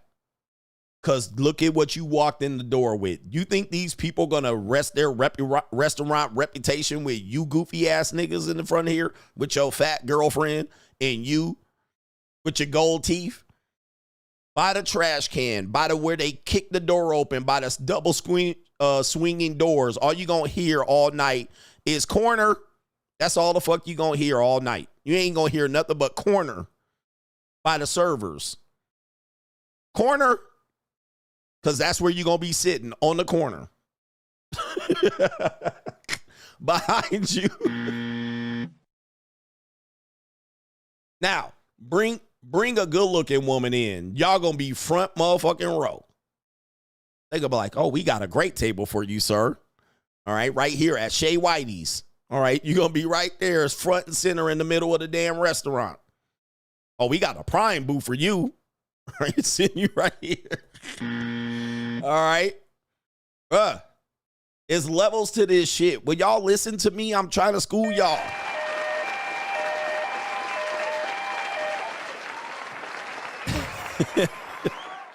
All right, front and center. They're going to be like, oh, wow. All right, Mr. Adams, I see you got something here. That was better than the last one you brought in. All right, we have to put your ass in the corner last time. All right, so here we go. We got a wonderful table right here. Here you go right here. They be bowing to you and shit. Shea Whitey's. All right, they be like, hey, man. Then they going to send the fat waitress over there with you in the corner. All right, you going to have the fat, ugly one with the acne on her face. All right, taking your order. Tip her well, though. Money talks, bullshit walks. Y'all can bring in whoever you want to bring in. You can, hey, guys, there's a difference between fetish and attraction. Fetish is what you like to poke on. Attraction is not negotiable.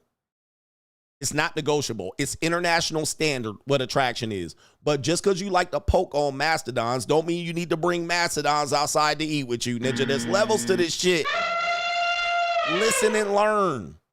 If you like fat women, let them keep them to the side and take them to the Momo, the Sleeping Fuck, the Shady Pines, the Snooty Fox. All right, you like big women and to poke on them and have fun? Just go poke on them over there. You ain't got to make them your girlfriend or your wife. You ain't got to make them your girlfriend or your wife. That's your extra girl side chick. And you can replace them. There's a lot of overweight women or a lot of substandard, subpar women. You don't got to put them in your nice shit. This is what these guys have figured out. Fetish versus attraction. Attraction, non-negotiable. Fetish is whatever you like. You can just go have it over here, bruh. So if you just like big women, don't be out here parading their ass around. It's going to be a reflection of you. And you're going to get service related to that. And she's going to be like, you don't have to work so hard. And you're going to be laid up under her because she's a slob. And she's going to say, you don't need nothing better than this. You got me. And you're going to stay over there working at motherfucking Amazon for the rest of your life.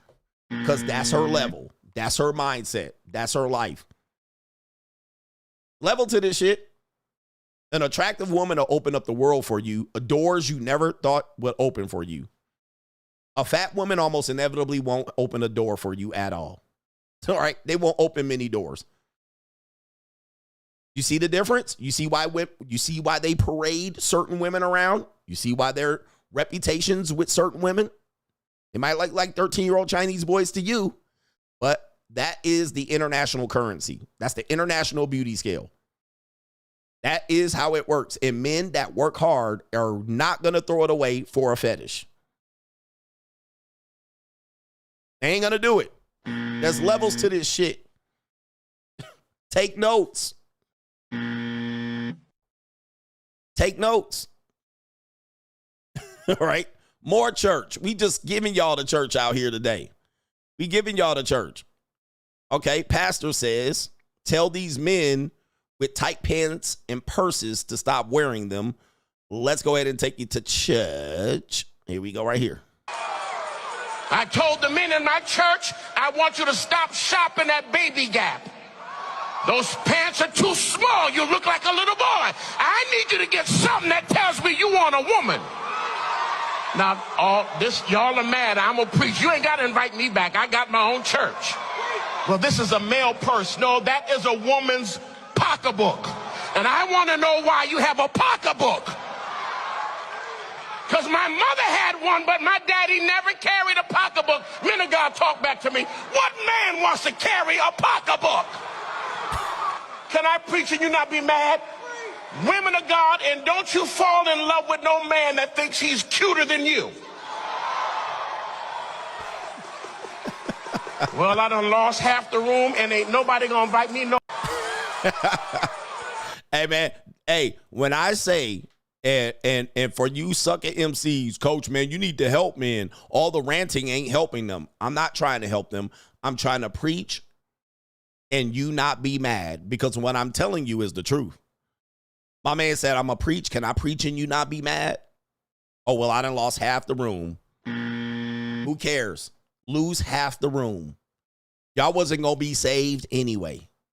But my brother in here is snapping on them. And a lot of men be wearing these, you know, cross bags. It's tough, man, because we got a lot more things to carry today. So I get it. And I be packing a little bit of heat because I got my concealed carry license. So don't ask me what's in my bag. If you ever see my bag, do not ask me what's in that motherfucker. All right. All right. Because you already know what could be up in there. I'm just saying what could be up in there. Don't ask. All right. I don't feel secure today. All right. But you know, we too comfortable walking around with tight jeans and tight sweats and purses across our strap and shit. You know what I mean? Pastor Bubba Ray, Devon Dudley, yes. I told the men in my church, I want you to stop shopping at Baby Gap. Those pants are too small. You look like a little boy. I need you to get something that tells me you want a woman. Ooh. Now, all this, y'all are mad. I'm going to preach. You ain't got to invite me back. I got my own church. Tell them. Well, this is a male purse. No, that is a woman's pocketbook. Oh, Jesus. All right. Yeah, man. I mean, this is a tough conversation because I got to carry a lot of shit, bro. So, you know, I just don't wear it on my person. I carry it on my side. You know what I mean? It is. And I want to know why you have a pocketbook. Oh, Jesus. Man, I got shit to carry, bruh. All right, man. Damn. I can't do shit out here. Who wants to do the main event here?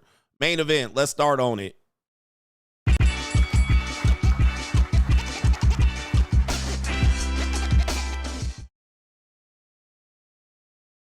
All right. Oh, okay. I was muted. All right. Grooming men. Grooming young men. Are young men groomed to accept substandard women? Use a backpack. I know backpacks is just too much to carry, but I get it, bro. I know, man. I know. I don't want to be out here with my goddamn pocketbook, so I'll do what I got to do. All right, I got to do what I do. I don't want to be out here with a pocketbook. All right, but what do we got here? Grooming young men. Have young men been groomed to settle for subpar women? Have men been groomed? Young men. And when I say young men, unfortunately, I'm going to have to target a lot of young black men on this one. All right, because we're going to go from the 90s. We have a guy speak on this. But have you been groomed to accept substandard women? Judging by a lot of the conversation that I hear men say, all right, a lot of the things, yes, you have. Where other men choose other women that don't reflect negatively on them, at least in public, a lot of men have been groomed to accept substandard women. We're going to start with tonight's conversation. All right, and this is, tonight's simp conversation. Take a look at this woman, Granny. All right, she looks like, man, bruh, she took the hot comb to her head. Listen to this Granny, and this will kind of go into the message here. She's 54 years old. I'm 54. I'm recently divorced from a 34-year marriage. My question is, how long should I wait before I You waited long start enough. to date. You waited long enough. Tonight, right now. Okay, are there any takers in the house? Who's available? Any takers? Me? This shit is crazy. I'm single. I'm single. Take my number down. Oh, no. What's your number? It's All right. 346. We got it. 346. Hey. Wait, check out the back though.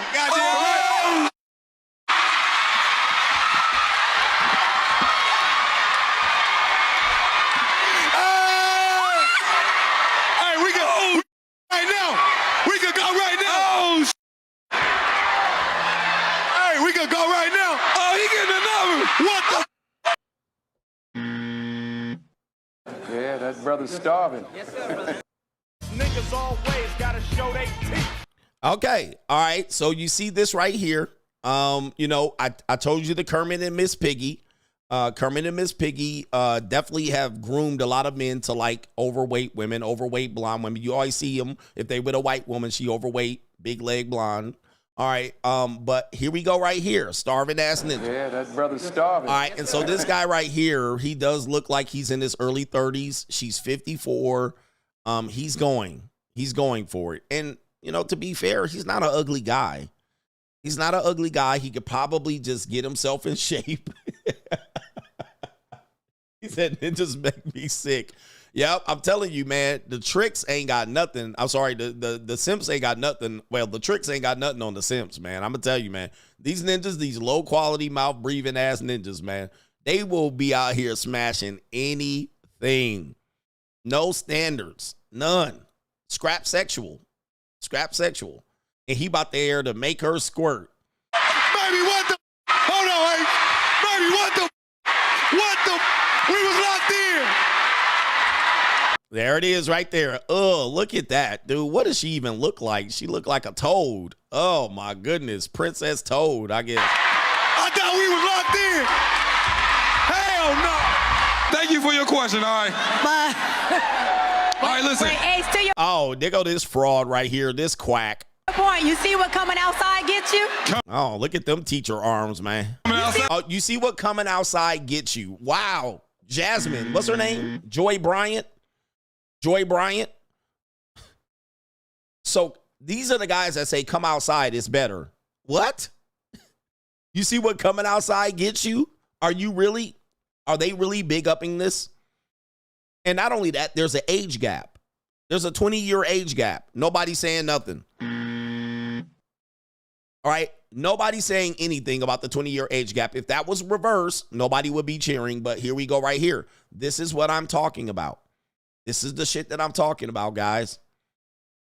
Okay. All right. You're being groomed to accept subpar women and you're celebrated right here. This woman looks soggy. Coming outside gets you, ladies. Oh, coming outside for the ladies. All right. Yeah. Dr. What's her name? Cheyenne Bryant. Quack, quack. All right. Quack, quack. And somebody alleged that she's a Lily Lint licker. All right. So I didn't even know that. All right. But that wouldn't shock me. She hates men. All right. So have men been groomed to accept substandard women? Let's take you down memory lane right here. This guy's going to take you down memory lane with this video. Let me line it up. It says top 5 female creeps in a movie. If you were around in the early 2000s, the 1990s, you're gonna recognize all of these movies. All right, so he's got the top 5 female creeps in a movie. Let's hear him out. At the number 5 spot, we got Stifler's mom. Stifler's mom violated, got seduced by a teenage boy. Pack her. Still, I would have packed her up though, for real. At the number 4 spot, we got Stella. Went to the islands and fell in love with a whole Batiman. Ain't no way in hell that grown woman should have been dating that little boy, especially the way he was acting. Them Bati moves. Give me a break. At the number 3 spot, we got Yolanda from Juice. She was out of pocket. I don't even know how old she was. But her husband was wild old and Q was in high school. Yolanda was a creep. At the number 2 spot, we got Ronnie from Menace to Society. Ronnie should be in jail. She didn't have no morals. She scammed and manipulated a whole minor to travel across state lines with her, and then got my man bodied. If he wasn't over there moving to Atlanta with her, he wouldn't have been there to get shot. Shame on her. And at the number 1 spot, Lady Eloise. Marcus ain't want no parts of Lady Eloise. She schemed and scammed and lied to get laid. She conned him. She ain't have no power in her own company. Made Marcus the laughing stock of the whole company. Shame on you, Lady Eloise. The number 1 spot. All right, so this is Will Miller. Go follow him on your social media accounts. I believe this is fake book. All right, but I'm pretty sure he's around everywhere else. I love his New York voice right there. But the top 5 female creeps. Okay, so now let's go back to it here. Have men been groomed to accept older, subpar women, meaning that are the women celebrated where the man is a minor or close to a minor or a very large age gap, put in a situation to accept the woman that he's got, be it a single mother, a woman that is older, advanced age, older and sexy in one case, and older and independent in another case. That's Stella, older and sexy for Stifler's mom, where we came up with the concept of MILF. Well, it didn't start with American Pie, but it certainly brought MILF into the pop culture, commonly used phrases where ninjas are now addicted to, young guys are addicted to trying to chase after older women, right? Gills and mills and stuff like that. Mrs. Robinson, the movie in the 1970s with Dustin Hoffman, is another example of this as well, where the older woman seduces the younger male and so forth and so on. I tried to look up Titanic and see if that qualified, but it didn't. But the story is that the woman, Rose, was supposedly 17 in the movie. Jack was 20, but the husband was 30. So I was trying to find some other movies, particularly maybe some mainstream white movies that might have qualified. Titanic, they didn't qualify. All right. Although the age gaps were interesting for 19 and 12. Okay. All right. So we got that. Now let's go ahead and jump over here and talk about how the mind can easily be manipulated. This woman, a girl named Tyler, called this an unpopular opinion, but Q's girlfriend in the movie Juice, which was played by En Vogue's Cindy. All right. Cindy from En Vogue. In the movie Juice. Now, if you didn't see Juice, spoiler alert, ninjas get shot. Okay. She played, Cindy from En Vogue played a divorcee. Well, let's let them break it down and see if we can break it down. Hold on for a second. Call this an unpopular opinion, but Q's girlfriend in Juice was a child predator. What was a grown nurse doing with a high school student, a baby compared to her? And she was divorced.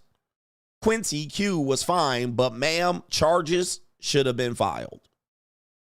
Okay. Yes, Tupac. This is Tupac's debut movie, Juice, which where he got a lot of his personality from, unfortunately. That didn't lead him to a very positive ending. He played his character all the way till he died. All right, but in this movie, she was divorced. Her older husband did come over to the house, and they did have a discussion as to why she was with this high school boy running around town, running from Radames. Well, she was supposedly an older woman that was married to this older man, older relatively to Q, and they were smoking marijuana and having lots of sex. Now, you know, this is kind of one of those things that you have to look at. Shout out to Radames in the building. These are one of the things that you look at in hindsight as we look at almost everything through the hindsight of, oh, wow, this was inappropriate. This was grooming. We tend to do this with men in movies and women in movies, and we take the odd couple of the older male lead and the younger female lead. But this right here, you'd have to question, why is a 25-year-old woman with a 14, 15, 16-year-old man? A young man at that. Young boy, if you will. Why is that woman with that man or that young boy? Why was he over there beating the brakes? Yeah, it was different times. So now we look at it as men and we look at opportunities for ourselves. And then we look at these as probably situations where we're comfortable with it. Same thing as with this. All right, what's the problem? He's really winning. All right, he should be able to do this. Okay, you know what I mean? Oh, shit, somebody was at my doorbell. Package delivered. All right, so, yeah, this is where we're at. And then we also talked about this in the Las Vegas case where the teacher was with the 15-year-old student. Obviously, it's jail time. But, you know, not when it comes to men and women, there's no jail time. Let me see here. Let's go on to the next one here. It's going to be, the next one was Menace to Society. So Menace to Society had the situation with Jada Pinkett Smith. All right, Jada Pinkett Smith played a character named Ronnie in Menace to Society. There was also the guy here. I can't remember his name. What was this brother's name in the movie? Well, Ronnie was somewhat in her early 20s to mid 20s. The young brother in the movie here, I can't remember his name. Somebody help me out. He was 18. He was still high school, still shooting up shit. All right. And still trying to find ways around Nicholson Garden, if you will. Kane. All right. Kane. So this is Kane in it. But what we didn't realize is that Jada Pinkett Smith, well, while she was a single mother, she was a single mother. We knew that in the video, in the movie. We could pick that up. But what we didn't realize is that she was significantly older, almost like an aunt to him. She was way more advanced, way more mature, and he was definitely immature, shooting up everything. And it says right here, she really wanted this ninja to move to Atlanta and be a stepdaddy at the age of 18. Okay. Okay. She really wanted that. And she was pushing for it. That was the emphasis in the movie. If we move to Atlanta, which was the Black Mecca at the time before y'all screwed it up. Okay. Okay. She really wanted him to give up the life to be safe and move with him to be the damn stepdaddy. I mean, this is crazy. This is crazy when you look at it. Was it Jordan Downs? All right. Not Nicholson Gardens. When you look at it, you be like, what? And she was like, it'll be safe. And they was making love and all kind of shit. But then, guess what? You guys don't realize a lot of young men get their, watch this, a lot of men that are players, they'll say this shit. They'll say, when I was young, these are men in their 40s and 50s right now, 30s, 40s, and 50s. They'll say things like this. When I was 16, I was fucking with 25-year-old women. When I was 17, I was fucking with 30-year-old women. They say this now as a badge of honor. But then you look at their lifestyle and you be like, damn, they all sort of fucked up. But that is kind of what happened in the 90s. Again, we looked at ages, not as much of a thing, especially when women do this. Guys, there were women in your neighborhood that were doing this with young boys. And we often talk about how women were groomed and women were taking advantage and shit like this. All right. But really, men were groomed, much of it by women who were single mothers. All right. Castaways, old candy grannies, and all of this. And we look at it as a badge of honor. And then we wonder why we're so hypersexualized, why we're fucked up, why we like fat women. Why we addicted to older women, why we got granny porn addiction. And we look at it as we are also the most unstable in relationships, the black men in these movies. We, as the watcher of these movies, have the least stable relationships. Not only that, we have the most sexual dysfunction. We have the gall to say we have preferences. We have preferences for fat women. And older women. I actually prefer older women. And we wonder why. We wonder why. Least likely to get married. Have the ugliest women walking around the street. The ugliest women that nobody wants. No other races of men wants. You see what I mean? Like, if you look at it, I think we were groomed and conditioned to be this way. Now, when a man finally says, I'm going to have standards, I'm going to date younger women, I'm going to date attractive, fit women, I'm going to date foreign women, they make fun of you like something's wrong with you. What's wrong with you? Right? Don't you like this big, thick, ant-shaped woman right here with the BBL? Like, we're the oddballs. Like, we're the ones with the dysfunction. But in reality, it's you that have been groomed. Oh, damn. All right, I had a package delivered and my son was supposed to get it. Damn, he missed it. So, anyway, let me see. Let me text him here.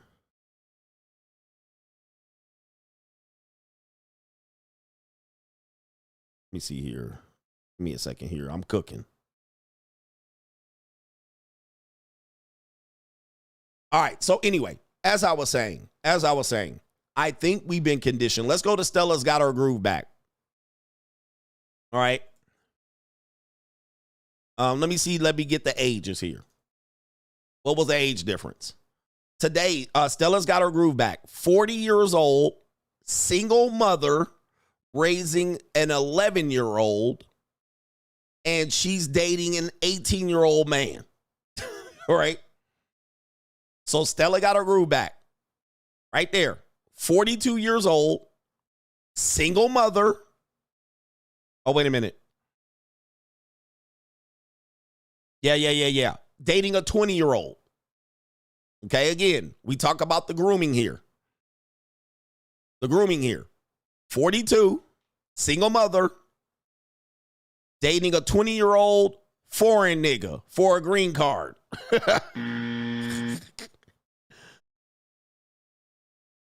You see what I'm talking about when we talk about where this grooming is, where this mindset is? Even the women, they'll do this. I got my groove back. Right? Single mother. A lot of what you supposed to accept. Well, you got a date. And then when you show up with a flat back white girl, European, oh, well, then she built like a 13-year-old Chinese. You see what we're doing here? When it's an opportunity for you to date better, they reel you back in. Nah, don't date better. Take this. Take this ant booty woman. Take what you deserve. Take what you like. You should like this. You shouldn't like that. I get it. I'm not salami policing. But we got a lot of grooming here, and this explains the last 30 years of black man's choices in women. In women. This explains it all right here. All right, come on. You cannot deny it. Not only black men, they ain't the only ones, but this explains why we do what we do. Right? Let me see who was the last one here. Let me see. Oh, it was Stifler's mom. At the number 5 spot, we got Stifler's mom. Stifler's mom violated, got seduced by a teenage boy. All right, so we got another movie here, Stifler's mom, okay, which really popularized the idea of the MILF. Nobody complains. A lot of us grew up in suburban neighborhoods where we wanted to bang Stifler's mom. Okay, we wanted to bang a woman like Stifler's mom. She's still in commercials today. She kind of plays this ditzy girl today, where we did have this affinity to bang the 42-year-old miserably married, rich suburban wife. Right? Like, that's our target, not the girl in high school. We're going to lose our virginity to old suburban coked up white woman. All right. So the virgins, the incels, hey, don't get a nice girl. Don't pay for pussy. Go get this big old MILF right here. Okay, it's free. Go get it. You see what I'm talking about, guys? You see what we're doing? You see what we do to our psyche in the grooming, to where we say, well, that's fine. Let me show you the video right here. That's fine. It's okay. Hold on for a second. Did I just, right here. Right there. It's fine. All right, this is okay. Nah, don't pay, don't trick. No, don't do that. Don't get no flat back. Don't get no girl that is considered fit internationally. Don't do that. They're shaped like teenage boys. But this, okay. Right here. This is fine right here. This is okay. All right, you're doing something now. Yeah, this is fine. And never mind what's going on here. By the way, let me show you this here. Let's see here. Let's see if I can pull this up. Here we go right here. This is an example. So we got a Newport Beach woman. This is in the year 2020. And sorry that the article is kind of moved off here. But Newport Beach woman accused of engaging in sex acts with a minor. This is in 2020, right in the height of COVID. This is when I was still living in Newport Beach. I don't know if this actually was prosecuted, but take a look at the mom. This is the alleged mom, the mom who allegedly was having sex with kids. Now, let's do this. I'm going to do a side-by-side. Take a look. Let's do a side-by-side of the MILF and the mom. Take a look. Uh-oh. We got a little ad popped up. Don't worry about that. Take a look. Do you see a resemblance? Do you see a resemblance in the MILF in American Pie and then the actual mom that was arrested and allegedly did it? Do you see? Do you see how there's a parallel between the two? You see how it's connected? They almost look similar. They almost look similar to young boys being groomed to be able to look at these women as high level of attraction, right? Okay, yeah. Fuck the girl that I can't get in high school. I can't get your daughter, but I'll bang you. All right, and this is what we're doing here. And this is our target. By the way, this man's tired of this bitch. The resemblance is uncanny. She has copied the exact model of the Stifler's mom. Exact same model, exact same act. All right, and I'll read the article for you right here. Yeah, Stacy's mom, and it says right here, according to Newport Beach Police, Lauren Fifield was arrested Wednesday morning near John Wayne Airport at an airport building. We don't need to know all of that. She had been accused of engaging in sex act with a minor under the age of 16 and engaging in sex acts with an intoxicated victim. She had bail and this and that. When confronted at her residence Thursday, it said she was not allowed to comment and shut the door and so forth and so on. It says she has 3 kids. And by the way, unfortunately, I knew one of these kids. She had 3 kids who was in middle school and high school. And it says, where's the rest of the story? Because they did go into detail of how the story panned out. Essentially what she was doing, what they accused her of doing, I'll paraphrase it, is that when the kids came over, they had a little game room. And then when they came over, she would let them drink wine coolers and shit like that. And then possibly target them. This is what she was accused of. Then what would happen is she would invite them over, but the kids wouldn't be there. The friends wouldn't be there. All right. And so the young Chads would be over there, you know, letting them suck her off. All right. Vice versa. Probably was eating that cat, all of that shit. Did you eat that cat? All right. So this is where we're here saying that this type of thing is supposed to be okay. And let me just tell you the confusion about this space. Here's what I'm confused about. Okay. All right. Let me see here.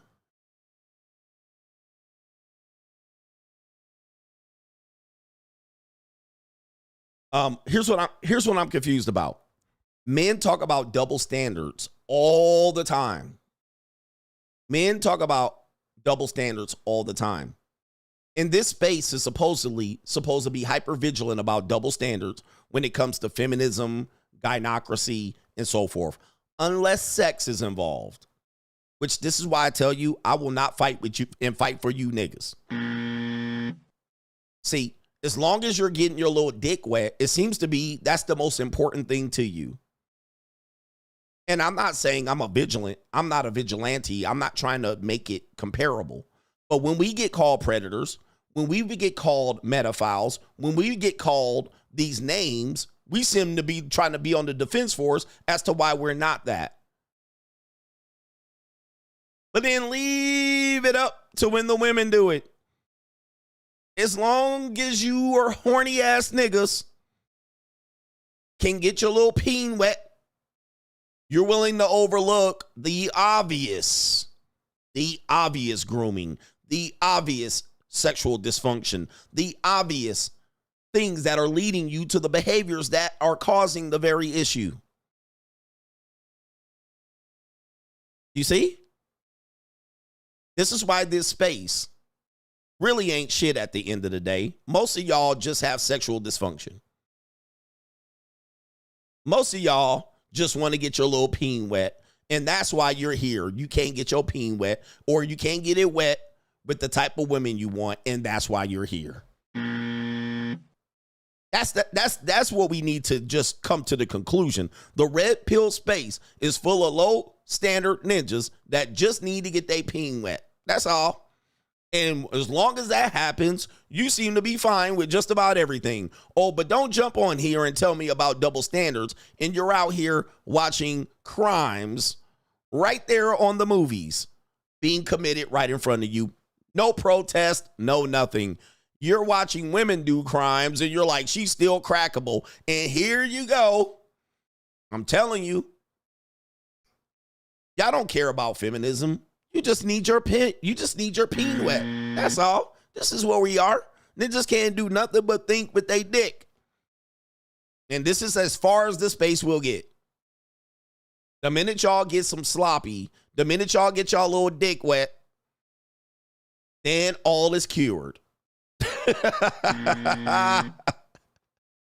Right? It's cooked. Y'all cooked. I'm giving you reasons to why we have this type of dysfunction, and y'all sitting here still like, yeah, but I'll bang a MILF. I'm telling you, these players and these so-called fake-ass pimps and Macs that keep saying, when I was 15, I was banging a 28-year-old woman, and y'all letting it slide, and y'all letting him slide with that shit. And you're like, oh, no wonder you have dysfunction. No wonder you crazy. No wonder you're out here bragging about doing this and doing that. No wonder you have dysfunction yourself, because look at you. You were a victim. That's what the women tell you. They were a victim. But you're not a victim? Okay. I mean, I'll go with it, but do not let me fight on your behalf anymore. I will not fight on your behalf anymore. When I got you ninjas approaching dusty ass grannies, all right, right here. We got this shit type of going on. And then you telling me to parade fat women around. And I'm supposed to be ashamed of not parading fat women around. For some reason, I'm supposed to be a groomer because I like my women somewhat fit. I'm supposed to like young women because I'm supposed to like minors because I like my woman fit. You know what I mean? Like, dude, there's no hope. There's no hope for you ninjas. You really just have sexual dysfunction.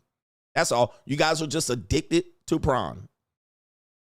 And many of you guys have been victims of this within even maybe your own neighborhood, your own family, your own educational institutions and whatnot, by teachers and all of this shit. You've been literally victimized by this, and now you got to marry in this old bitch into a power couple.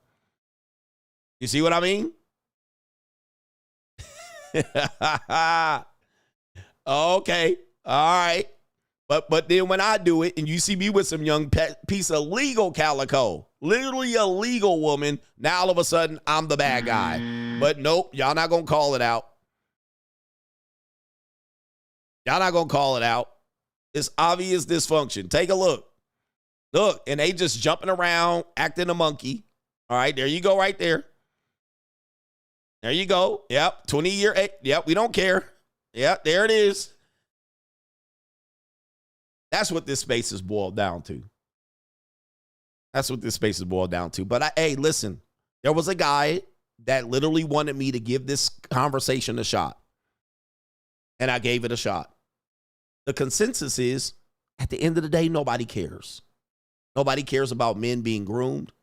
Nobody cares about men being molested, saying that they was banging older women when they were literally a victim, according to how women portray it. Nobody cares about how men are treated. Nobody cares about your sexual dysfunction. Nobody cares about you scrap sexual men. Nobody cares about you men will throw your entire life away for a subpar woman. Nobody cares. And we've determined that. And that's all I can go by. I gave it a shot. But I don't want to hear shit about when the next false allegation come out. Coach, she lying. False alligators. I don't want to hear it. You see? I don't want to hear it, bruh. Because y'all really don't care at the end of the day. Y'all only care when y'all victims. Y'all only care when they victimize your ass by the same rules that they take advantage of on you. This space is garbage. The red pill is dead. All right? The red pill is dead. All right? Y'all niggas really don't care. You know what it is? You just need your dick wet. That's all it is. All red pill men need is their dick wet. See, the very same women you call 304s and hoes are the very same women you want to sleep with. We just made that clear. We just made that clear. And that's why y'all mad. That's apparently why y'all mad, because you can't sleep with them. Let's be honest. They're not sleeping with you, or you got to pay them. And you're mad that you got to pay them. You mad that they're not giving it to you for free. You're mad that they don't want to sleep with you. That's why you mad at 304s. Let's be honest. Y'all really mad at 304s because you can't sleep with them. That is the bottom line of this space. You're not mad because if she was in your bed, you'd be boning her, but you're not. And she want to make you pay for it. That's the real story of this space. Right here. KT King, damn. All she said was facts. That is the real story of this space. Take it or leave it. Super chats.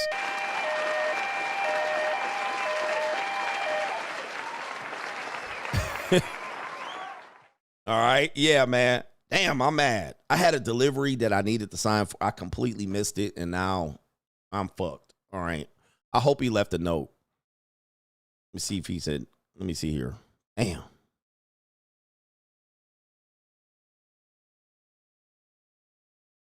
All right. Fuck. All right. Here we go. Let's get to these super chats, man. All right. What we got here? Did I get our brother here, DJ M, some cash to replace the Mitch repellent in the building? He says, I know you running low after using it the past week straight. For all the Mitches out there, don't be mad, be motivated. All right, shout out to you. All right, shout out to you, man. Don't be mad, be motivated. That's the only thing y'all got right now, man. And dudes are low on motivation. All right, shout out to our brother Pro Laurent. Says, I'll take it a step further. The simps are taking action as well. Whether it's to trick or to simp, at least they're taking action, not sitting on the sidelines like Mitch ground. He said like middle ground Mitch ninjas that will be boxed out. I'm 22 and accepted to just get in position. Yep. Simps are taking action. Simps are aggressive. All right. Tricks are very aggressive. Okay. All right. Simps are very aggressive. And people are saying I can do this and do that. Guys, this is an expensive thing being delivered. All right. I'm just letting you know. It can't sit outside. It needs to be delivered to me specifically. And I didn't get the notification because I was cooking midgets. All right. But this is not nothing cheap being delivered. So I must be present. And I missed it. I didn't hear the doorbell. Neither did he. All right. So I have something expensive being delivered. Okay. So what are we doing here? But yeah, men are taking action just like Shaquille O'Neal and anybody that gets these DM girls. Okay. Dude, they are fast to it. They're fast. They are quick to it. Do not think that you just going to sit around and wait, because guys are trying to do this. They're trying to sit around and wait for the women to lose, right? You're trying to wait to a limit for the women to lose and the 304s to end up coming back to you complaining. They're not doing it. They're not doing it, guys. Men, simps, tricks, players, Chad, Tyrone, they're moving and grooving out here. Now, we're here in this space, and men are like monk mode, and they're waiting, and they're going to hit the wall. Guys, it's not happening like that. They are literally making moves, and they chose their lane. And there's no shaming them. Like, we're going to do the 12 Simps of Christmas, and they're still going to make moves. So that's where we're trying to get men to understand. You better figure out a lane, whether it's passport, bro, that's a lane. They picked it. They made the move. They got their money right. They got their passport right. They dipped. But then I see people criticize the passport bros for tricking. And I'm like, bro, they went over there, bro. Like, what do you want? Like, what do you guys really want? I really have to ask this place. What do you want? They went over there. They're doing what they're doing. And then y'all mad that they went their ass over there and you ain't made no move. You didn't do shit. You just stood there. Like, the whole thing, man, of standing there is not a strategy anymore. Like, we got the free agent lifestyle. We want you on the move, whether it's monk mode on the move, travel for yourself, do something. All right. But, you know, you guys will make excuse after excuses why you ain't getting your peen wet. Shout out to our brother JC says, Coach, what is truly sad about P. Washington. Oh, what the coach. But I was like, who is that? What the coach Washington did to that young lady. Did they say if her boyfriend made the football team or not? He says it would be sad if he didn't. He probably didn't. You know, that coach probably targeted her and said he wanted the boyfriend on the football team, but had no, he was probably just trying to get her. And how did he get her information? Maybe, I don't know. That's crazy. Michael, no excuse. He says, hey, Coach, I'm not sure if I was the first to say you haven't lied not once, but yes, that holds true, period. Coach is right. A four turned me to the red pill, caught her ass cheating on me. And as a married man, maybe 4 or 5 times a month. Listen to Coach, don't get married. 100%. So married man sex 4 to 5 times a month. Listen to me. And then, yes, a 4 turned me to the red pill. Most of us are here over a subpar woman, including myself. All right. I'm not out of this conversation. Most of us got sent here by a regular bitch. So for the women that keep saying what about the good girls? Most of us got sent here by good girls, not 304s. All right, Jermaine is in the building. Appreciate the insight and honesty in your Travis Hunter breakdown. The message was timely, clear, and full of truth that many needed to hear. Great work. Shout out to you. Thank you, sir. We're trying here. Shout out to our brother Royce. Jay says, correct, sexual relationship dysfunction. That's what we all have right now in many, many ways. Shout out to our brother David from Vegas, says it's a thin line between Pookie and Chad. Very much so. All right, Khalid Cooper says, going off on these Mitches. I need money. Praying Travis don't end up like Joe Smith. Wow. And he says, white men held me up for 20 minutes asking about my Porsche. Older white guy, too. And it says right here, they always ask about my Porsche. White men, older white men have a fascination. Actually, the Porsche is an older white man vehicle. I mean, those are the ones in Middle Easterns. Those are the vehicles that they typically like. And the reason why it takes a lot of discretionary income to be able to afford one. But yep. All right. Older white dudes are going to stop and talk about your car. Not no woman. All right. So don't get a Porsche for a woman.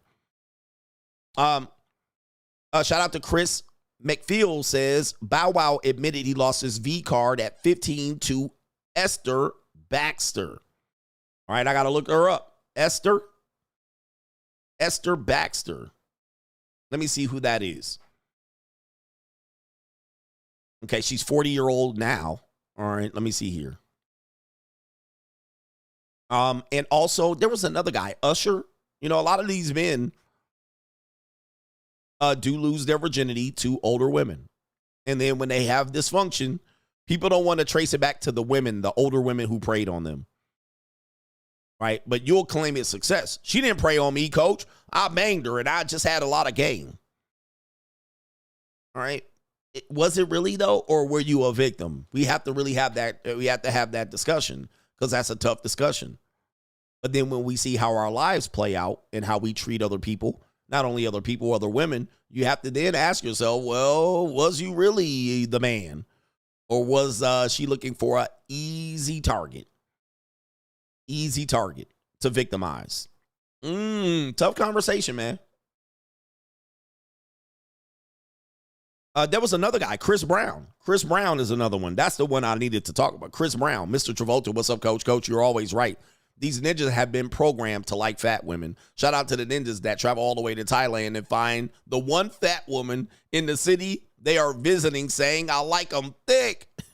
Fat women are all for low quality, broke ninjas. I mean, that is bizarre to me. I'm like, damn, you travel the 7 seas for an overweight woman? Like, I don't get that, bro. Now, here's the thing. I'm not here to police your Johnson, but I'm going to ask you, you could have went to Cincinnati. I mean, if you wanted to find overweight Asian women, I could have took you to Westminster, California, Garden Grove. Like, if that's what you was looking for, but it is what it, I can't tell it. I can't call it, man. Listen, you like what you like, but you went all the way 11 miles. You got a dumpy Asian woman. You can come to Las Vegas and Philip. They got a lot of them in Las Vegas. All right. Did you? All right. In Las Vegas, they got a bunch of overweight Filipinos. You could just be eating them up. Like, you didn't have to go that far. You didn't even need a passport. You could have went to Long Beach. For real. You could have saved all of that money, all of that plane trip. Shout out to Mr. Travolta, Coach. You must be a prophet or a soothsayer, a sage or something, because you always speak in facts. I remember exactly where I was many years ago when I found my lane and accepted who I am. As a man, when you find your lane and lean into it, you become unstoppable. Free agent lifestyle for life. This is a fact. For life. All right. This is a fact. I mean, you know, I found my lane and I'm comfortable in it. And when men try to come in here and try to force me out, like, your lane is overweight women. Y'all try to force me off the lane, I'll be like, I'm good right here. My man said they mindset different. Man, come to Las Vegas, bruh. I'm going to tell you, man, I can get you some fat Filipinos right now. Right now, bruh. I can lace you up. And somebody said they treat you differently. My question is this. Have you been to Las Vegas? Dude, look, Las Vegas has a very high Filipina. It has one of the highest in the nation. Almost the world is Filipinos here. All right, and Filipinos travel, bro. I met a Filipino. I met a couple Filipinos when I was in Utah at Park City. They was working, and they'll get on the fucking plane. They don't give a fuck. All right, but look, they are here, and they're directly right off the goddamn boat. Bobby, right off the boat. Ninja, they treat you just the same, bro. Like, you over there only going to be there for 3 weeks. You could be right here in Vegas for 3 weeks, bro. I can lace you up with fat peanuts right now. All right? Right now. I can get you right now, bro. They right off the boat. They ain't been here for but more than 2 years. All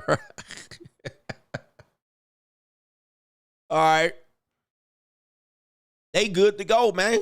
They'll cook, clean. You can hire them as maids and nurses right here in Las Vegas. They right here, bro. He said they mindset different. I'm just saying, man. Like, just hold up for a second. Shout out to my Filipinas. They mad as fuck right now. I'm just telling you. They watching me too. See here.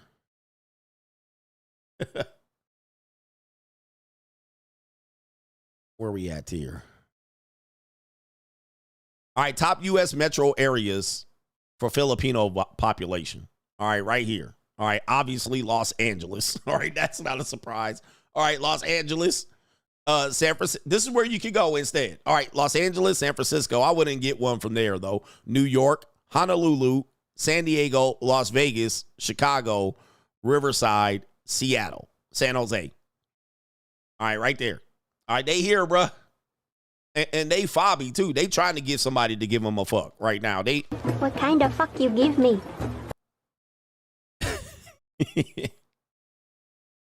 Right here, yep, they working in casino like a mug, bruh. They out here. I can't not see one every time I go outside. They here, all 4'11", 5'2".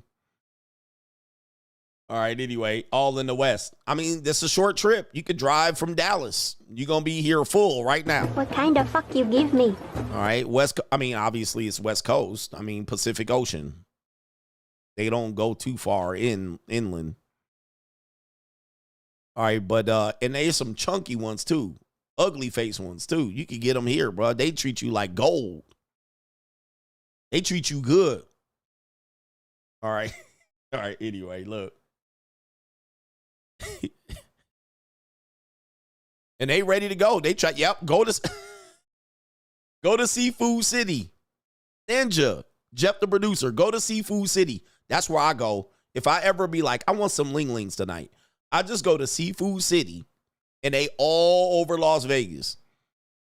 And you can get the fish with the head on it, with the eyes and shit. You can ask them to fry it up. You can be like, hey, Chin, can you give me that goddamn fish right there? All right. Can you fry that up? And they'll throw it in there with the head and the eyes on it too. Fry it up good. And they'll be yours. Just go ahead and give them the dig down. Tell them to come over with the fried Seafood City fish with the eyeball and shit right there looking at you like this. All right. And you be good, man. There's a bunch of them, bro. You ain't gonna never run out of Asians around in here on the West Coast. What kind of fuck you give me? The Mexicans of the sea. The Mexicans of the sea. All right. Hey, let them know, bro. Right there, SoCal. I don't know why y'all going all the way over there. They good here. You got a whole bunch of them, undocumented and all that. Working in sweatshops. All right. But they right here, same mindset. Trust me, when I tell you they have the same mindset, then over there, it's the same. It ain't the different no more. They just hella quiet and shy. They're quiet, shy. They don't talk very loud. Once they open up, they'll start talking to you. But they work modest jobs. They probably live like 8 relatives in one house. They don't give a damn. 8 relatives in one house. And you can pluck one right out the pluck. Same shit. She'll take you back to the Philippines. She'll let you bone chicks too. She'll let you bone other chicks too. I ain't lying, man. Look, hey. He said, show up with a box of Jollibee chicken, did you? Hey, man. Tell me I ain't lying. I'm trying to help y'all. They nurses. They're going to be a nurse 9 times out of 10.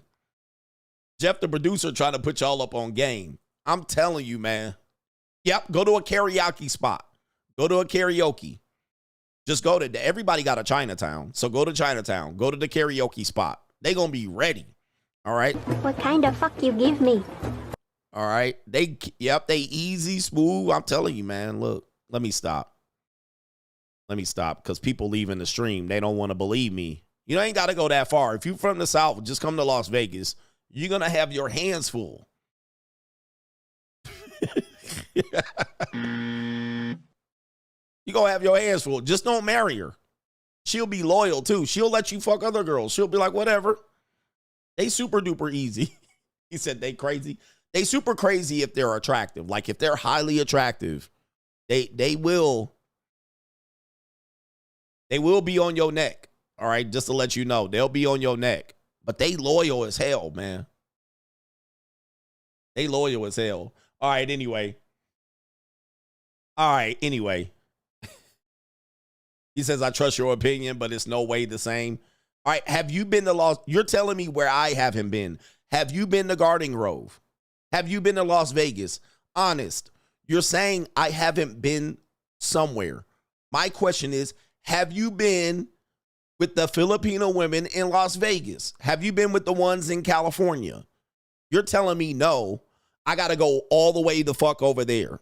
All right. But I'm telling you, have you been here? See, this is what these guys do. They'll tell me I never been over there, but you ain't been over. Look, no. See, I told you, man, these niggas, man, hold up for a second. See, there you go. Come on, man. Just chill the fuck out. Exactly. You just lost your argument. You just lost. Hey, man, I've been to the Thailand. I've been there. Okay, but have you been here? No. What the fuck are you talking about? How you arguing against me and you ain't been here? Please tell me where you from. He says, look, don't tell me wait now. Don't tell me to chill now. He says, I'm in Vegas. He's speaking facts. See, you ain't even been to Vegas or the West Coast. But you're telling me to go all the way to fuck over there. And fair enough, fair point. But here we go. You right here, case fucking closed, nigga. Right? Case closed. No argument. No argument. Hey, man, I got you, man. I got you. But no argument. You ain't been over here. You ain't sampled what's over here. You done went way clear over there. All right? When I tell you, try over here first. Try over here. Hey, man, tell these guys right here. He says, I live in Orange County. Coach ain't lying. I'm not lying to you, bro. I've been growing up like this around these people a long time. They loyal to a fault. I've been around Filipina and all these areas where people go. They typically go because they don't have those people there. So I understand. I grew up around these people. And of course, they got the American system too. But I grew up around Vietnamese and Filipina and Samoan and Tongans. I grew up multicultural. So as long as you don't marry them, you're good. But Filipinas be mad. They around everywhere. Thai women everywhere. Cerritos, Orange County, Garden Grove, Irvine, Las Vegas. They're right here. Right here. All right. And they mad. Lots of them. He says, I'm Filipino. Coach ain't lying. Just have money and be in leverage. And you good. Just don't marry him. I mean, you marry him, you brought on your own issues. But I just wouldn't marry him. All right. Anyway, shout out to you right there. Look, I'm just giving y'all a little bit. Look, hey, everybody backing it up what I'm saying, and they live in these areas. I'm just letting you know, there's Filipinas to go around for everybody. Here. He says, why not marry him? Well, you're just putting yourself in the eyes of the state laws. Okay, but it is what it is. Yeah, California is mad diverse. It's incredible. But, you know, there's Filipinas here, man. I'm telling you, man, I got my hands full. There's 3 or 4 of them I can pick from right now. And everybody on locals know I ain't lying. I mean, they right here. And they mad quiet, loyal, to a fault. I only know one that's kind of crazy. She kind of out there. And, you know, they freaks. They gonna let you and do. I just had one here Saturday cooking for me. Saturday. She woke up in the morning and she was down there cooking bacon. All right. She cooked up my whole pack of bacon. A little 4'11" Filipino. I went downstairs. I was like, okay, she cooking bacon and shit. This bitch cooked up all the bacon. She was like, oh, I cooked up the whole pack. I'm like,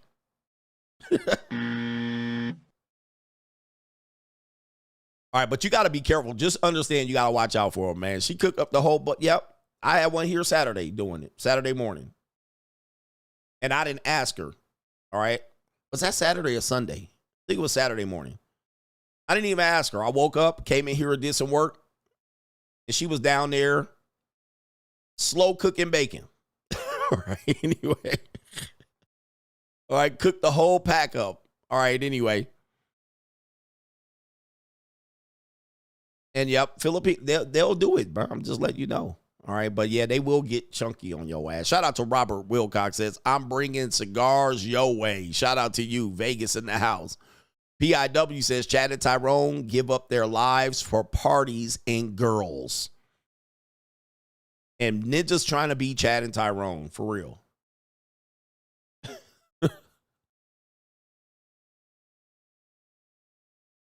Anyway. Yeah, Hawaiians in Vegas. What do they call Vegas for Hawaiians? The 9th island. So if you like Hawaiians and people from that area, Vegas is known as the 9th island, which means we're part of their culture. We're part of the culture here. A lot of Hawaiians live here and move here. Soldier for God says the lower a woman is on the sexual marketplace value chart, the more time she has to ruin your life. 8, 9s, and 10s already have option A, B, C, and D. That 49er that you are wasting time with will use her free time to get her pound of flesh from you, and that's facts. Facts. All right, so you guys got to you're dealing with low-quality women. She got time to get her pound of flesh. Bob says, thank you for the info on the cars and the muscles. Soon we'll have to ask ninjas who did limb lengthening surgery if their life changed after recovery. If someone told you, look like that ninja on the thumbnail right here. Yes, I do. Yes, people told me that all the time. And but yeah, men will get the limb lengthening surgery. And I'm like, you went from 5'7" to 5'9". Right? All right, don't do it, guys. Be careful. Be careful. Shout out to John. Let me see here. John Doe. Black men have been conditioned to accept older, fatter women who have children by other men. Facts. Scrap sexuality is not our nature. It is learned behavior. Facts. The women in the community have been grooming us to accept their low-hanging fruit for at least 6 decades. Major facts. Listen, I believe that. I believe it 100%. I believe that our sexual nature have been groomed. And the reason I know, this is the reason I know. There were not a lot of fat women in America for a long time. All right. I mean, in the 80s, the women that were considered fat in the 80s are average today. But what I see is men liking bigger and bigger and bigger women. Now, somebody got to explain that. Like, why? Because that was pushed in front of you. Then it was an acceptance movement. Then I like big butts, and I can't not lie. Now, men have always liked bigger butts, but the butts are not as big as they were today. Like, there were big butts doing the butt. Like, there were always big butts. There were always flatbacks. But the butts y'all like today are literally like elephant booties. Like, ghetto booties. And it conditions you to believe that, like, these booties did not exist. Like, a woman that is average today would be large as hell. Like, they would be 1 out of 10 or 1 out of the 100 largest people in the neighborhood. Today, it's an average woman. And y'all be walking and parading a bitch around. Like, to me, that's conditioning. Rick from H-Town, coach, you are on fire, sir. He says, I got groomed when I saw the movie The Inkwell with Lorenz Tate. He played a 16-year-old, and, well, you know what happened. He says, got them married women's cheeks. It's an evil world we live in. It's an evil world we live in. 100%. But dudes right here, I think it's a mindset. It's a mediocrity mindset. Again, I don't mind people having a pleasure or a fetish. I fetishize women as well. But what I try not to do is right here. All right. What I try not to do is make my fetish my preference. That's 2 different things. Fetish, preference. Fetish, attraction. Those are separate categories. And when I'm like, okay, I want to level up my lifestyle, I can't have fetish. Like, some dudes have fetish. Like, you know, especially white dudes. White dudes have the weirdest fetishes that ever have came alive. All right. They come up with the weirdest, wildest shit that ever happened. But do you see them walking around with it? Like, they like, white dudes be getting like meth out women with the body tattoos and nose rings and blonde dreads. And they be at the sleep and fuck motel, twisting her out, snorting coca out of her booty hole. You know what I mean? But do you see these girls getting wiped up in the neighborhood, driving the goddamn kids around in the Chevy Escalade? Or the Chevy Silverado or whatever the hell they driving, Chevy Suburban? Do you see them? No.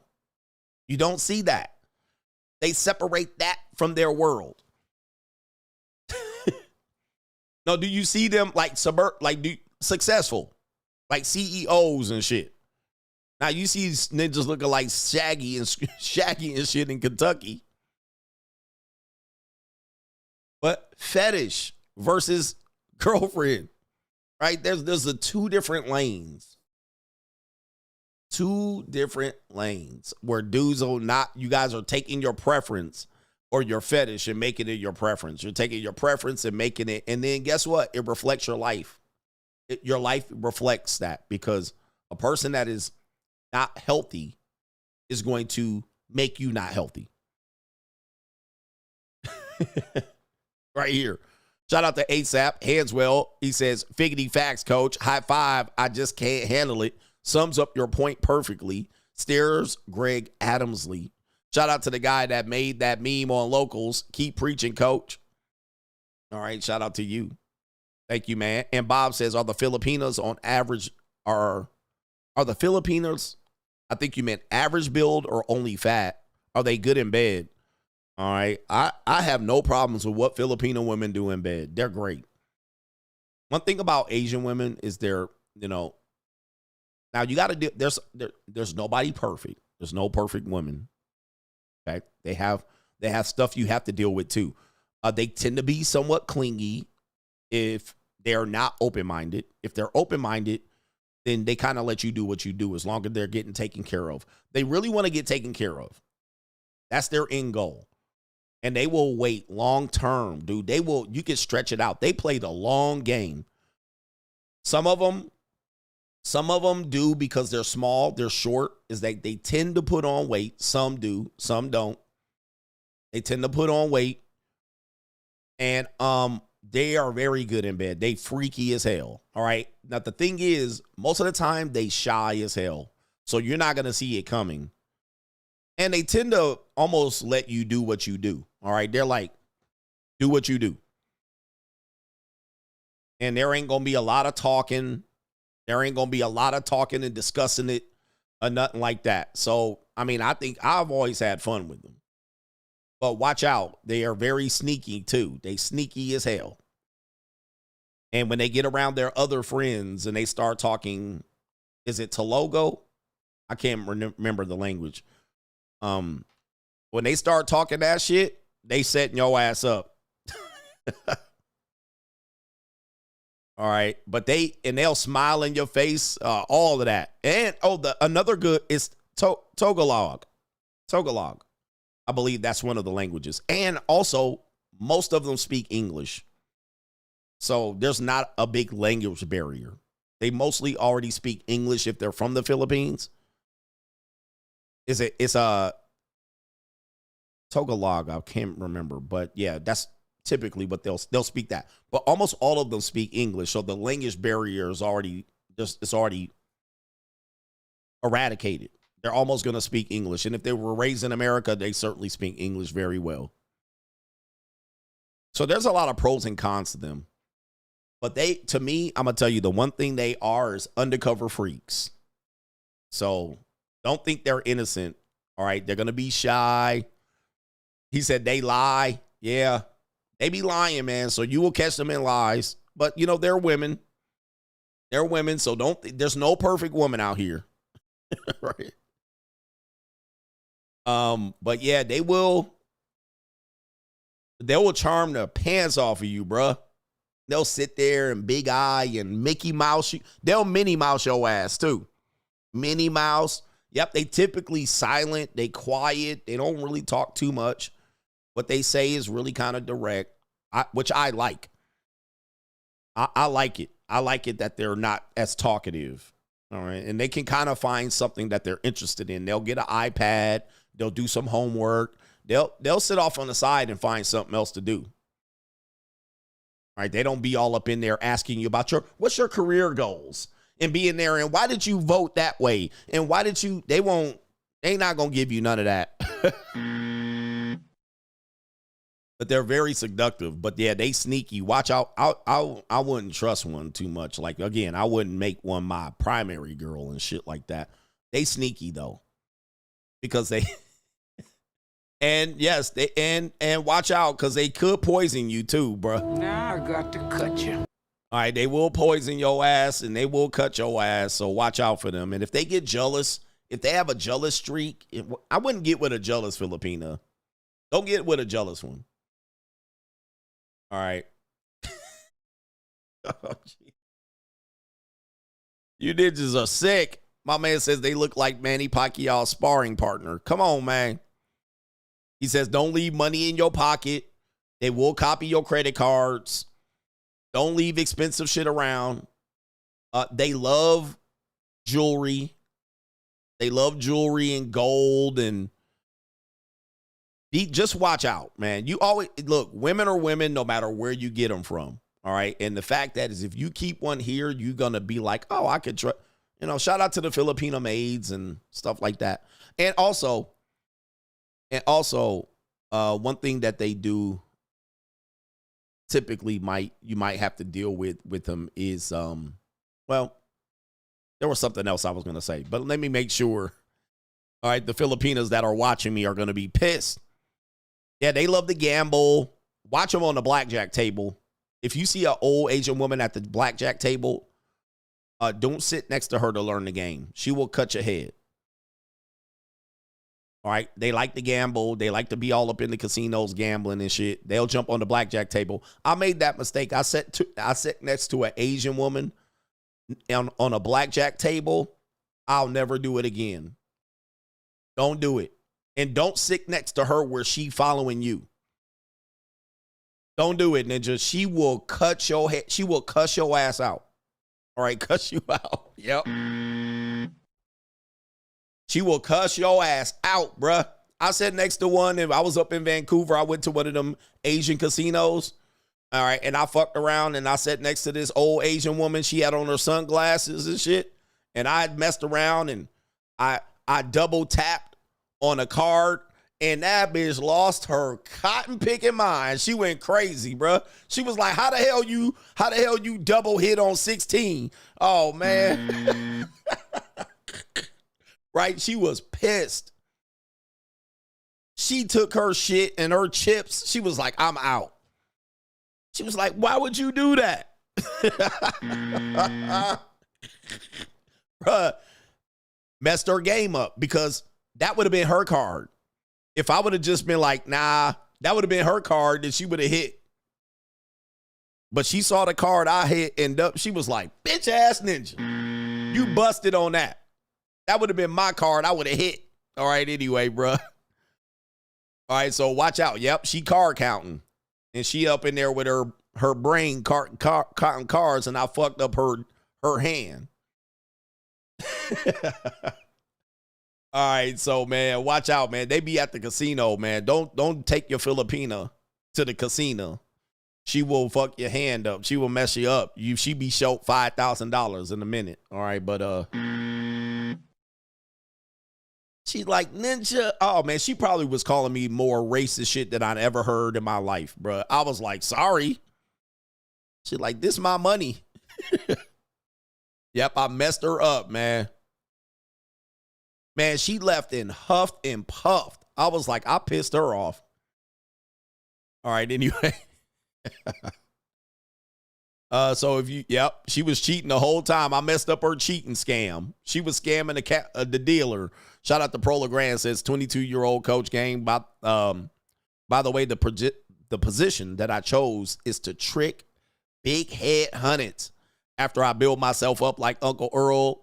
And he says, and Greg, I recently made the switch a few months ago to be fully self-employed. I'm not going to lie. I'm anxious daily, 100%. It ain't for the weak. So, sometimes you got to grow through it. But shout out to you. I got money. Shout out to you. Yes, indeed. All right. Yep, that's how she pays her bill. Yep, man, that's how they do it. They have a different way of getting through life. So watch out for that. Remember, there's no perfect woman. Maybe tonight I'll go through the race of women. I've dated all women from Scandinavian to Russian to African American to Asian, and I've dated several renditions of Asian women, Latinas from several, Dominicans, Puerto Ricans, Mexicans. All right, maybe we'll talk about this so I can talk about this and have some fun tonight. Ladies, show up. I've dated them all, and I'll give you the rundown on what to do. There's no perfect woman, so I wouldn't say Filipinos are perfect. All right, but it is what it is. All right, look, shout out to the Coach Gang. We out of here. Hit the like button. I'm going to go chase down my package. Pause. Peace.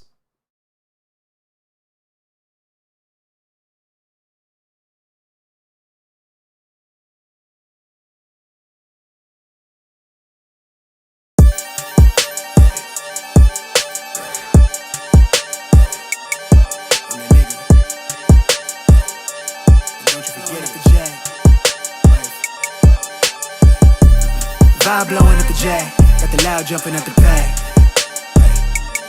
Everything I'm on slack. Everything I do is got the band jumping at the bag. Vibe blowing at my jack, got the loud jumping at the pack. Everything I'm on slack. We've been with the Brazilians. This would be the first. They wild, I think. I'm innocent. Bro, you hear that guy?